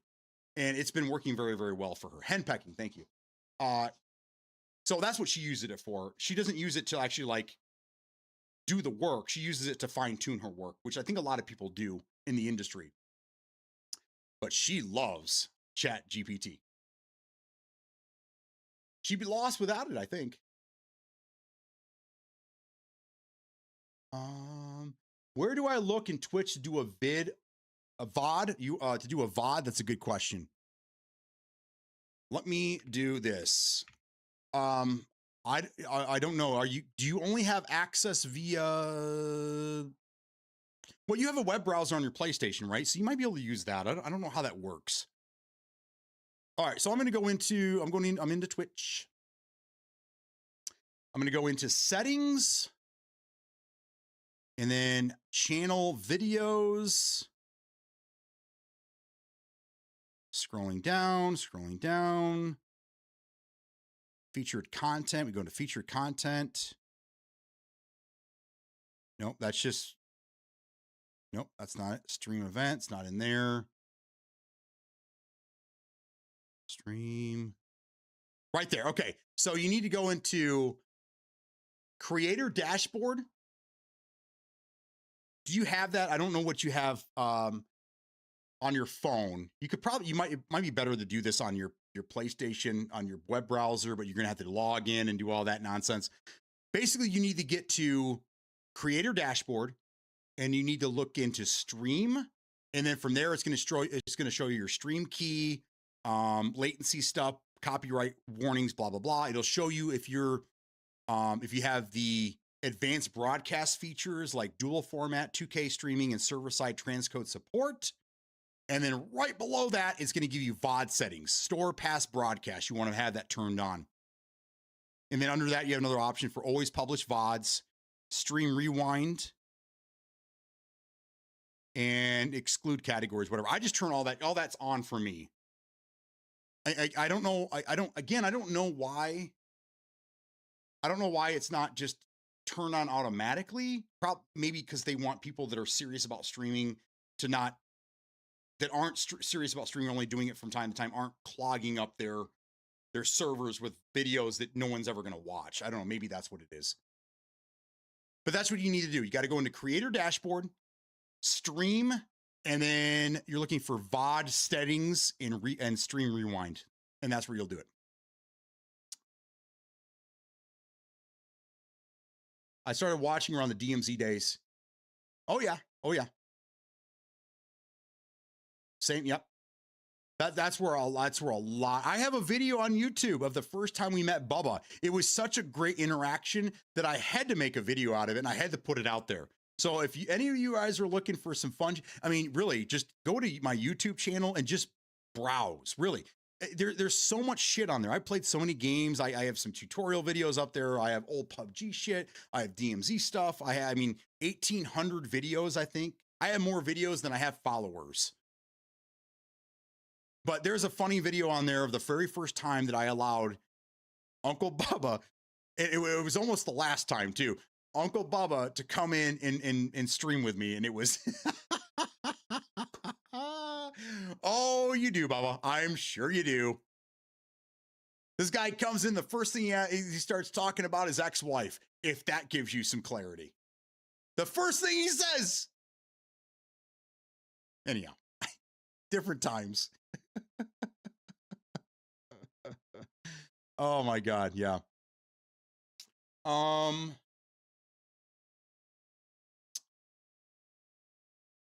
his profile. Bubba's looking to do this for himself. Earlier, he streamed yesterday. For those that weren't here earlier, Bubba was here early this morning, and then he had to leave for a little while. So Bubba started streaming again, and he was streaming last night. I put it in the community update thing or whatever, the live notices. I didn't get a chance to watch him, but I did help him. And I had to fix something in Discord for my mods. I apologize again, guys. But I went to watch it this morning because I was working on some AI stuff, and I was going to pull up Bubba's stream so I can watch him and see if I can give him any more tips or anything to help him out with his stream. He's very limited because he's on console or whatever. And his VOD wasn't there. It said there was nothing to watch, no clips, no anything. So I'm like, oh shit, he needs to turn his VODs on. Louis had the same problem. I don't know if he ever fixed it. But he's trying to find out, and he doesn't have access to a computer, so he's going to have to either do this on his PS5 via the web browser, which should work. I mean, that's pretty much a PC, right? Or his phone. I don't know if you could do it on your phone. That I'm not sure of. You have access, but it's limited access on your phone. So either way, that's what he's looking for. There is no FPP streamers for PUBG now. I feel bad. I really do. I just can't do it anymore. Number one, I can't even play on controller. I can't play first person shooters on controller anymore. But it does make me feel bad because I know I could probably slide right back in there again because PUBG said that if I ever wanted to come back and dedicate, you know, at least so many hours a week to creating content or streaming PUBG, they would accept me back with open arms. So, I mean, I could go right back into that, but I don't know. But now that I found out that I could kind of stream from the console to my PC, maybe I could cheat a little bit with a mouse and keyboard. Oh man. But yeah, it makes me feel bad because I could go back in there and I could fill that void. But anyhow, I came in like 3 or 4 months ago because I was looking to learn some Gray Zone Warfare stuff. Yeah, and I appreciate you being here, even though I don't stream Gray Zone all the time, or not much at all anymore. But I will get back in there. I will tomorrow, just so you know, Beat Runner and everybody else here. Tomorrow we're going to get away from the podcast. We are going back to gaming. I'm going to try to keep some things going. I'm going to try to add some things to keep things fun because I know Gray Zone can kind of be a boring game. There's not a lot going on, and I'm kind of quiet because my head's always on a swivel. But tomorrow we are going back to Gray Zone. We're going to start right at 9 o'clock. I'm going to do my absolute best to make sure I'm here at 9. Okay. And we're going to go as long as we can. We have Twitch drop starting tomorrow. We have support a streamer, which would be very helpful if you guys could help out. And show your love, which you guys do all the time. And I don't really ask for it, but I'm going to start asking for it a little bit. I want to keep streaming, but I still have to make some money. And I'm not asking you to support me and my family, but I mean, help me keep the lights on. How about that?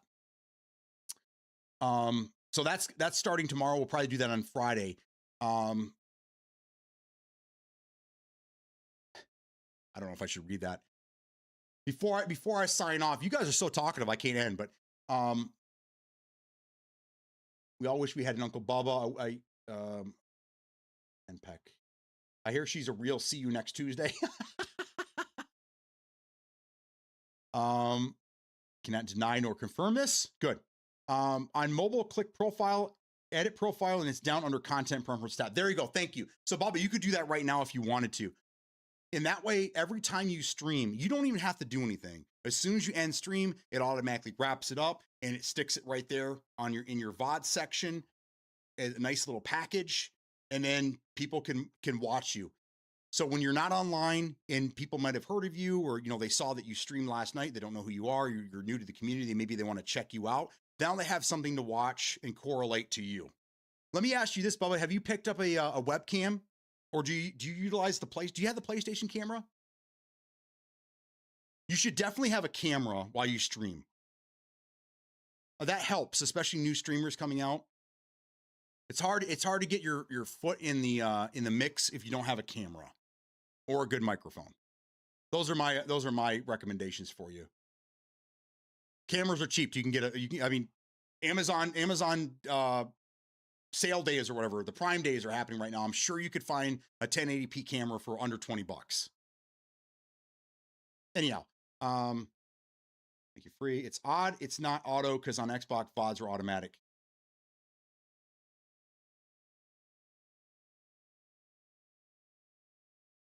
What? What do you mean? What are you doing? What are you doing on what are you streaming on Xbox that has VODs? That's weird. Not sure there would be a player base on FPP, but I'd play some rounds with you. You know what? Peak, God love him. Peak's been here for just almost as long. My memory's pretty sharp, but not that sharp. Peak's been around almost as long as Metal, if not longer. Okay. Peak has been trying to get me to come back forever. And he comes in here, says that from time to time. He's like, brother, I know you're not going to come back. I know it. I've come to terms with the fact that you're done with PUBG, but I'm always going to offer a spot for you. And I mean, that just goes to show the character that Peak is. Peak is amazing. Peak's a badass. Great friend. Even though I'm not a good friend back. That's who he is. I'll be back in set. But just so you know, he's a good enough friend that during holidays and Father's Day, I did send him a happy Father's Day. So we're that close. I'll be back and set VOD now. Okay, thank you. Star Fox releases tomorrow. Noise. For all your Nintendo people. That's right, Barry. Might be able to join you for Gray Zone Warfare. Okay, good. I want to see Uncle Bubba with his shirt off, getting sweaty on these art kids, sitting in his lazy boy with Shooter next to him. That's what we're looking for. That's the content we're looking for. I don't watch Arc Raiders because none of you really stream it anymore. And I try to support the people that support me as best I can. So I always have your streams going and whatever. I even support people that don't even come around anymore or barely come around, because at one point they did. And I know eventually when I go back to Call of Duty, which I'm, I can't say I'm not going to, because I think everyone here knows I'm going to be back to play DMZ in the fall. Then I know those people are going to come back because they see me in their streams, even though they don't come around to my streams anymore. It's called networking. Everyone should be doing it. Anyhow, that'd be great. Free. I think you and Honda would be fantastic to get in here with me. Peak said that yesterday. He says it a lot. He actually sends me messages sometimes outside of streaming. I would stream Clue or Jackbox, and it would save VODs of past streams. I never did anything. Weird. Oh, I see what you're saying. You're saying when you stream from Xbox. Oh, maybe it's a console setting? I don't know. I've never streamed from my Xbox. So I don't know. So you're saying when you stream to Twitch from Xbox, it automatically saves on Twitch. I got you. I thought you were saying you were streaming something from Xbox, and Xbox was saving your VOD somewhere. And I'm like, well, that's what? Got it. Okay, I see what you're saying. I see what you're saying. So maybe it's a setting on his console he's not aware of, but maybe the Twitch settings bypass that, or do you think he maybe, I don't know. We'll see. We'll let him do it in Twitch first, and then if it doesn't save the VOD, maybe we'll point him in that direction, because we don't want to get Bubba confused. That's something we don't want to do. He's an older gentleman, and he lets you know that he's not tech savvy. He relies on us a lot of the time to show him and get him dialed in, which is fine. I'm not here to shame anybody. So we got to be careful with overloading him with information. We don't want to do that. There you go. I'm back. Can't figure it out. Yes, I'm confused as fuck. Okay, so that's what we're saying. We want to take it one step at a time, Bubba, because we don't want to overload you, because then it gets to the point where, and trust me, I've been to this point as well, where you're just like, you know what? Fuck it. I'm done. I'm out. Peace. I'm out, So we want to take it slow. Bubba, here's this. When you get home, because you're at work, I assume, or you're not at home right now. When you get home, go back into your PlayStation settings for Twitch, for the streaming aspect of things, and see, maybe you have an option in there. Penguin brought up a good point, because you are streaming from a console. You may have options on console that override the Twitch settings on the website. We don't know, but this is a possibility. Parents' house doing laundry. Okay. Maybe you look it up on their PlayStation 5. I don't know.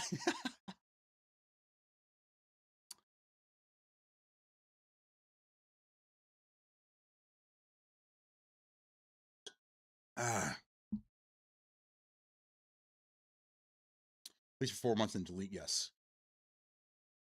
I think it's always been like, there's been multiple, like, if you're not affiliate, your VOD save for like a couple of weeks. Affiliate, they stay for like 3 months. And then if your partner, that's like 6 months or something like that. I know there was always a tier to it. Not that many people go back that far. I mean, I can't remember a time where I was like, I want to go back and watch that VOD of, Louis from, back in April. I never really. So I kind of see why. I think VODs are more important for the first week. And then after that, I think people aren't really concerned with it anymore.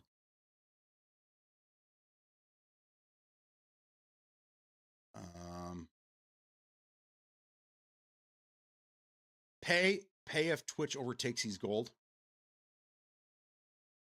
No. I'll look at when I get home. 14 days for affiliate, 60 days for partner or Twitch Turbo. Got it. Okay. Is that all? 14 days? Wow. Okay. Okay. I mean, even I mean, I can't. Well, here's the good thing. Okay. If we have to go back any further, we always have YouTube, because I've been streaming religiously, multi-streaming for the last year, I think. So if you go back to my lives, you can go back as far as a year. You won't have the chat, but you have better quality. Matter of fact, sometimes when I want to make videos out of things, I'll re-download my stream from YouTube to edit out what I need to get the videos out.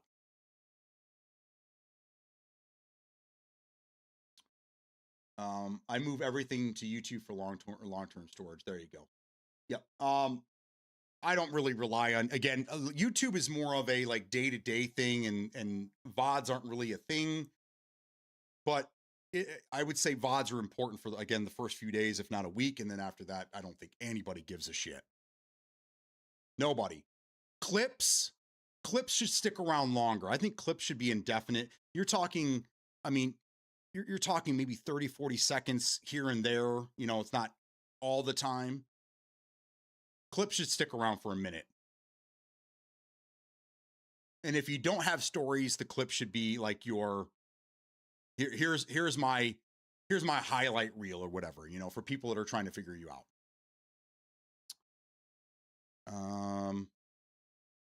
Smokey's sending a shout out to nobody. Fuck you, he says. Forgot what it was for yeah, it's shout out. I have a commands list in Discord, and there's a lot of shit in there that's never been used or hasn't been used in years. I created commands for some of my original ragtag crew that when you put Matt the Bat's got one, he's not here anymore. God damn it. There's commands in there when you put certain people's names in or certain trigger words, it'll say do things for early members of the community, which was great. It's SO, but you got to do a shout. You have to put a name behind it. So it's like shout out for yourself, I do believe, right? Here, let me look. I'll tell you. Oh, you can't. Well, that's right. You can't. I can. You can't. You have to use channel points to do a shout out for yourself. That's what it is. But you're a mod, so you should have access. So let's take a look.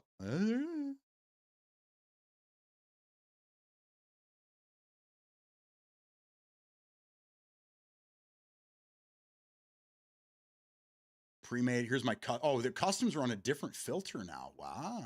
Okay.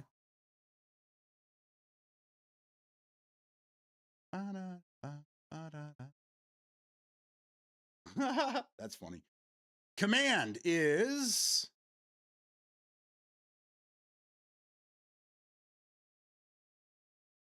oh, it's not there anymore. Interesting. Yeah, they got rid of it or something. I think they got rid of it. Huh.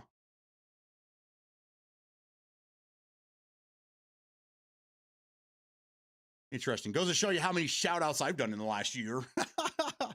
I think Mix It Up got rid of it.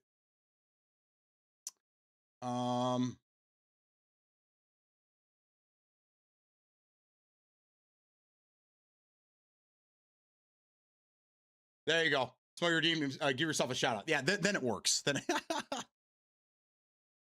yeah. Okay, so it still works. It just has to have the name behind it. Okay. Check this link for command list. There you go. That clip was a hacker in the floor of DMZ.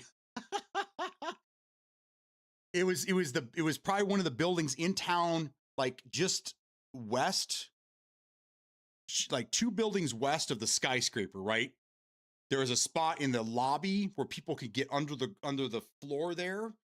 We had been killed there a couple of times. The problem is you can't get out. So people were going in there and getting as many kills as they could. And then they couldn't get out. So they'd eventually just die in there. But yeah, that's great. Underground and tunnel on a Sheik. Oh, okay. The Twitch command is shout out. There you go. But I don't, it's only set up for me or mods. So only mods are allowed to do a shout out for certain people. If you're not a mod, you have to use channel points to do it. And I have it in the wrong spot. Let me move it.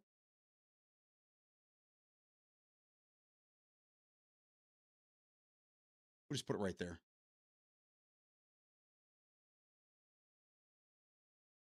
Close enough. We'll just put it right there for now. Okay.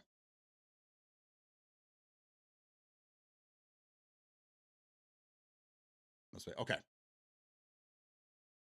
All right, I was just looking at and mix it up where all my commands are, and I didn't see it, but it's probably been moved. They've changed a lot in this mix it up since I first started using it.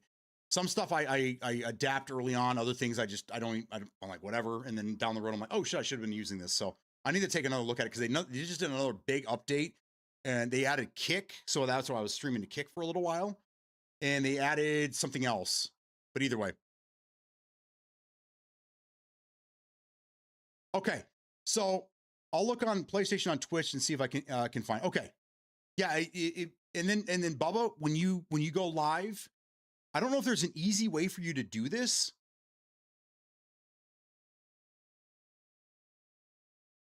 Maybe let me ask my console people. Is anybody in here on console that streams from console to Twitch?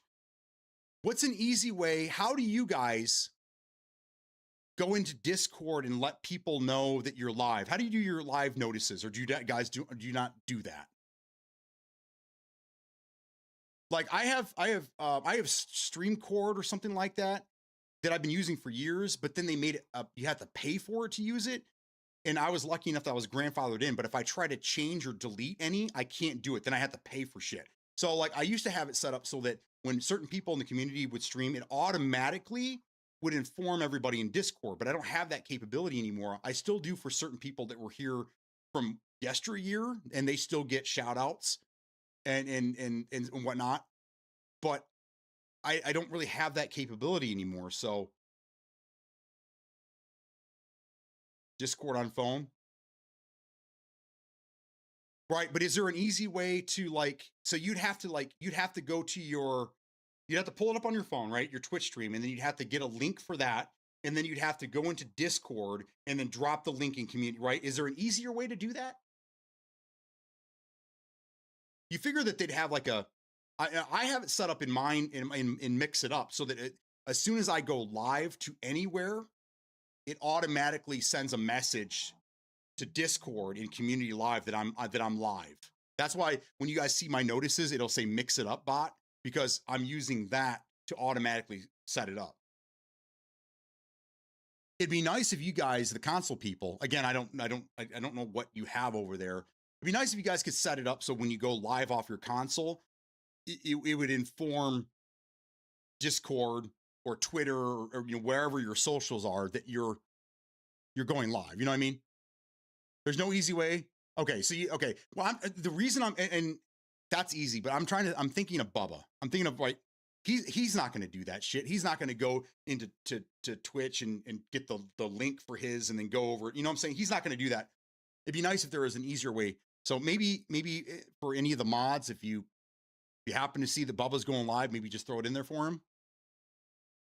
But who knows? Bubba could stream one time and then be done with it again. I don't know. I'm just trying to help. I'm just trying. We're a community, and I'm the streamer, but I want to help you guys, right? And I've been doing this since Metal Josh. I've been trying to help people if they're serious about streaming, they want to get into it, and they want to go the distance. I'm willing to help you get to where you need to be. A guy did it for me.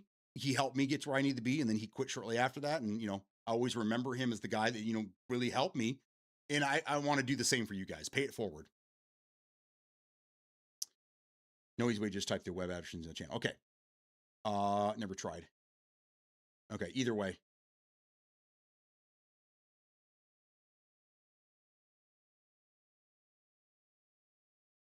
Oh my God, it's almost 3 o'clock. You guys are nuts. You guys got 4 hours out of me. You guys got 2 additional hours out of me. Says I'm pumping out 9,200 kilobytes. 1440p is streaming very, very well. We're going to put it to the test tomorrow. We did it last night, completely forgot. Didn't even boot up the PC, but I'll be on there tonight and keep an eye out. He goes live. Okay. Does Uncle Bubba have Uncle Daddy? I don't know. Maybe. He did say he's at his parents' house doing laundry right now, so he has a daddy. I just know if it's an Uncle Daddy.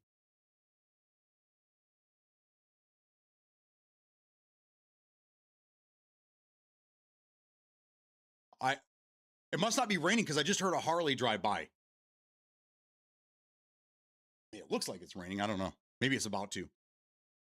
Okay, so Uncle Bubba's plans on streaming tonight. Good, we'll be there. I will be there.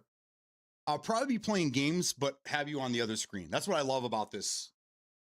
I can have multiple streams up while I'm doing my own thing, and it doesn't take away from the game. I have a computer dedicated to streaming and watching streams. I'll be looking for you. There you go. I'll be there as well. I don't think the wife and I have anything going on. I'm going to try to wrap this up. I know you guys have been making it very difficult for me. So I'm going to talk about the next couple of days because we're going to change things up. We're going to flip it around again. Okay. This is going to change. There's another Harley going by. Jesus Christ. It's time for me to leave. We're going to change this. Things are going to look different. We're going to make it a little more inviting. We're going to have more things going on screen, but we're going to continue doing this podcast situation. It'll be I'm going to try to make it a little more organized. So we're not just all over the place, but I think you guys like the chaos. I don't know. We're going to keep doing this, but we're also going to have games as well. So it's going to be an either every other day situation or whatnot. I still haven't fine-tuned. I'm still spitballing this. We're just going to kind of figure out what works best. Okay. Tomorrow we're back into gaming. Tomorrow we're going to be jumping back in Gray Zone Warfare at 9 o'clock. Okay. If I'm not here at 9 o'clock, you guys have every right to call me out on it and give me shit. Okay. Hold on.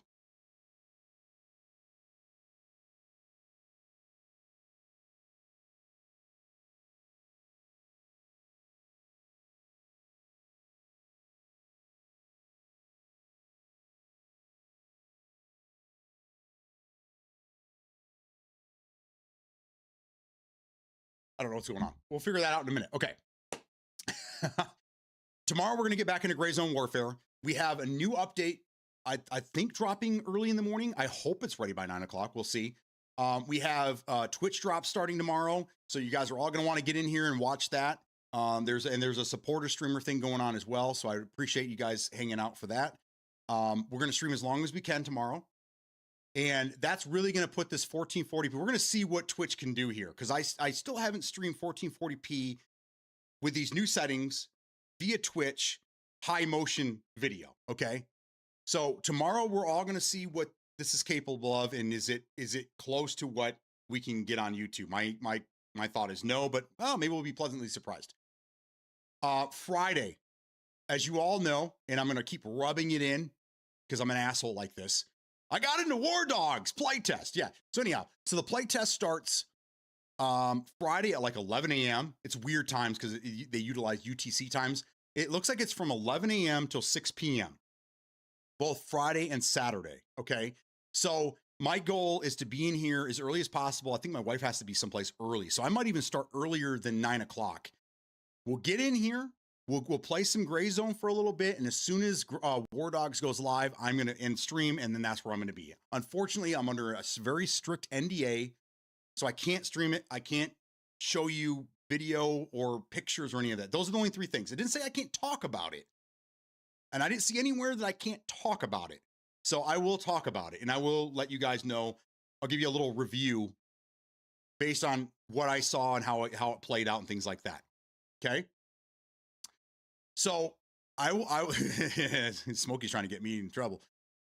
So that's what's going to happen Friday. And then Saturday, I wish I could stream it for you guys because I would love to do this on Saturday's way.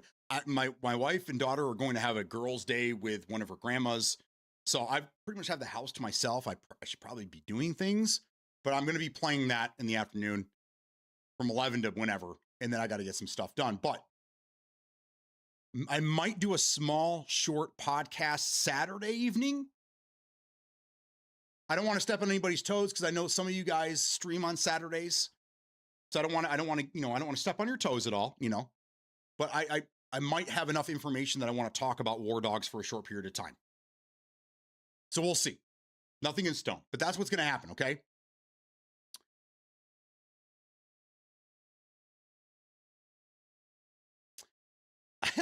Parents are out of town. I'll get pics of the 2026 250 edition vet. Car number 17 out of 250 cars built. Nice. It's your mom's car. That's cool. Please do post that beauty. I'll be waiting waiting to punch the time card. I will. Smokey can't drive. Can't drive it now. No plate. Mom's Temps plate expired. She's playing car with Florida plate. Got it. Okay. Anyone want to buy a 2016 BMW Z420 with 20K mileage? I would be interested, but I'm not. I would love to have me a BMW, but I'm not. I got me a little Honda. I love my little Honda, dude. My main vehicle is a Harley Davidson, but I have a backup, and that's a Honda. Sorry, I do. Too small for me. Can stream in Discord. Gaming with no pants on Saturday. BMW is nothing but headaches. Okay, so that's what's going on. So there we go. Tomorrow, 9 o'clock, I will be here. Gray Zone Warfare all day. We might be able to get free in here. Honda will probably show up to some capacity, and I don't know. Maybe we'll get somebody else. I don't know. We'll see what happens. Only time will tell. Friday's gonna be a very short stream, and then I'll be tearing up some War Dogs. So sorry, everyone. Sorry, not sorry.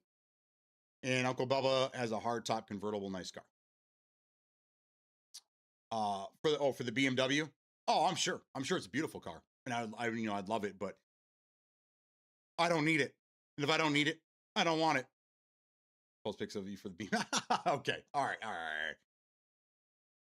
For you, a BMW, show the wife the car. The wife's in the market for a new car. I may or may not take her Subaru. We might just trade it in. I don't know. I don't really need it. She loves her Subaru, but she's in the market for a vehicle. She's been kind of looking around.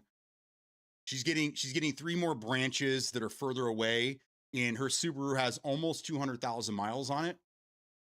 But she's a senior district manager, so she just drives. She's just everywhere. She's all over the state. So she needs a new car, but she's leaning towards an electric vehicle. So that's, yeah. Anyhow, ladies and gentlemen, she's a company car. Oh, they pay her, dude. They pay her good. They reimburse her mileage. That's one thing they don't skimp on for their drivers, for the people that are all over the state. They really take care of them. And her mileage is just basically it's like a side hustle. Especially now because they up the mileage because of the gas prices. So it's yeah.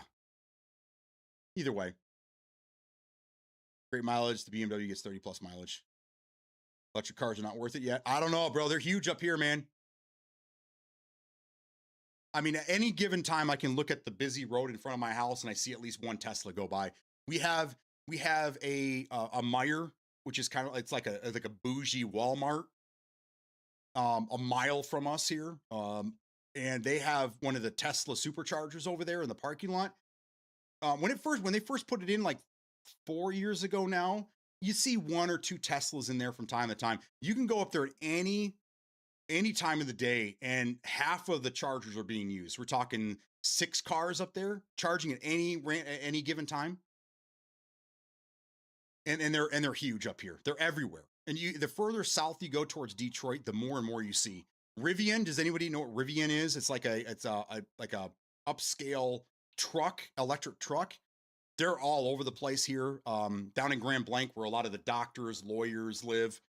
We do a lot of business down there. We go to a lot of restaurants down there too, because we don't live down there, but I mean they have nice stuff, and we go spend our money down there. We see a lot of electric cars everywhere we go. So maybe not in your area, but electric's a big thing up here in Michigan right now. Huge. Just not GM electric. GM people up here, this is GM country. GM people up here are extremely stubborn. They hate what they build. They will not buy an electric GM vehicle up here, but everybody else is fine. Yeah, fuck you, man. Let's debate it. Let's keep the stream going. I install chargers for the electric cars. Those people do nothing but complain about them. That's interesting. We don't hear any complaints up here at all. None. The only complaints we hear are people that don't have them, that kind of parrot what certain political figures say. It's always I don't have experience in this, but I know what I'm talking about situations, right? But the people that actually own them, I don't hear any complaints. I talk to a lot of people, you know, just in passing even. I used to do that when Teslas were first started popping up around here. But hey, not to be a weirdo, but can I ask you a couple questions about your car? And they're more than happy to talk about it. They love their car. They want to show them things off. They want to talk about it all the time. So like, I still don't,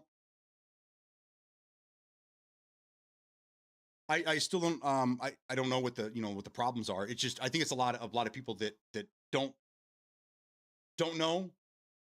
They're like, oh, the electric grid can't handle it, or the battery in the cold weather, the batteries die quicker, or yeah, there's no chargers anywhere, so you're going to drive and you're just going to be stranded somewhere, and we don't have those problems here. We have chargers all over the place.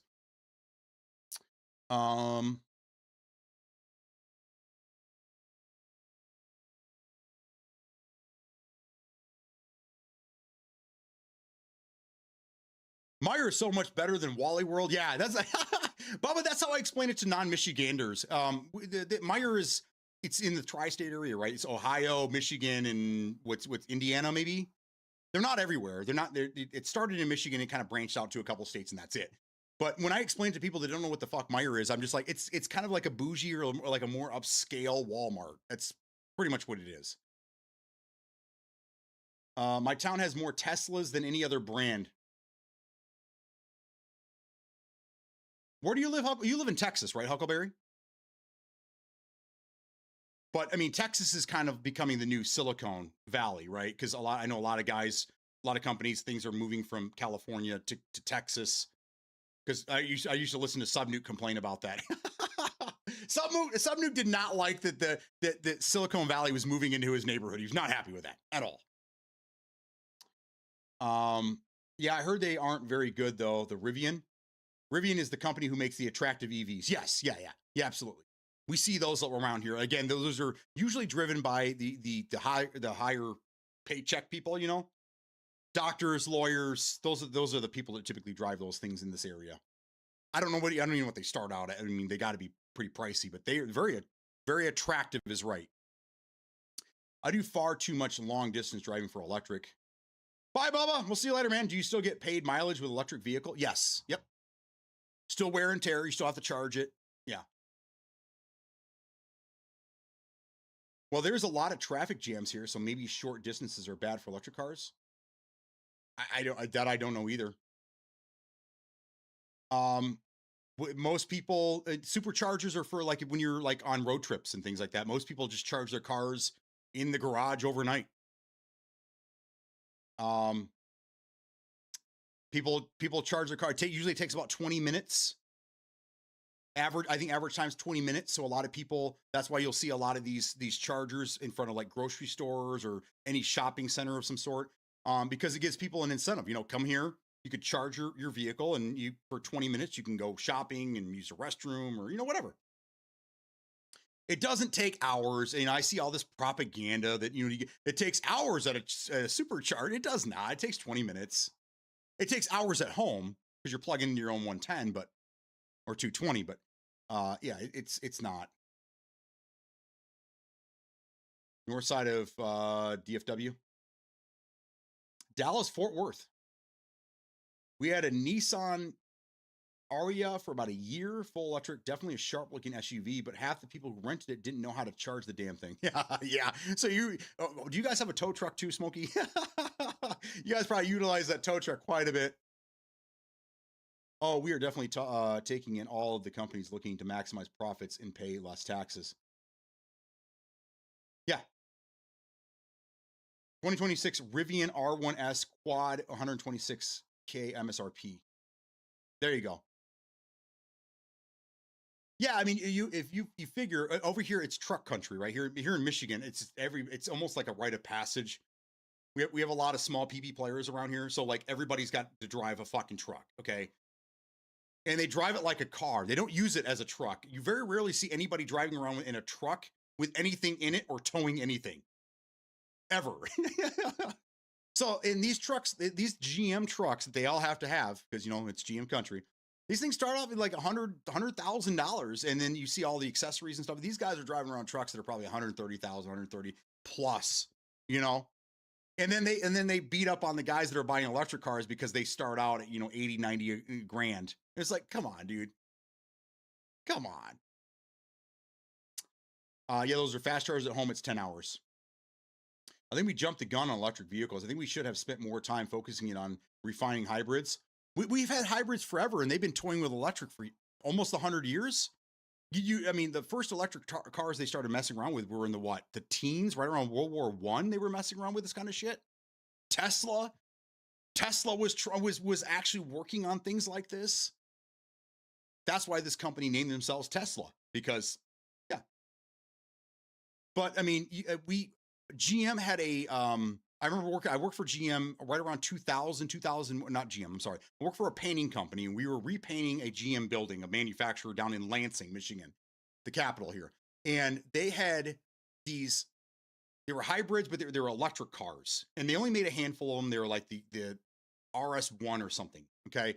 They were only tested in an area outside of Michigan, and then they were all crushed. There's still a couple have survived, but GM even 25 years ago was trying to get back into electric cars because it is the future, regardless of what people say. Oil's not going to last forever. Electric is the next thing. Hydrogen, I don't know, maybe, I don't know.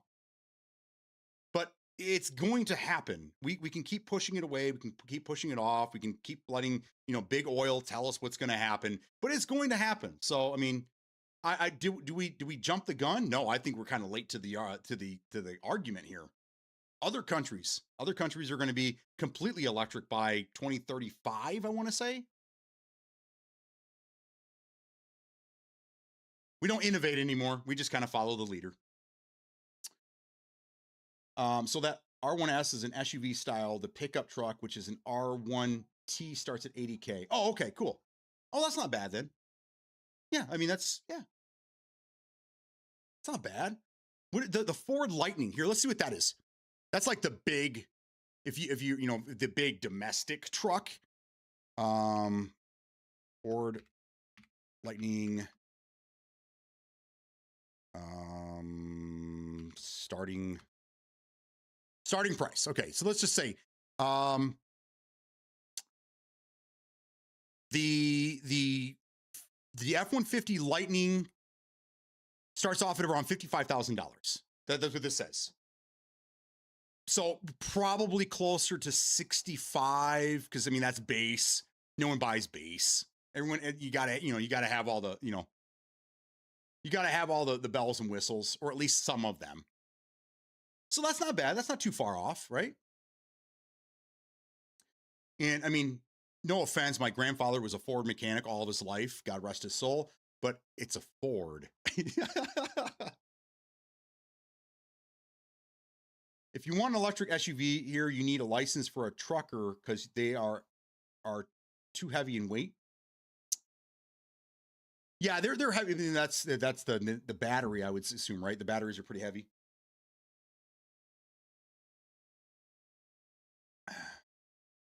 Don't forget, this is the first gen electric car, so it's never going to be good this gen.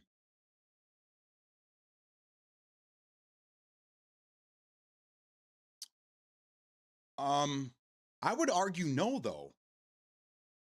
The first, I mean, if you really want to say that the first gen could have started again 25 years ago, that fizzled out, and then but I mean, as far as like, okay, electric cars have been out since 2013, 2012, somewhere in that neighborhood, right? How long is Tesla? Tesla's kind of the innovator, right?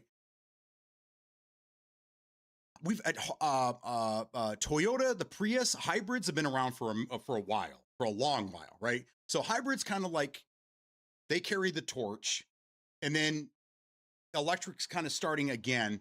But I would say first gen electric would have been early teens. We're like 3 or 4 generations in now, right?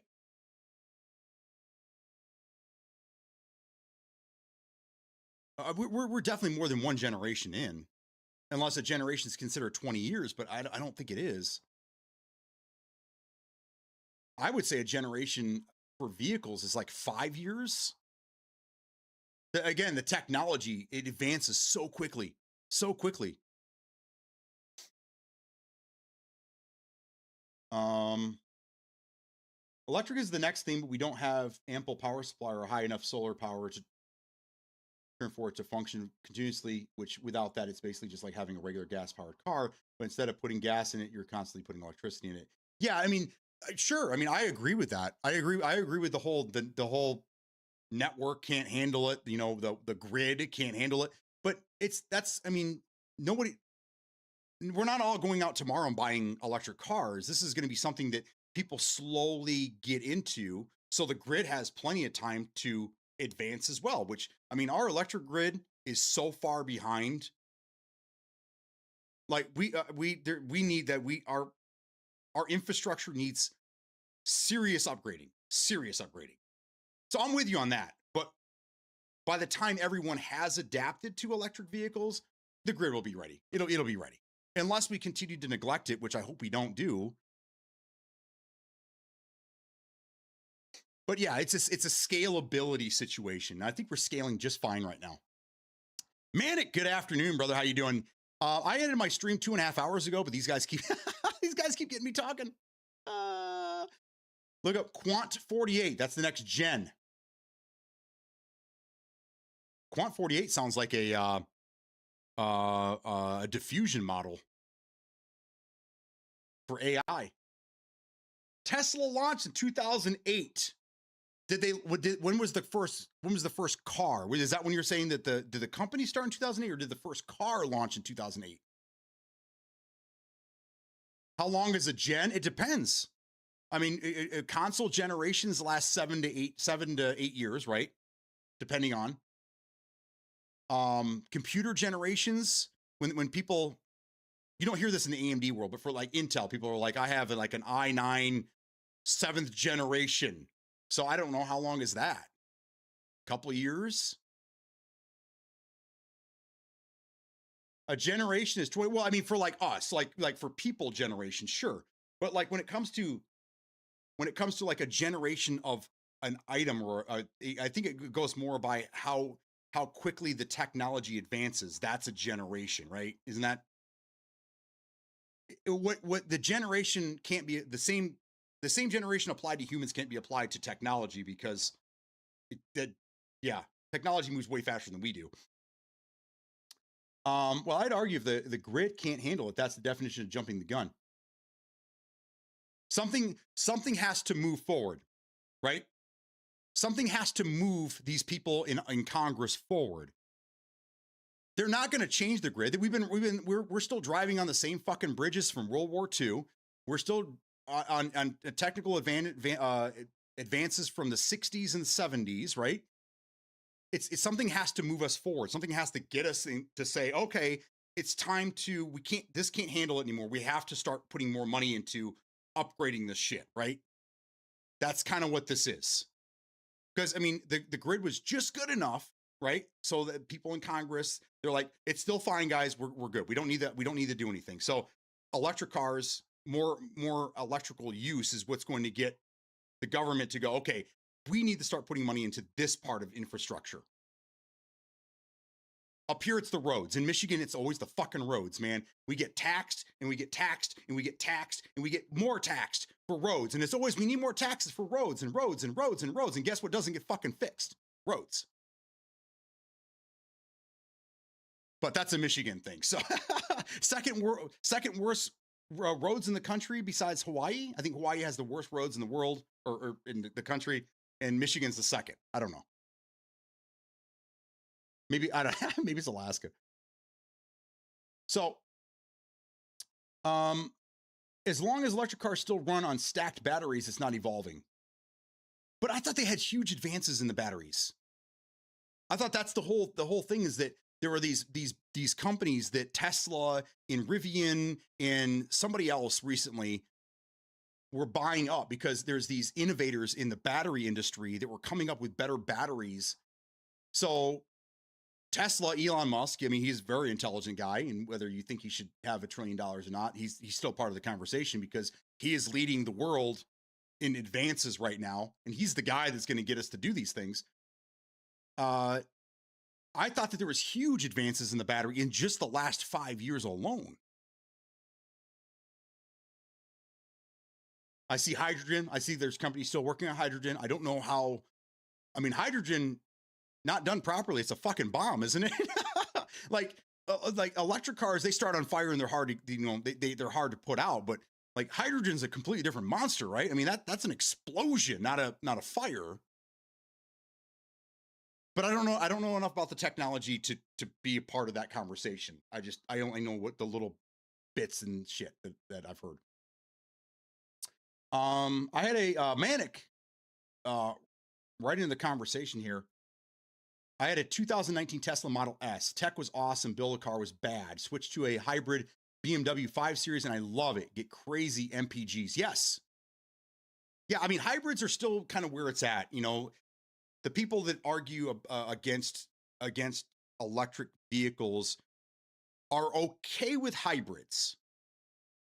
So hybrids hybrids used to be what electric cars now. They're like, oh my God, that's stupid technology. That's never going to catch on. You liberal pieces of shit, blah, blah, you libtards.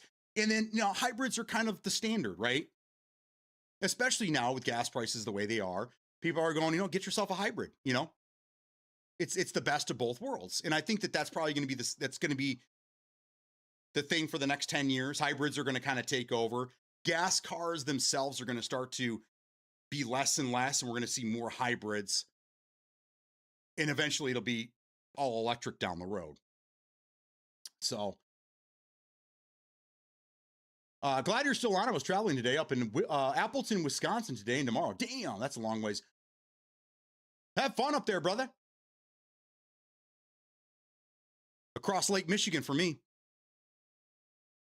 You should take a ferry across Lake Michigan and meet up with me, Uncle Bubba, Laz. We had some other Michigander. Oh, Rick James. We get Ricky out here. Well, I'll meet you. Well, I'll meet you in Holland. PC gens are only a couple of short years. There's no real evolution been in battery storage for years. That's why we are stuck. Okay. Tesla Roadster sports car was produced from 08 to 12. Okay. So there you go.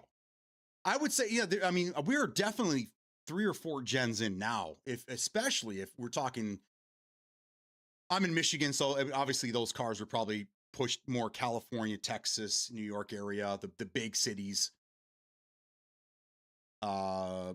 Florida, things like Chicago, areas like that.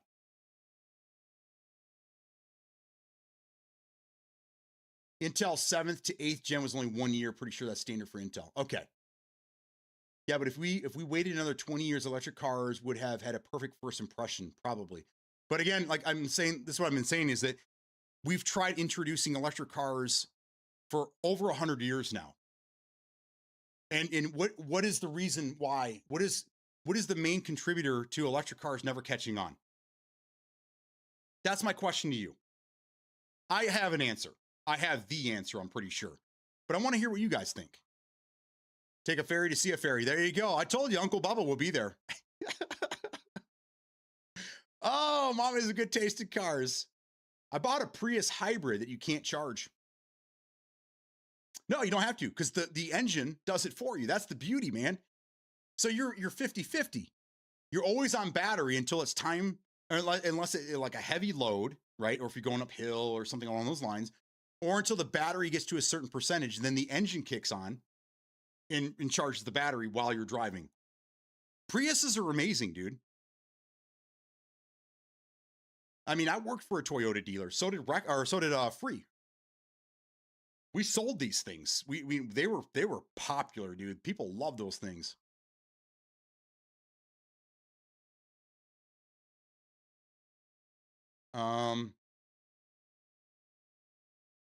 So car generation typically 5 to 10 years. AMD seems to be 2 or 3 years. That's a hike for you, sure. But they don't call them generations. For AMD, a generation would be like a platform, right? Because Intel changes platforms more often than AMD does. They change them like every couple of years. Like we had AM2, we had FM2, then we go to AM3, AM3 Plus, AM4 forever, AM5 now. That's why AMD is so popular and gaining traction, is because you don't have to keep buying new motherboards for these things every couple of years.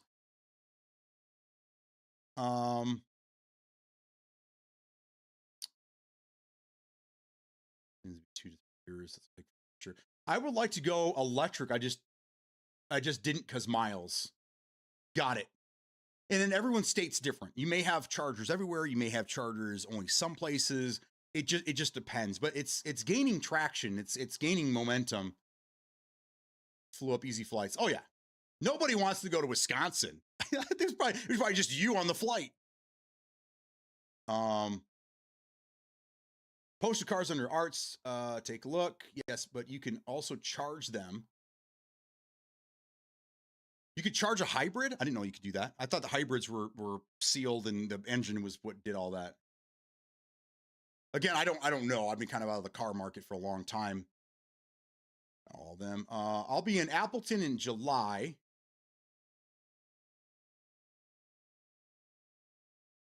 Hey, probably for pricing reasons. Fuck yeah, she does. I have no issue with hybrid, but don't like plug-in hybrid. Gotcha. I mean, I don't mind charging things. That's fine. Charging time plus the cold weather is hard on batteries or hot weather.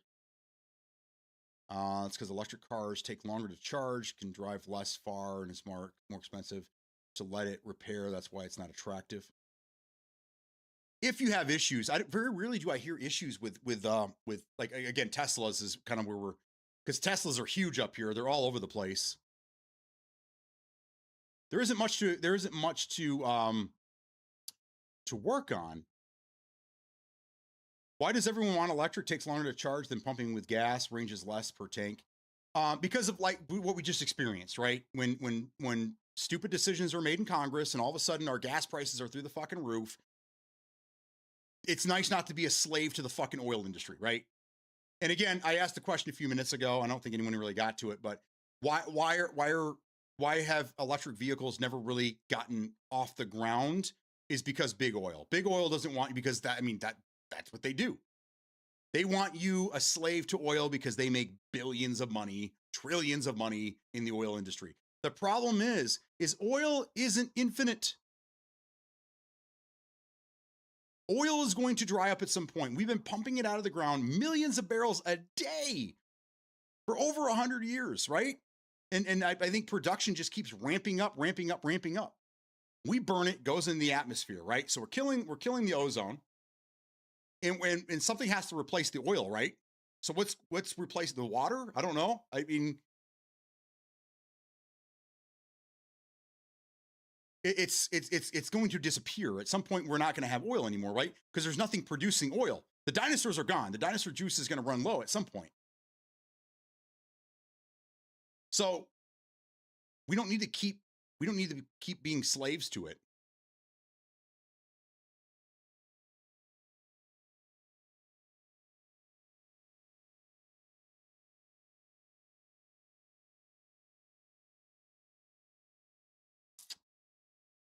AMD gens are 1K, 3K, 5K, 7K, and 9K chips.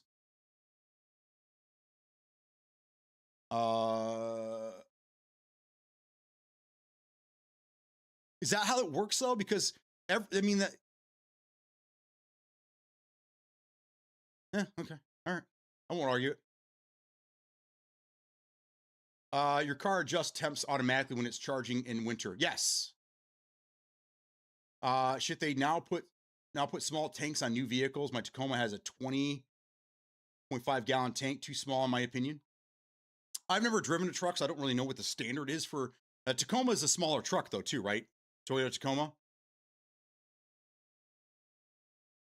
Yeah, the Tundras are the big dogs. The Tacomas are the smaller ones. It's been a minute. Sorry, I haven't sold Toyota since 2013.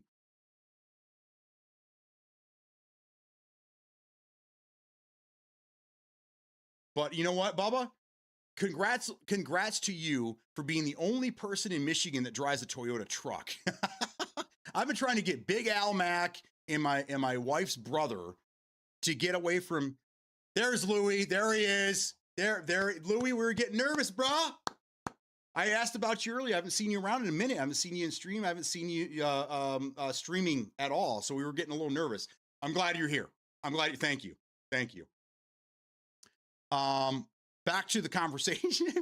we're talking electric vehicles. These guys are trying to see how long they can get me to stream. I technically ended my stream almost 3 hours ago, and these guys just keep me talking. They just keep me talking. That's how it goes. I think he came in here, he resubbed, and he's gone. What was I saying? God damn it.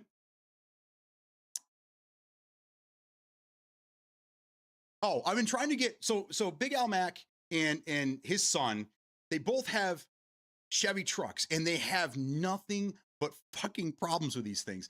And I've been trying to get these boys to switch over. I know Big Al Mac won't, because he works for GM. He just won't do it. He won't do it. Okay, whatever. That's fine. But I mean, I'm trying to get his kid to switch it up. Every time I see him, more problem. I got to dump all this money into this truck that's already, you know, I mean, was already an arm and a leg to buy in the first place. I'm like, dude, get a Toyota. Get a Toyota. What is wrong with you, dude? Nope, won't do it. Nope, no. GM, baby. GM all day. I'm a GM loyalist. Okay.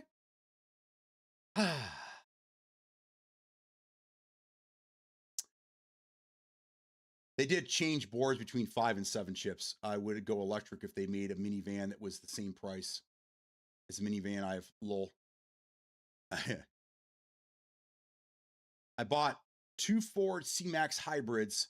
I think I like 2 and 15 one to change. Okay. I know. I needed to go 200 to 300 before a charge and not be stuck for a long time. So most of the Teslas will give you what I think is 400 miles. Most of the newer Teslas will do 400 miles, and quick charging. You have to see, you know, where they are in your area. Quick charging is typically 20 minutes. Is from what I understand. From what I'm talking to Tesla owners, that's where it is. So Shadow is not the charging issue, it's when it's not charging. But electric prices change just as much. And like you said, you pay more for electric between certain hours of the day. I'm not charging my car between 2 and 5. We're going to charge our cars at night, you know, after 7 o'clock, you know, when we're done driving around for the night, we're in for the night, you know, we're not going anywhere. That's when we plug it in, and it charges overnight while we're sleeping. Do we really know it is infinite? It isn't infinite. Nothing's infinite, except for my love for you, baby. I pump gas maybe twice a month. I use a golf cart to get around town, so home charging would be enough for me. What is your golf cart gas or electric? But that's awesome, dude. Eventually, that's where the wife and I want to get to too. We want to be close enough to the water wherever we live that we can just take a golf cart or the Harley or whatever, you know, and we just that's it. The way it was explained to me is the battery is the main problem, metaphorically bottleneck. So the next best thing that would help us is solar, but I'm not going to do your math here. Basically, it becomes a surface area problem. Got it. Okay. The problem is that when gas cars started coming around, they had problems too. Where are you going to get gas? Who's making gas? You know, but we were ready for in advance. We were tired of the horses. We were tired of the shit in the streets. We were tired of walking around this. We wanted new technology. We got it. Right? Now it's time for new technology, but people aren't done with the old technology just yet. And that's fine. That's fine. That's just how it is. Whenever something new comes out, there's always going to be the naysayers. There's always going to be the guys. No, I mean, just like, you guys have probably heard this before. And I know it's probably not the best analogy, but it's still an analogy. When gas cars were coming out, yet all the guys, you know, they were laughing at it, you know, the horse and buggy. Oh no, this is all the technology we need. You guys are fucking nuts, you know, kind of the same thing, kind of the same thing, man. At some point, we're going to have to get off of our love and our necessity for oil, and we're going to have to move on to other things. If not for because it's running out, but because we're killing our environment and our ozone layer, and it's just not good. But maybe that's what Jurassic Park was trying to do. They're trying to bring the dinosaurs back so we can kill them, put them back in the ground, and we can just keep making oil. Maybe that's what the whole idea, that's what the whole premise was, but we never made it past the T-Rex getting out. Well, yes, because wells run dry. I know that's why people here leave it plugged in for that reason, even if batteries are full. Why is it only decomposed dinosaurs? Why not decomposition of other dying things? Well, I mean, you get what I'm saying, but are things decaying fast enough? We're pulling millions of barrels of oil out of the ground.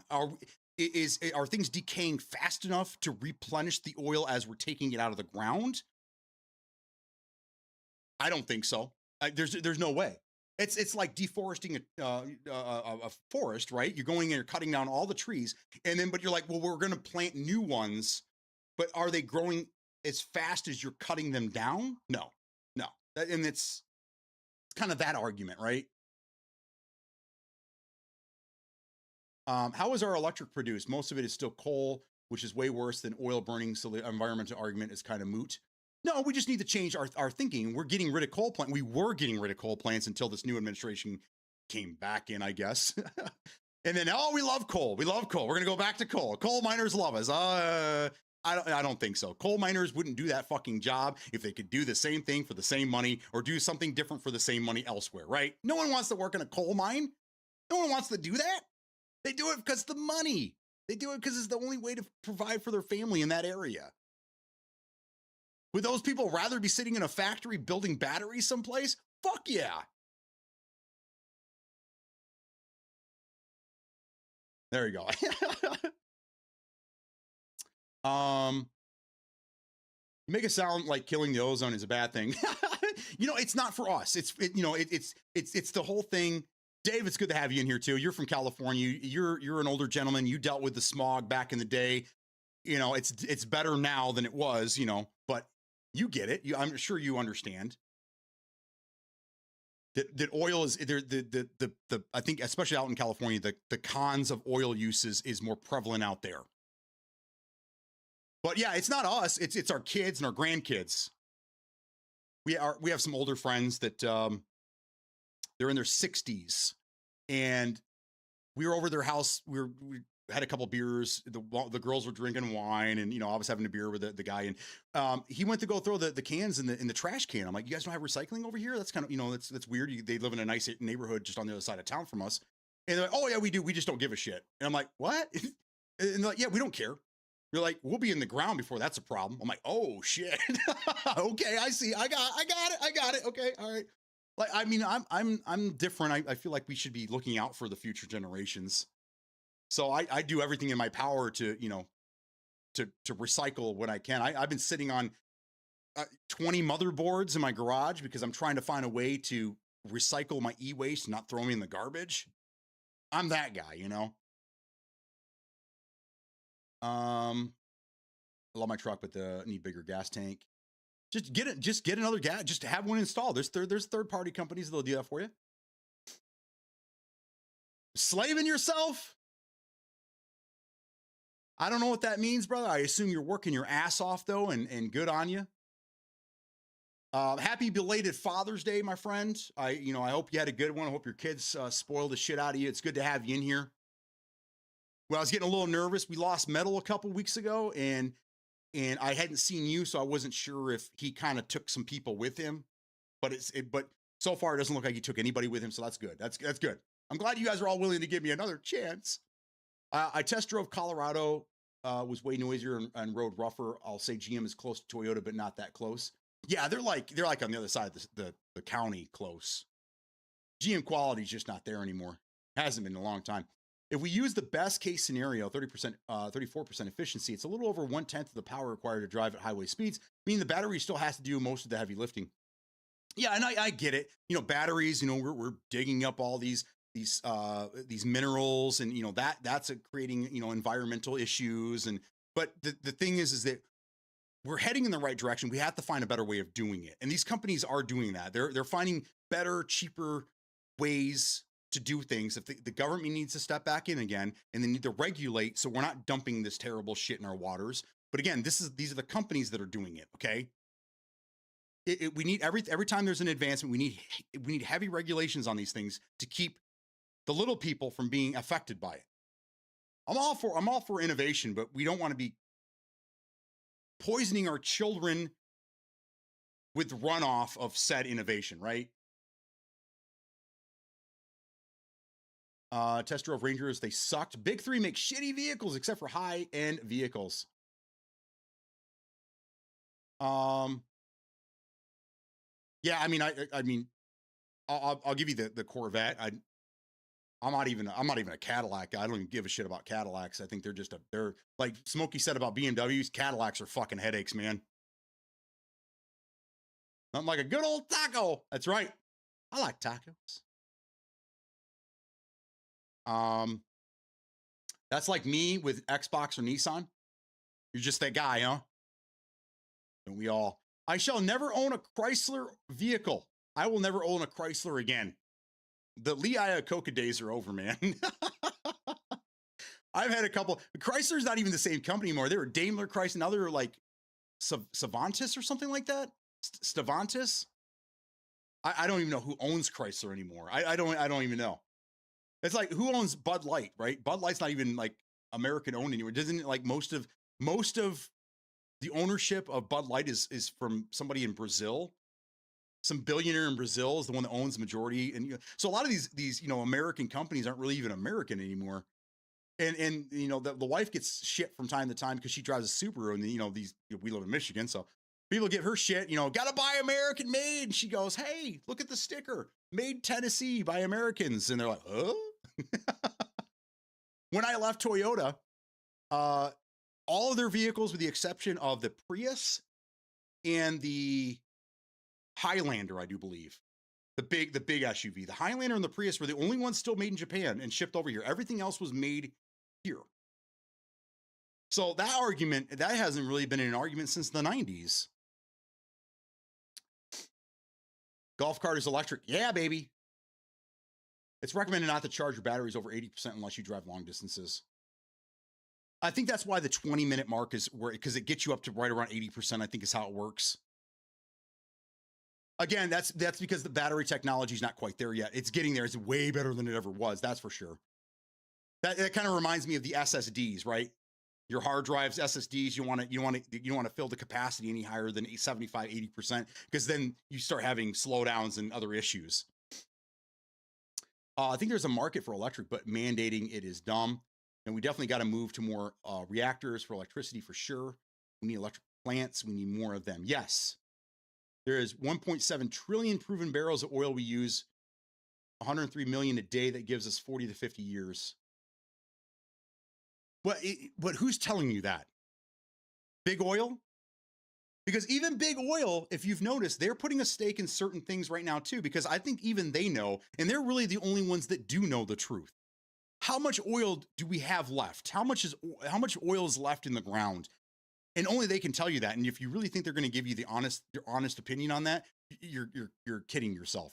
They're going to keep that close to themselves, because they're going to try to find a way to slowly flip the script when they know that the oil is going to start running dry.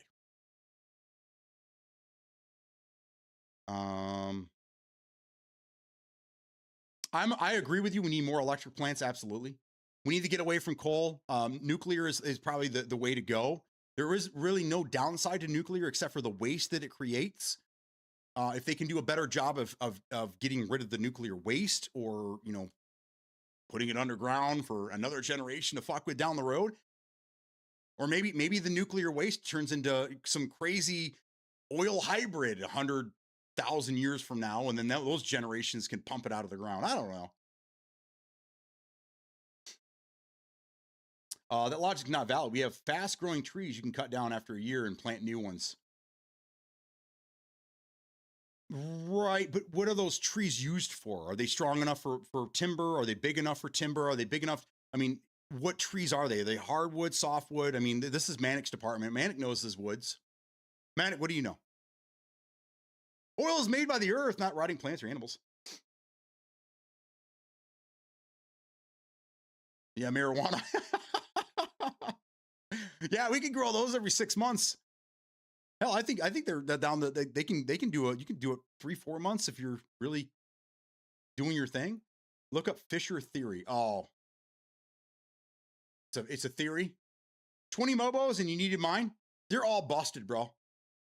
They're old. They're old. They're busted. They're no good. They need to be recycled. But I don't want to throw them away. I want them to be.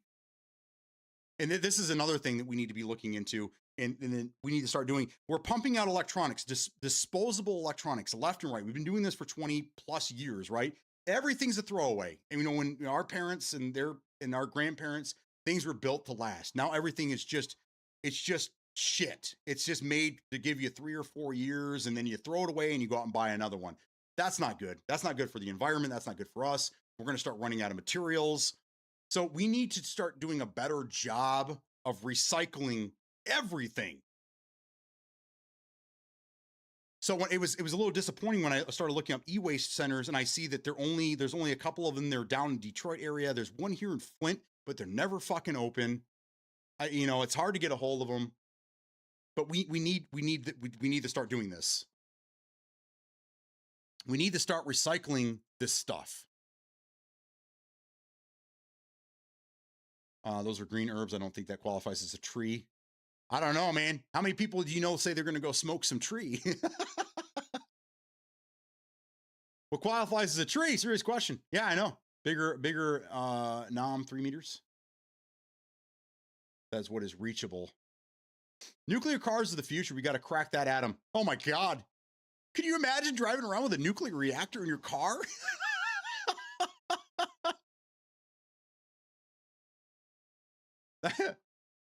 What happened? Did they start dropping bombs? No, they started driving nuclear cars, and one accident wiped out Detroit. I'm genuinely excited for the day we can use an electric vehicle, and definitely with regular maintenance. I agree. We can debate this because it's not really an argument. It's a debate. It really is, because there's pros and cons on both sides of it. There's bad information on both sides of it. It's just. It's big enough that everyone has to talk about it, because it's not going away. It's not going to go away. They're not just going to stop making them. We've been consistently building these things for almost 20 years now, right? In 2 more years. My nose is running. I don't know why. Is it bleeding? No, it's not. Okay.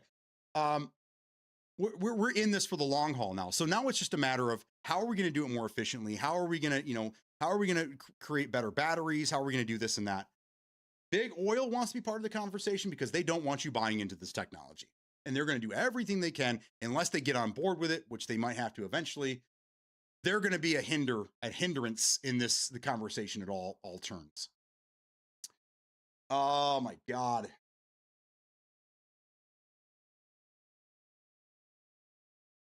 No matter how much we use per year or how much we have left in the ground to pull out, if there was a finite amount, the oil companies would be stupid not to be looking at different technologies and sources of fuel. Yes, that's what I was saying, is that if you've noticed, some of these companies, they utilize shell companies, but you can trace it back, follow the money, right? A lot of these companies, they're starting to kind of dabble. They're starting to kind of like put a little money here, which is kind of like letting me know that they kind of know that the jig is going to be up at some point. So then you got to put some feelers out there. Like Big Tobacco. Big Tobacco is waiting for the day. RJ Reynolds. They're already investing in smaller farms, marijuana farms, because they know at some point it's going to be legal across the country. There's only a few holdouts still, right? I mean, most of the country, medicinal, 100%, and then I think half the country is recreational as well. So as soon as that fucking happens, Big Tobacco is going to run up in there and start buying out all the little dudes. And then, that's just what it happens. These companies are smart. They know what they're doing. I will say this. When I was a kid, you could not see the mountains. We had to stay inside at recess because of first stage smog alerts. Now the air is so much clearer. Not sure if it's cleaner. That's true.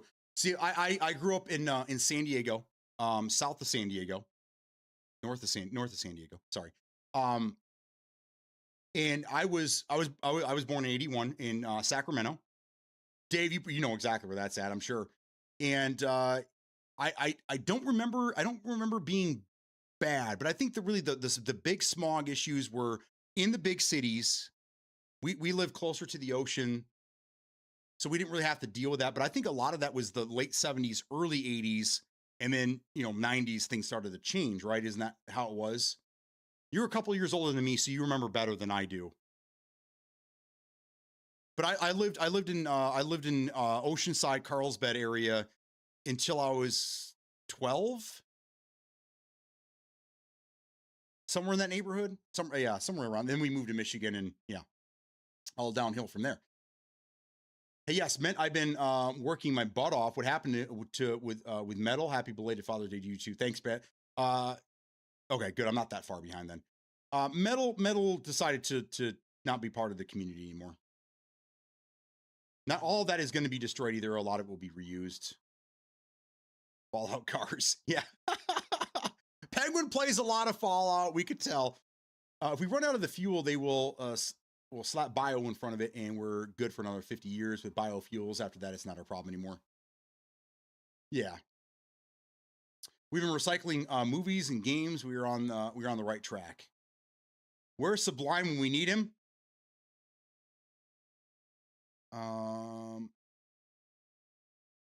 Heck yeah, I drive those. Oh, Subnuke, okay. It's like,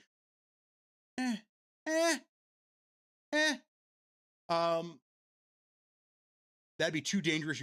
You're selling civilians dirty bombs at that point. So if you think vehicular manslaughter is bad now, that's what I said. I'm like, one accident in Metro Detroit and the whole fucking county's gone. Wayne County's just gone.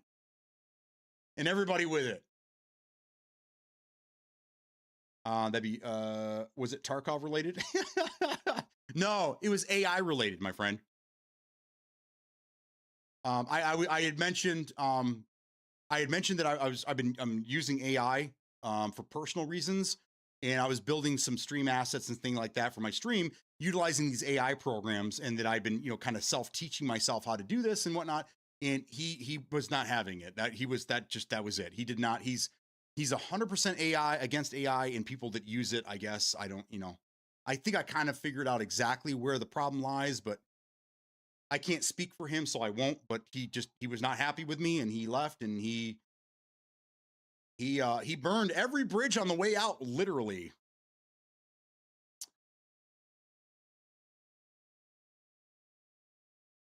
Every great innovation has a risk, and for those that don't know, I'm a big fan of Neil deGrasse Tyson.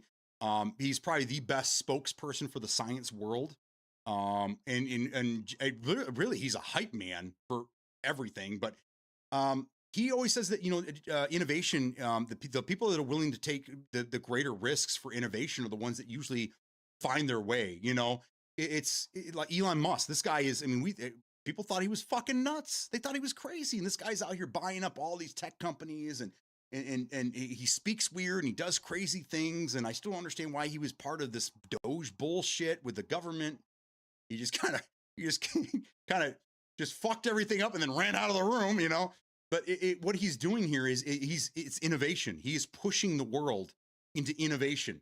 Whether they like it or not, you're going to accept it because Elon is going to push you in that direction. So, yeah, I mean, the guys that are willing to take the risks are the ones that are reaping the rewards. Elon has taken the most risks, and he's a trillionaire. Fucking nuts, man. But like this, I mean, he's willing to take risks where other people aren't, and it's paid off. He'll be known to the world, history, as long as humans are around. He'll always be known in history books now. I mean, you go back as, Socrates, Nostradamus, Albert Einstein, Tesla, and Elon Musk, These are the guys that are always going to be in the history books. They got us to where we are now. On the same idea, current engines are just controlled explosions, thousands of them per minute, with a tank of material that could melt the vehicle and the area around it. That's true. That's very true. You're driving little explosions around town. That's what it is. Little bombs going off. 6,000. Well, if you do the math, right? Because revolutions, and you have, say it's a 4-cylinder. I'll let you guys do the math, but 6,000 explosions a minute. You're driving around with a fucking war under your hood. That's it. Let's see here. You are correct. Born in 70, so all grade school here in LA, late 70s, early 80s. Things got cleaner after that. New gasoline mixtures, I'm sure, helped. Yeah, because you were also dealing with lead back at that time. So not only did you have the smog in the air, but it was also lead filled.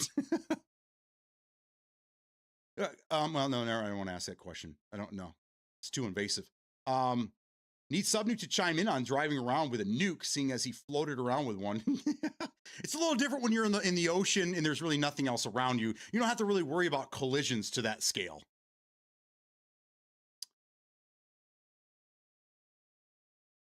Around here and nowadays, when everybody, not just teenagers, when everybody's doing this while they're driving,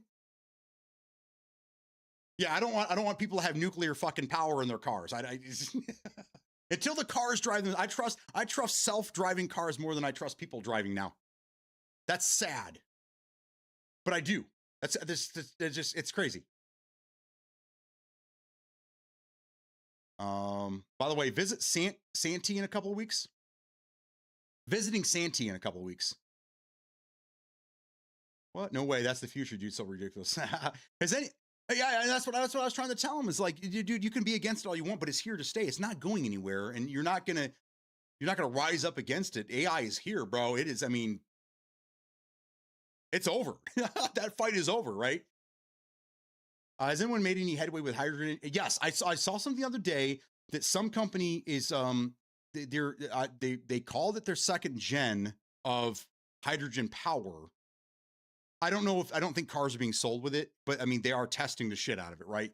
Because I think that's what it is. We're looking for renewable energy. We're looking for newer things to get away from oil, coal, these things that are hurting the environment and people around it. So I know it's being worked on. You'll have to do a deeper dive than what I can give you here, but I know it's being worked on by several companies. Yes. One day he'll understand, he'll come around again. That's what I was saying too, is that he'll be back. I'm sure he'll be back. He won't have a choice. No, he won't. He'll have a choice to come back here, but he won't have a choice to live with AI unless he wants to move to some fucking island out in the middle of nowhere. I mean, Elon is 100% planning to live on Mars, and you can't tell me otherwise based on his companies. He's not planning to live there until it can be terraformed. Is that what they call it? Terraformed? I don't think he'd want to live there until like this world, this planet was dead, right? Or until like that's it. There's no turning back. He's going to send other people there to get it ready. If anything, Elon Musk is going to find a way to upload his consciousness to a computer. We're all pretty sure at this point there's no fountain of youth. There's going to be no way, unless you're constantly somehow uploading your brain to another younger body. There's no way to keep yourself alive any longer than 10 years. I mean, the oldest human lived to 115, whatever, right? That's it. You can keep trying to, doing like organ transplants or whatever. Elon is going to figure out a way. What was that movie? What was that show? There was a show that was based on this. Altered Carbon. Anybody ever see that show? He's going to figure out how to do that. He's going to figure out how to upload his consciousness to a computer, and he'll live forever. He's going to make himself an AI program. He's going to turn himself into Cortana.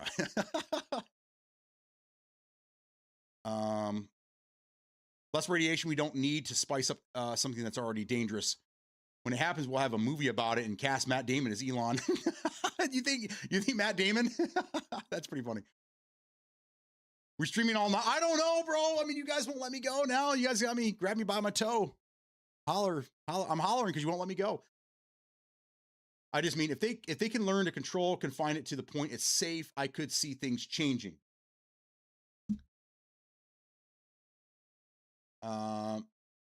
Y'all can text and drive.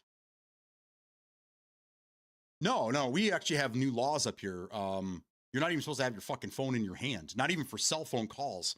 You're not even supposed to have your phone in your hand for phone calls. You're supposed to have it on your dash, which I think is stupid too, somewhere within front of you on a stand. You can't touch the phone. You're not supposed to have the phone in your hand while you're driving. It's called distracted driving.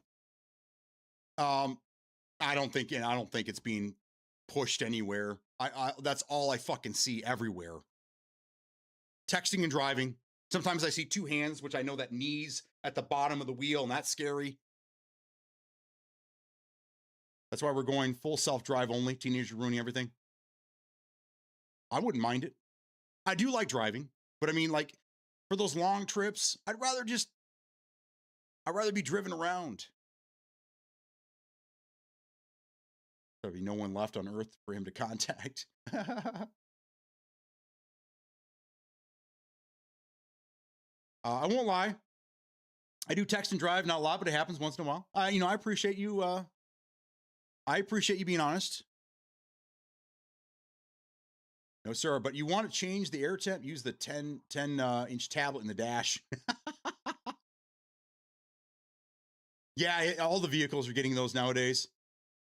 I told my wife, like, when I was just out of high school, I had, everyone had radar detectors. I had one up in my dash. It was up in the corner. It wasn't hanging in the middle of the dash. It wasn't anywhere. It was just there, right? And I don't even know how the cop could see it. I got a ticket for just not distracted driving. It was something view. Like I couldn't, I reduced my view of the windshield or some shit, right? And then I found out that you couldn't have shit hanging the fuzzy dice. I got pulled over for fucking fuzzy dice in my car because it's distractions. You can't have these things up in your windshield where you're supposed to be paying attention. I don't know where this turned. I don't know where this changed, but I mean, in the last 6-7 years, I see people with fucking tablets with mounts in their windshield. Like, how do you see where you're going? How do you no one's getting pulled over.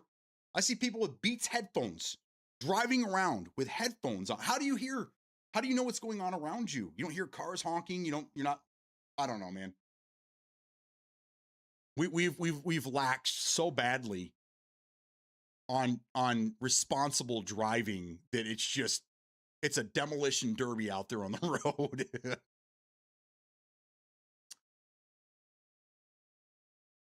Except there, I won't lie. Right. So think about all the different things he's involved with. He's going to send the robots to do the work first. Yeah. I mean, I'm not saying you're wrong. I'm just saying he's going to exhaust every resource on this planet before he jumps ship. And I'm pretty sure before he jumps ship, when he lands there, he won't be human anymore.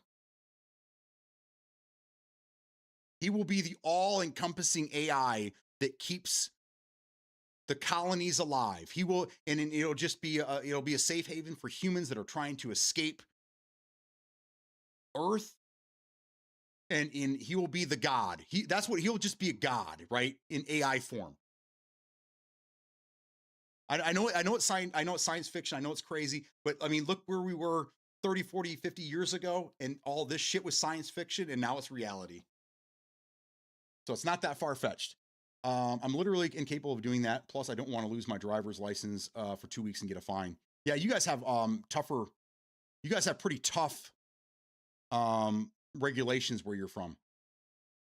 That's fair to say. Multiple fail safes and a few tragedies later with the field testing, and I'm sure it'll be a thing. But the question is, will something more effective and safer pop up first? You never know. Only time will tell. Just saying, I wouldn't be surprised if we moved in that direction. Japan and Chernobyl, I think we got the testing down pat. Well, I mean, don't forget 3 Mile Island. We had the same. We had a meltdown on our soil as well. I think Japan's was because of the hurricane, right? And I think they pretty much saved that, didn't they? Weren't they able to come in just at the right time and save that from being a complete meltdown? I don't think anything's ever been as bad as Chernobyl, but we came close a couple of times.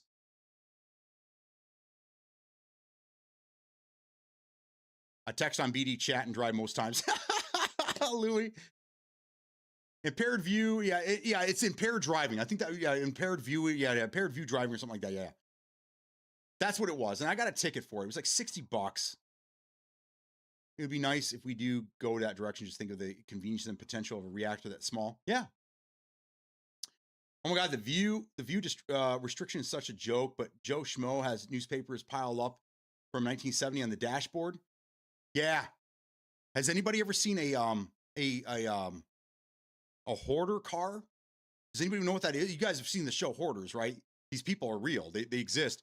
they just collect everything, just usually garbage. It just ends up being stacks of garbage in their house, and they can't really move. And sometimes they die because they get trapped under this stuff, and it's horrible. But people have hoarder cars. And there's a couple in the area. What I'll do is I don't want to shame people, but we don't know who the fuck they are, right? But I'll start taking pictures of these things when I see them, and I'll put them up so you guys see them. There's no place in the car. It's stacked to the ceiling that you can't even see out the back. And the only place to sit is in the driver's seat. Even the passenger side windshield is fucking packed with shit.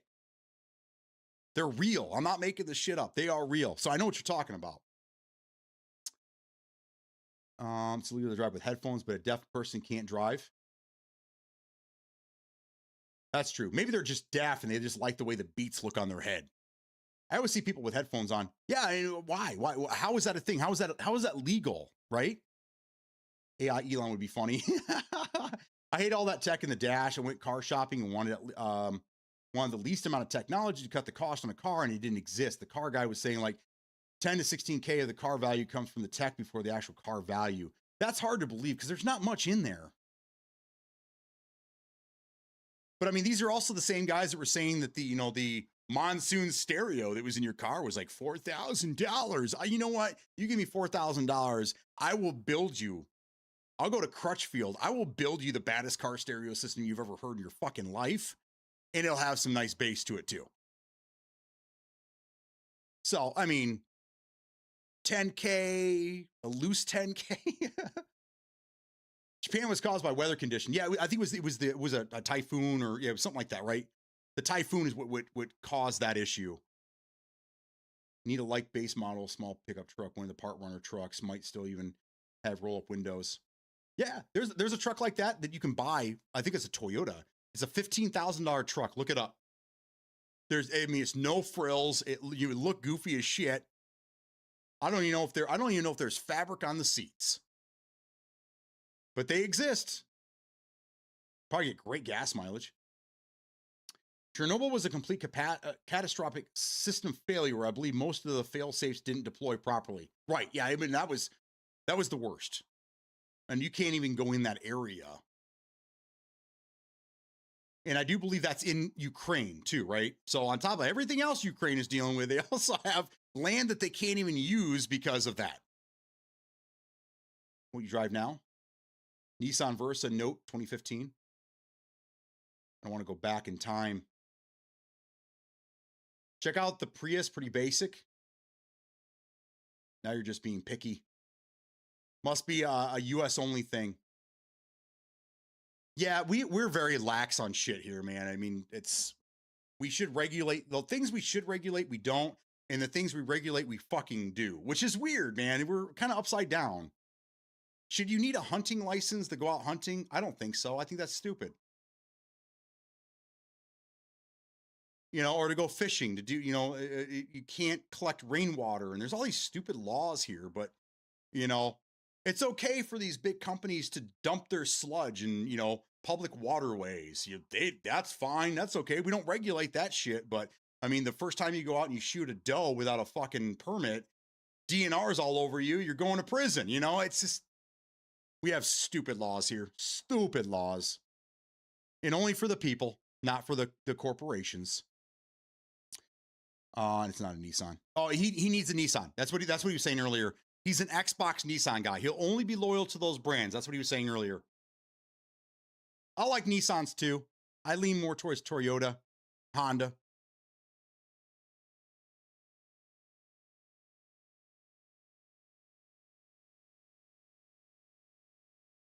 Border cars, 100% real. I have even seen them with cardboard strapped to the top of the car. Wow. Yeah. They exist everywhere. Nissan is junk. I'm sorry. Wrong car to talk cars with. I don't know, Smo. You live way up there in Maine. Have you ever seen a Nissan? Do you even know what a Nissan looks like?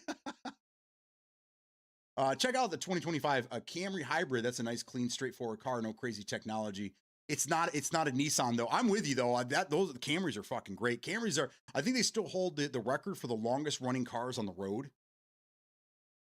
I mean, I see 90s Camrys still driving around. it seems like the body rusts around the engine. The engine's still going strong, 400,000 miles on these fucking cars. And you know, one half of the rear quarter panel is all rusted to shit. Oh man. That'd be nice though. Instead of doing engine work every few years, you know, you start doing body work. You get body work done to your car instead of engine work. That'd be nice. You're telling me, a 2023 Nissan Rogue was 22,000, but apparently it tech was like 12K of it. I mean, I'm a tech guy. I mean, I always have been. So, I mean, I love that shit. My wife does too. She thinks it's fantastic. So I can't relate there, Penguin. This is another thing we don't agree on. I like my Honda. It's a 2008. It's a little 2008 Honda Civic. It had no frills. It's just easy. You know, it's just, and I like that about it. It's just no nonsense. But when you do get into these cars that have the tech and they have all the luxuries and stuff, it's hard to argue with. It really is. That's why I keep pushing my wife. I'm like, we just get something now, because you know she's like, you know, the air conditioning's not quite working the way it did, and the engine's kind of having a hard time when I do have the air conditioning on. I'm like, well, you have almost 200,000 on this thing. It served its purpose. It's done great. It's 10 years old now. It's time. It's time to get another. It's time.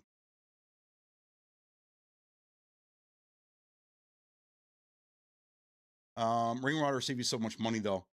Yeah, I mean, you're preaching to the choir over here. We had stupid laws, man, just stupid shit. I could sit here and go through all the stupid laws just that are in my state, let alone the rest of the country. The dumb shit that we have here. What was the significant environmental impact that went along with Chernobyl? And I'm pretty sure some of the compounding factors occurred in the construction of the reactor. I don't think environment had anything to do with it.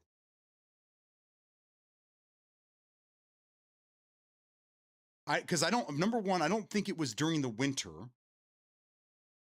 I think it was just a summer day. I think it was human error. I think people just fucked up.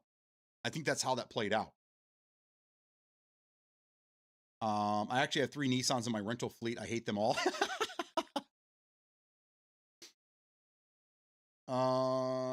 Text fine, but the price tag's ridiculous. I see what you're saying. I see. You just don't want to have to pay for those things. Yeah, but I mean, if you knew what you're paying for the rest of the car, for what it actually is, there wouldn't be really much argument.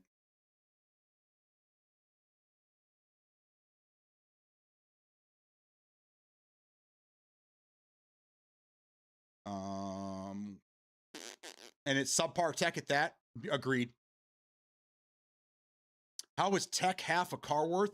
I don't know. I don't know if your salesperson was, you know, being honest with you. That doesn't make any sense to me. Again, I mean, unless you see it on the Windows sticker, I don't know how that could be. I don't get it. So if you and they won't let you buy it without the tech, right? So that you're just kind of forced to, you know, whatever. Maybe that's how they keep the cars cheap. Like, well, hey, the car's only 22 grand, but the technology, you know, that just sounds like sales bullshit to me. I highly doubt the technology in the car is worth half the, you know what I'm saying? Like that's that stuff anyhow. I mean, every car has a computer, you know, that stuff. But I mean, what they call it, infotainment center. The screen is definitely not the little computer power that's in there. It's not. I mean, it would $1,000, maybe $1,500. I couldn't imagine being much. I mean, they're not building these cars with 5090s in them and shit. So like, you know, I just, it sounds like he's just fucking with you, or he's just giving you some stupid sales pitch that he thought you were going to buy into. I don't know. It can't be that much though. Because money is fake and therefore so is value. Oh, I like that. I like that. Like when people say that's just a made up word. They're all made up. That holiday's made up. They're all made up. 2025 Nissan Versa, I mean, can't get any more plain than that. Starts at 20K. 3 Mile Island was so bad because the people running it, just like Chernobyl, tried to hide the fact it was going on. Yeah, the people weren't alerted when they should have. You know, people were trying to fix it on their own because they didn't want to get in trouble. I mean, these are millions of lives in this area, and you're so worried about getting in trouble. You're willing to risk lives so that people don't know it was you. Like, I don't know. They need to do a better job of vetting these people before they start working at the fucking power plant. He was probably jerking me. Yeah, he probably was. Was he Cajun?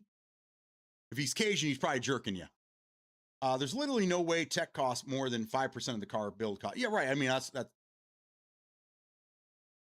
I'll take crank windows. Fuck you, technology. Crank windows, rubber floor, sold. All right, so I mean, I can only go so far into the craziness, bro. Again, I lived through those days. The last thing I ever want to do, especially at 45, is to be sitting there cranking a fucking window or reaching across to unroll that one down so I can holler at somebody that I'm pulling up next to. Or oh my God, no, I'm good. You can have your crank, bro. I'm good. That's where I have to say, you know what? That's it. Enough is enough.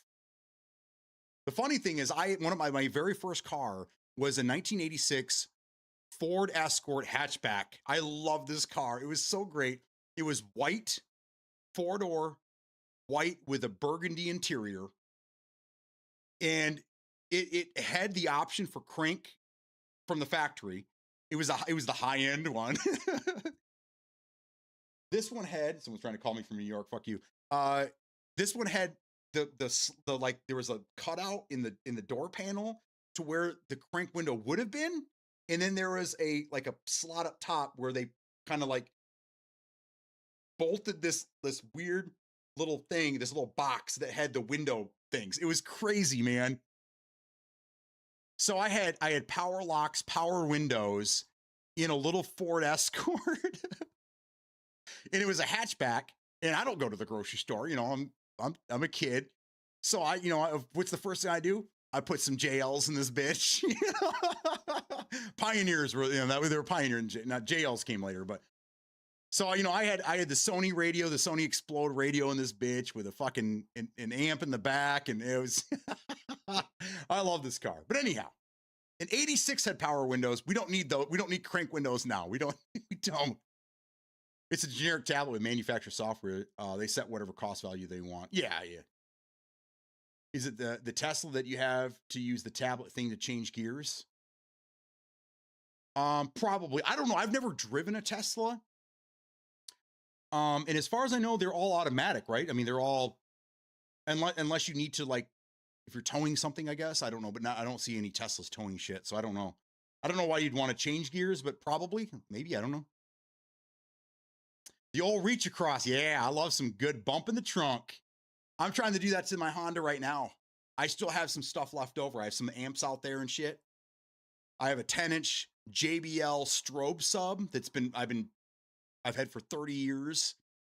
I just need a box for it. I need a bandpass box. I need a wiring kit. I need a new stereo, and I'm gaming, dude. Anyhow, okay, guys, I'm ending this motherfucker. That's it. It's done. We're done. Thank you guys for the conversation. We went 5.5 hours today. I streamed longer today talking than I normally do when I'm playing video games. This was a podcast for a whole month. These guys out here doing an hour at a time. Fucking newbies. This is how you do it. All right. Tomorrow, 9 o'clock, Gray Zone. Friday, 9 o'clock, Gray Zone for a short period of time. As soon as War Dogs goes live, I'm out of here. And then I might see you over the weekend. Thank you guys so much. I will be on later tonight playing games. If you see me, throw me an invite, join the games, whatever you want to do. Thank you for being here. We had a great conversation. I love all of you. I gotta go.